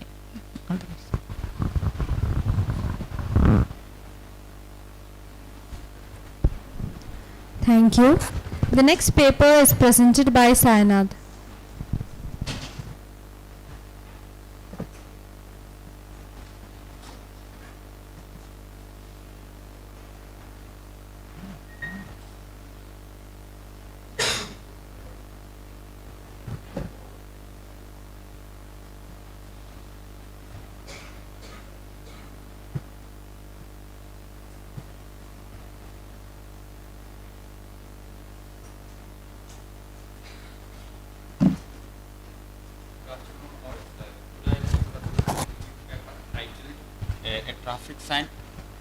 Traffic sign detection under adverse environmental condition use based on CNN.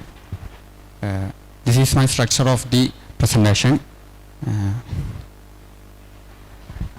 We can see the introduction. Traffic sign detection is critical in autonomous driving and intelligent transportation systems. Weather conditions like rain, haze, snow, lens blur degrade the visibility and detector performance.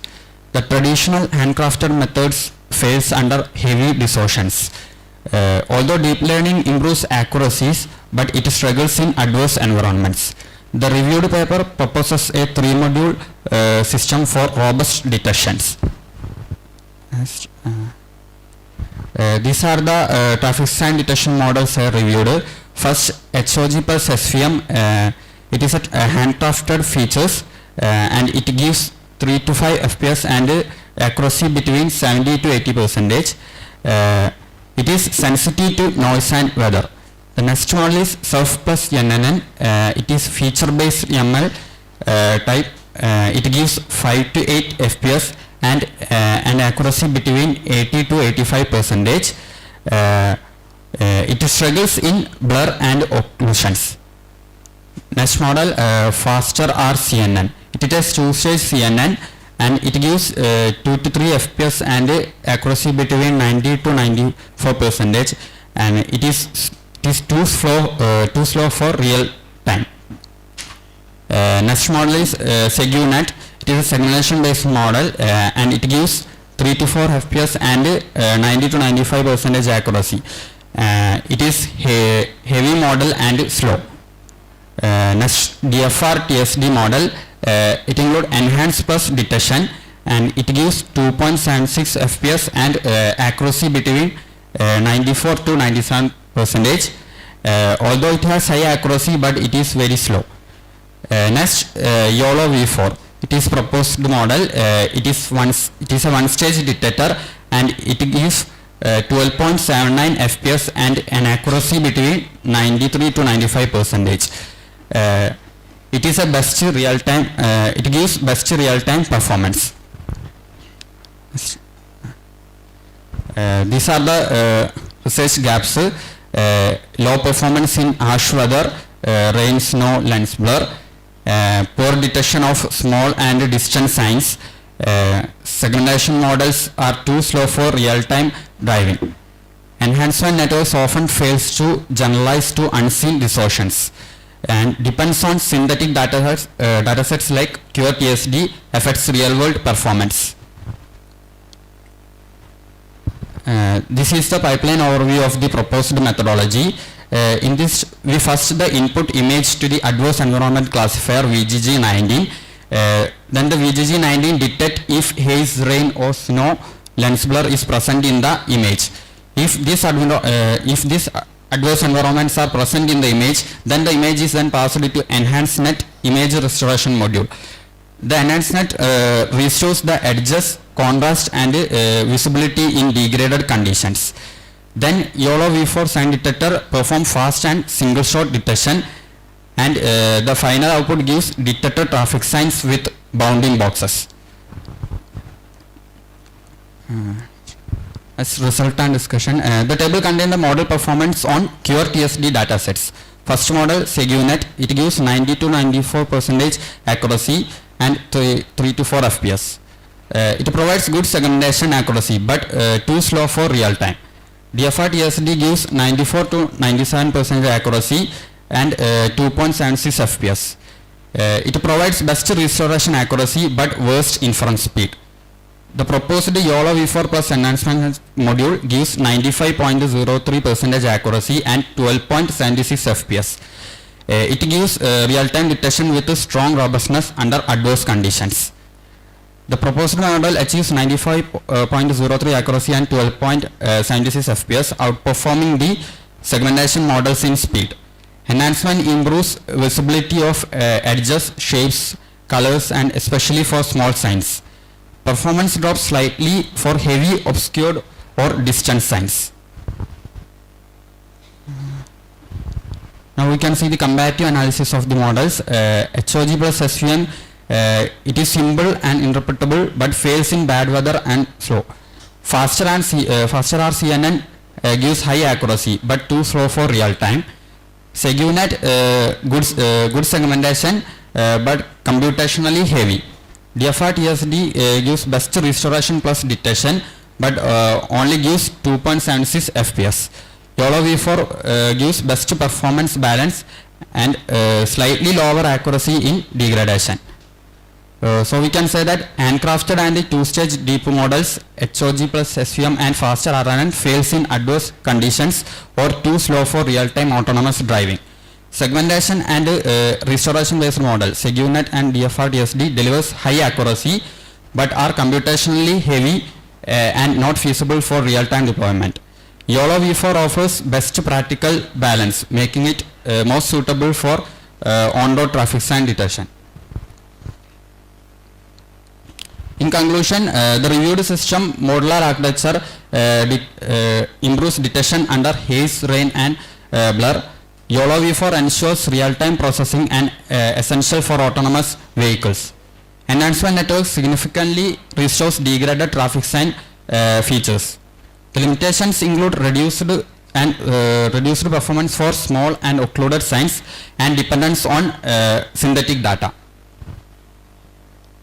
Future works include we can explore transformer-based detection and domain adaptation for real-world dataset, integration of multi-sensor fusion and lightweight model for edge deployment. These are the references I used. Okay, come to the first slide.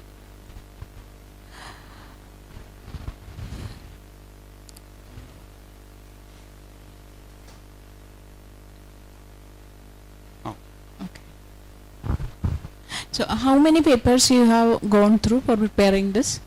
5. No. The results are coming from how many papers? 5 models, 5 papers. 5 papers Yes, and 5 yes. models. I reviewed YOLO V4 model, proposed model paper. For base, it is the best model. Huh? No, my question is your output. Yes. Okay, whether it is coming from just one paper or many papers? 5 papers are reviewed.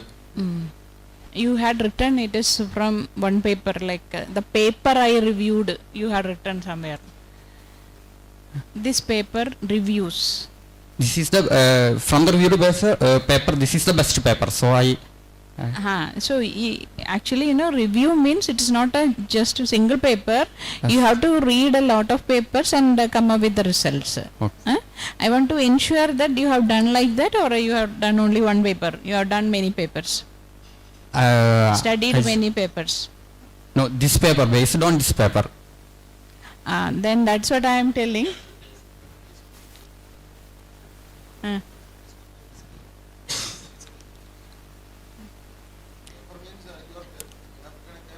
This is.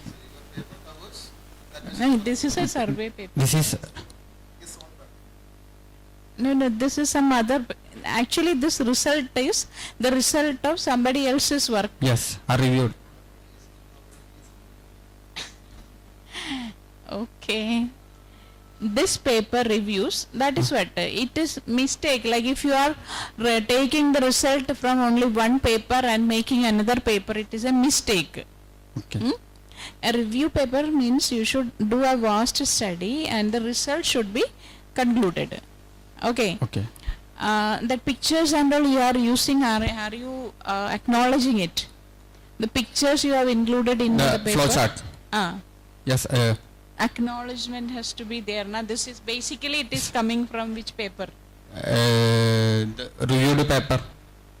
It should be included This like traffic sign in the detection. paper when you are including this picture. Yes. You should acknowledge that this is this picture is taken from the name of the author you need to write. Otherwise it's not correct to use the other pictures developed by other papers. Okay. Other people. Okay, so my suggestion is many of you are doing review papers, so all are interested in review papers. It should not be like that. Implementing YOLO is very simple. You need to develop it yourself and try to come up with improvements in that, and next time do it and give the result. Okay. Have you tried to implement YOLO? No, I am working on the project. I am working on YOLO V8. This is for YOLO V4. So you have to do that and come up with the results of your work. Survey paper is okay if there you are reviewing many papers and coming up with some real outputs. Okay. Okay. Thank you. Thanks.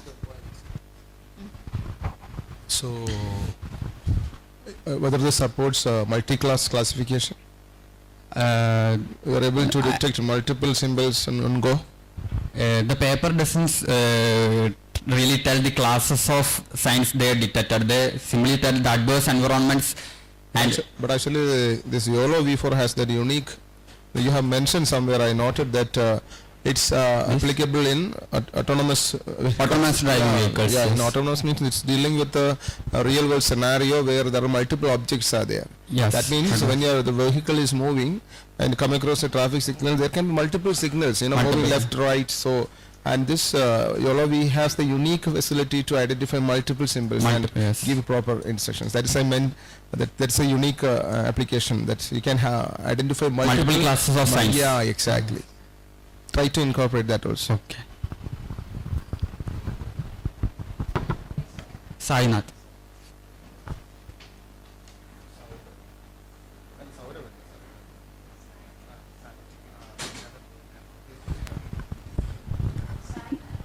Yes. Thank you. The next paper is presented by Govind.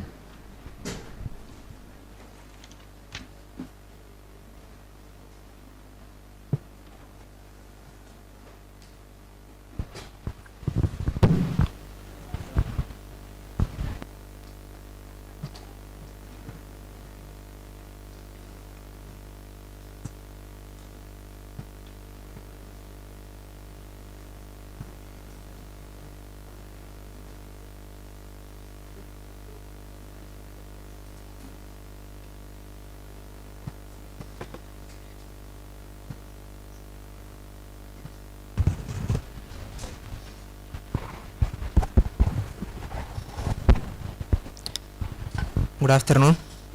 So today I will be presenting a review on the topic SMOTE MRS, a multi-resolution sampling approach for handling imbalanced medical dataset.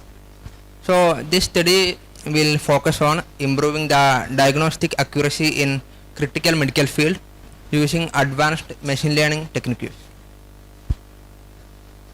So these are the topics we are going to cover today. Then first we define what is the imbalanced medical dataset. So medical dataset like anemia and diabetes are almost always imbalanced. These oversampling, traditional oversampling methods like SMOT try to solve this problem. But the data samples they generated mostly noisy and unrealistic. So this review critically evaluates SMOTE MRS, a hybrid technique integrating k-means clustering with oversampling. So consider a dataset that is imbalanced dataset. It may be contain 95% healthy patients and only 5% sick people. So when a model trained on an imbalanced dataset, this model will only focus on the majority class and will ignore the minority class. So this is not acceptable in medical field. So to solve this problem, there are some number of algorithms are there. So in the literature review, most papers are focused on random oversampling and the standard SMOTE algorithm.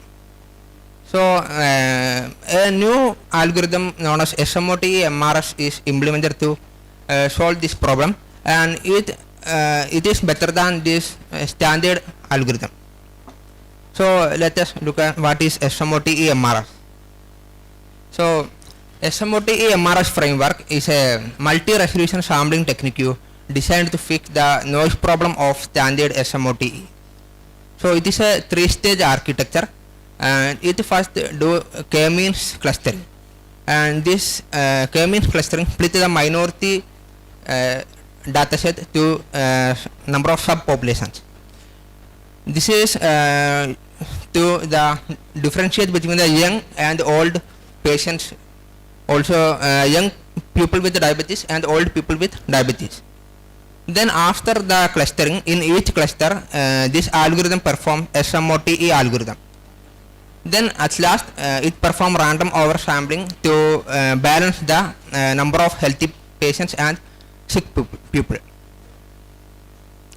So the problem with SMOTE MRS is they only tested this algorithm using the traditional models like random forest and SVM. But nowadays the gradient boosting algorithms like light GBM and XGBoost are better for numerical dataset. So also this SMOTE MRS is only tested on smaller dataset. So we don't know how this SMOTE MRS perform on bigger dataset. So that is the proposed direction. We can test this SMOTE MRS on a gradient boosting algorithm, also a bigger dataset. To conclude, the classical SMOTE works, but the modern variants like SMOTE MRS and other provide better balance and higher accuracy for medical dataset. Current literature shows that imbalanced learning remains the core challenge in anemia prediction and health dataset. So this review highlights a clear research opportunity that pairing advanced sampling techniques with powerful gradient boosting algorithm. These are the references used in this study. Thank you.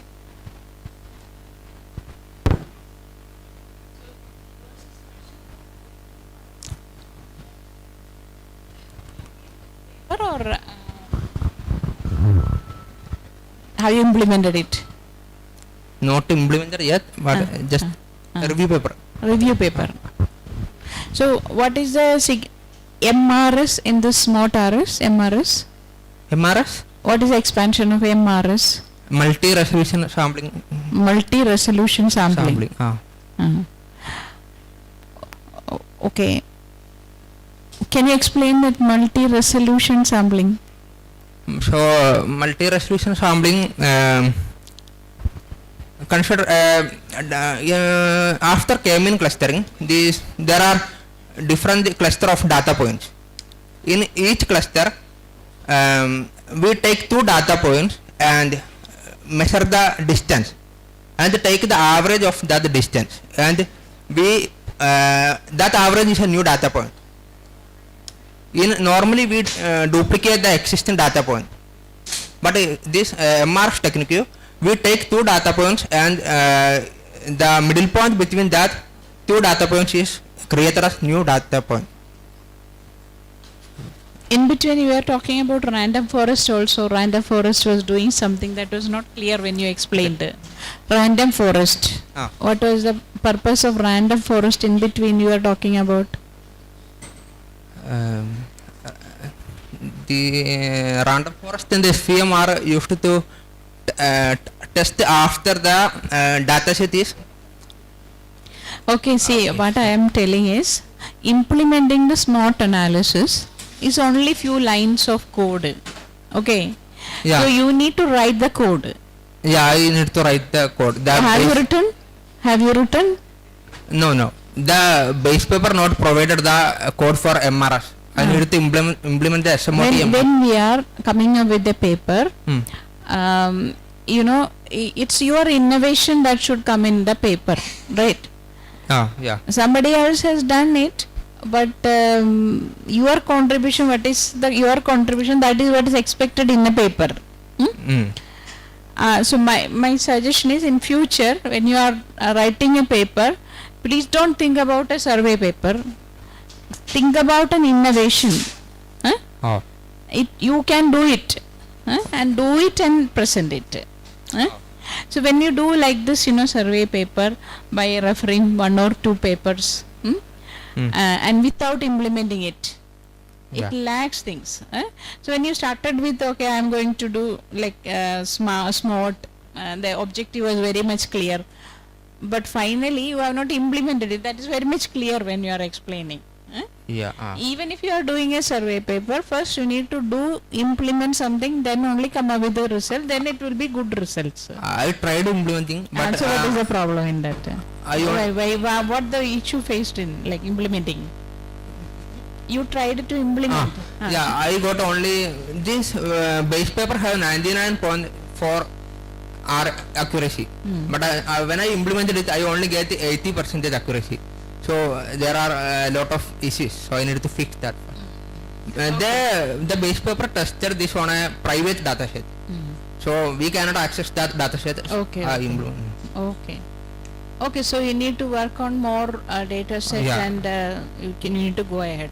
So the paper is good, but towards the end I felt, since you have not implemented it, something is missing over there. Okay. Okay.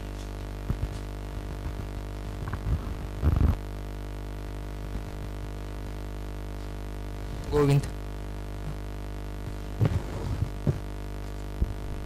Thank you. Refreshments are arranged at the outside of the seminar hall, and I request everyone to be returned at 4. ഇല്ല കഴിഞ്ഞു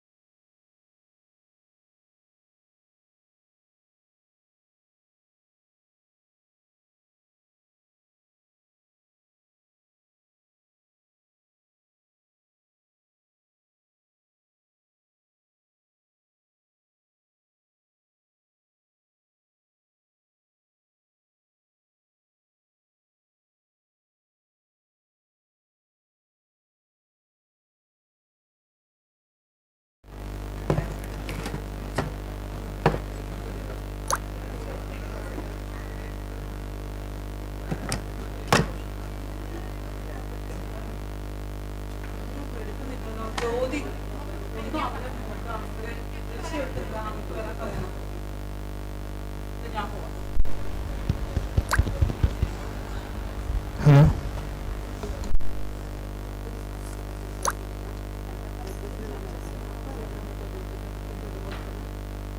duty certificate ഒന്നും ഇവിടുന്ന് കൊടുക്കുന്നില്ല നമ്മളിപ്പോൾ award മാത്രം ബാക്കിയൊക്കെ ഇൻഫോർമേറ്റ്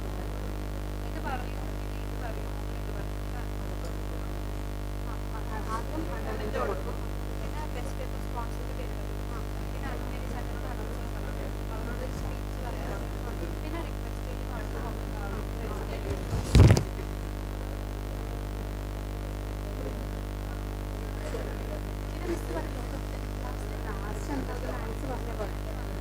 Thank you everyone for making this national conference, international conference, a great success.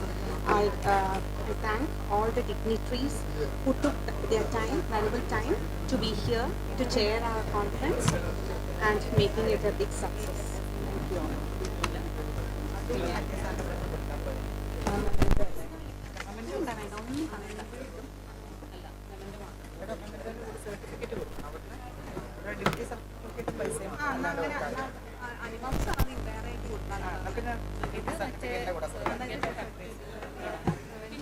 അതൊക്കെ ഇൻഫോർമലായിട്ട് last പോകും.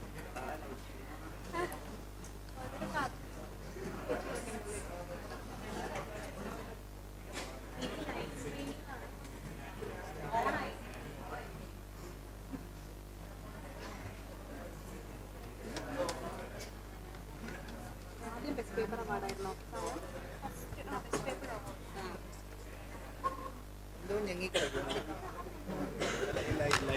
വെറുതെ അല്ല എല്ലാത്തിന്റെ എല്ലാം ഇതിന്റെ മുകളിൽ വെച്ചിട്ടുണ്ട്. അല്ല അതല്ല അത് ഓഫ് ആക്കട്ടെ. കാരണം നമ്മൾ സെന്ററിലല്ലേ, ലൈവിലൊന്നും കാണൂല. നമ്മുടെ ബാക്ക് മാത്രമേ കാണുള്ളൂ. കാരണം ഫോട്ടോക്കാൻ നിൽക്കണല്ലോ ഫ്രണ്ടില്.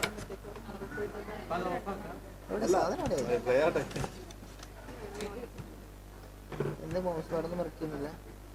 ആണെന്നുണ്ടോ അവിടെ മൗസ് ക്യൂസർ?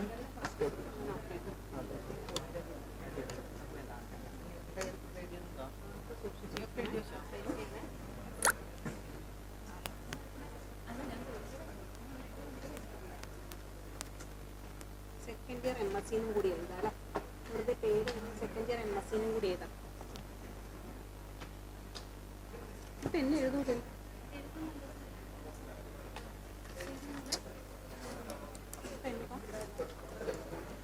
ബ്ലൂ അല്ലേ?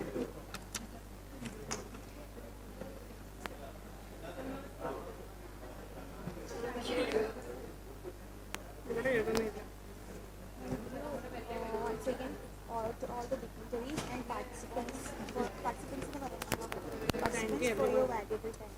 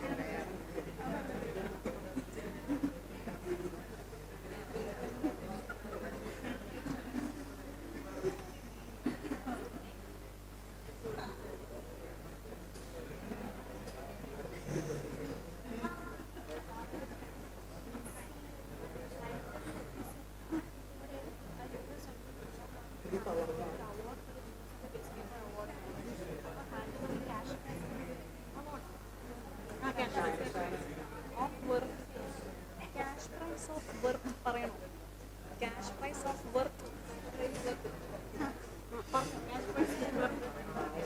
10,000 അല്ലേ?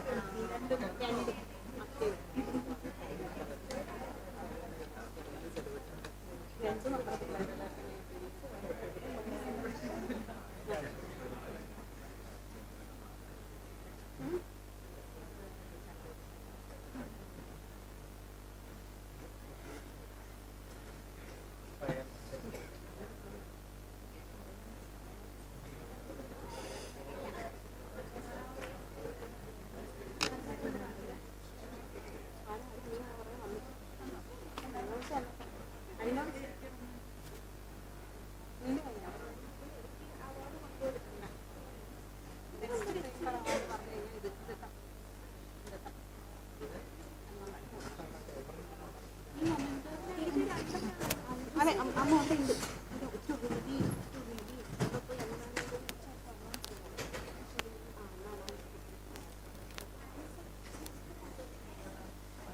സർട്ടിഫിക്കറ്റ് കൊടുത്ത് കൊടുക്കണോ?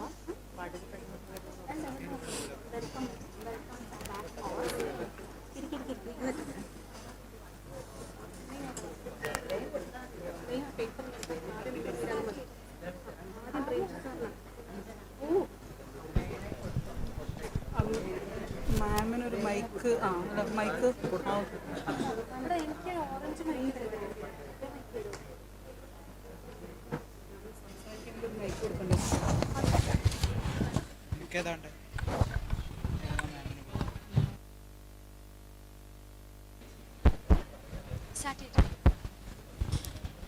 Welcome back all. Welcome back all. Hello. Hello. Hello. Hello.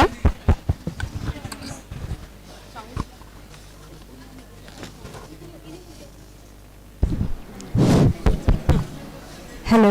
Hello. Hello. Check, check.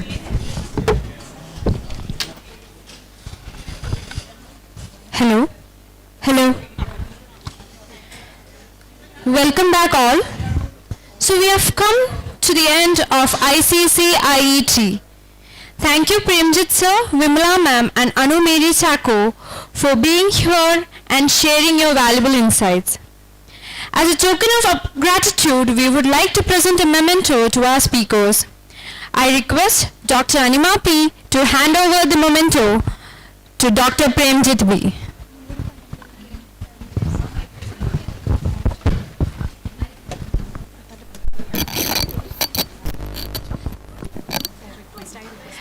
I request. Hello. Hello. Hello. Hello.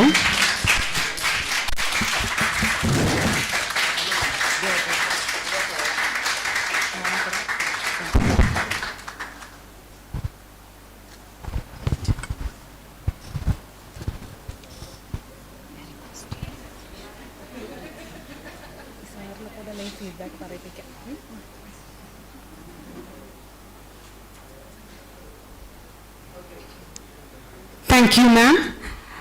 Sir, it would be our pleasure to get your valuable feedback on our first international conference. Sir, please.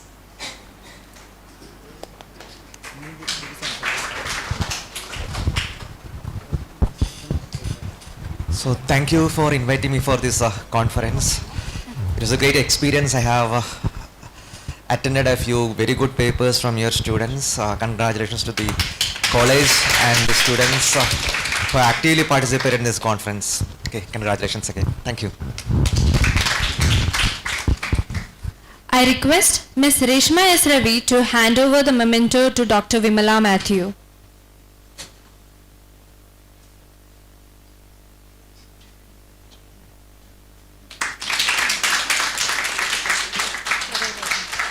Ma'am,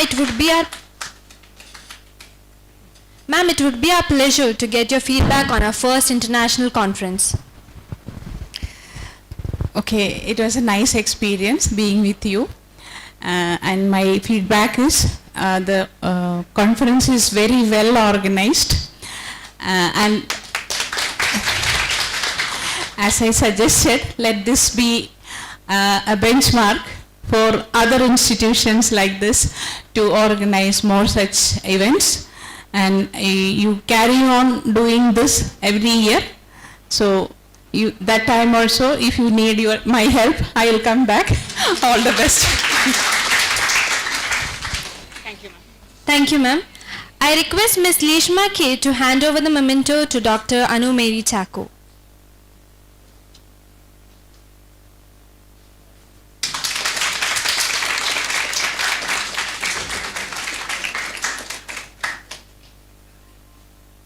Ma'am, it would be our pleasure to get your feedback on our first international conference, ICC-IET. Ma'am, please.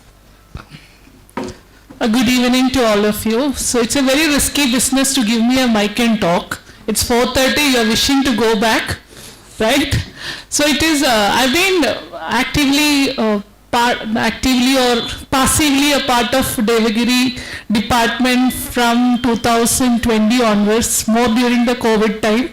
So I've come here multiple times. I've enjoyed the way you have evolved over the time, right? First time itself, it was the students who came and invited. So I always have a good feeling and appreciation for you guys, right? You are like among the different students I see, you have a lot of enthusiasm for the things that you do. So as I told Vimala, as I said, the timing that you manage, like meticulously you plan the time, 9:30 when you come itself at the gate there are 2 people, or everything is very well planned whenever you come, right?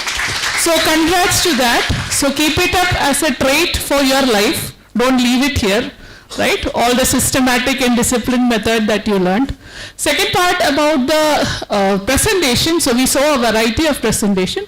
So the presentation, among the presentation we saw, the best presentation, 2 of the presentations which I really enjoyed were from the students here. They had actually given a very good work with experimentation, with review, with an idea of implementation which was giving. So I really appreciate the good work that you guys are doing, right? And it is important, right, in this era. Like, I was seeing a cartoon which says, you study and then there are AI that is threatening to take away your job. What is the differentiation that you bring, right? The differentiation that you bring is essentially the mind that thinks, the critical thinking. That is something that you have to evolve over the time. And the way you present, the way you think and present and consolidate things, which still now AI is not able to do. So I'll encourage each one of you to take more and more projects, right? Do your surveys, right? And do pet projects, not only projects what your sisters, your faculty ask, but build your portfolio. As you leave the organization, leave the college, you have built up enough sufficient projects for yourself. So let me once again, last time I was here for the workshop that was there. I don't know whether you guys were there, I was here. Right, so from that we have evolved quite a lot. So congratulations to the teachers and to the students once again. So keep up the good work. Next, take it to the next level next time, okay? Thank you, ma'am. Ma'am, We request you to please stay back to announce the winners of the Best Paper Award and the Young Researcher Award.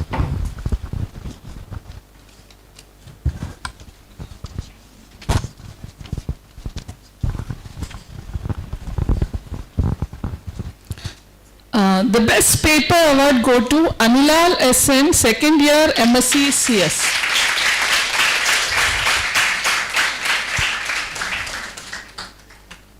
And the Young Researcher Award goes to Ayush VP, second year MSc.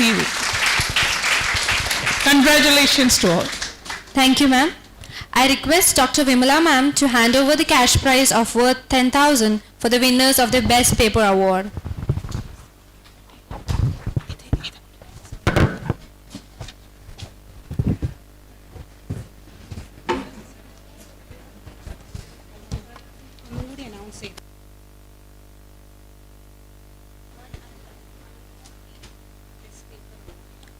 Anila P. Best Paper Award. Anilal P. Best Paper Award.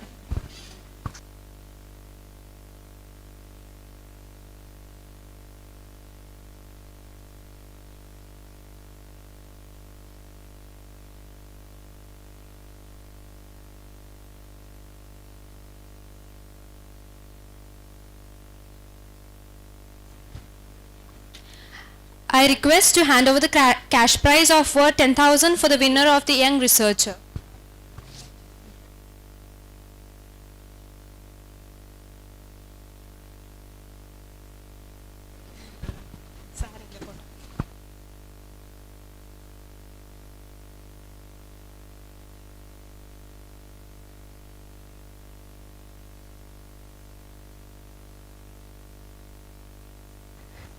Thank you, sir. So the sponsors of these awards are Acadino Technology and One Team Solutions.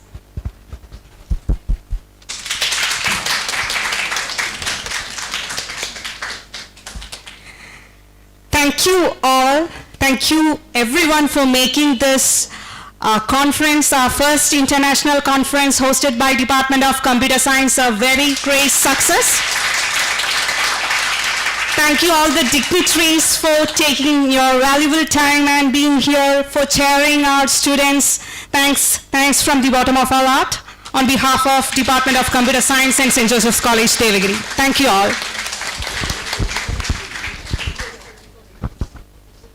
All of you are requested to stay back for taking a group photo.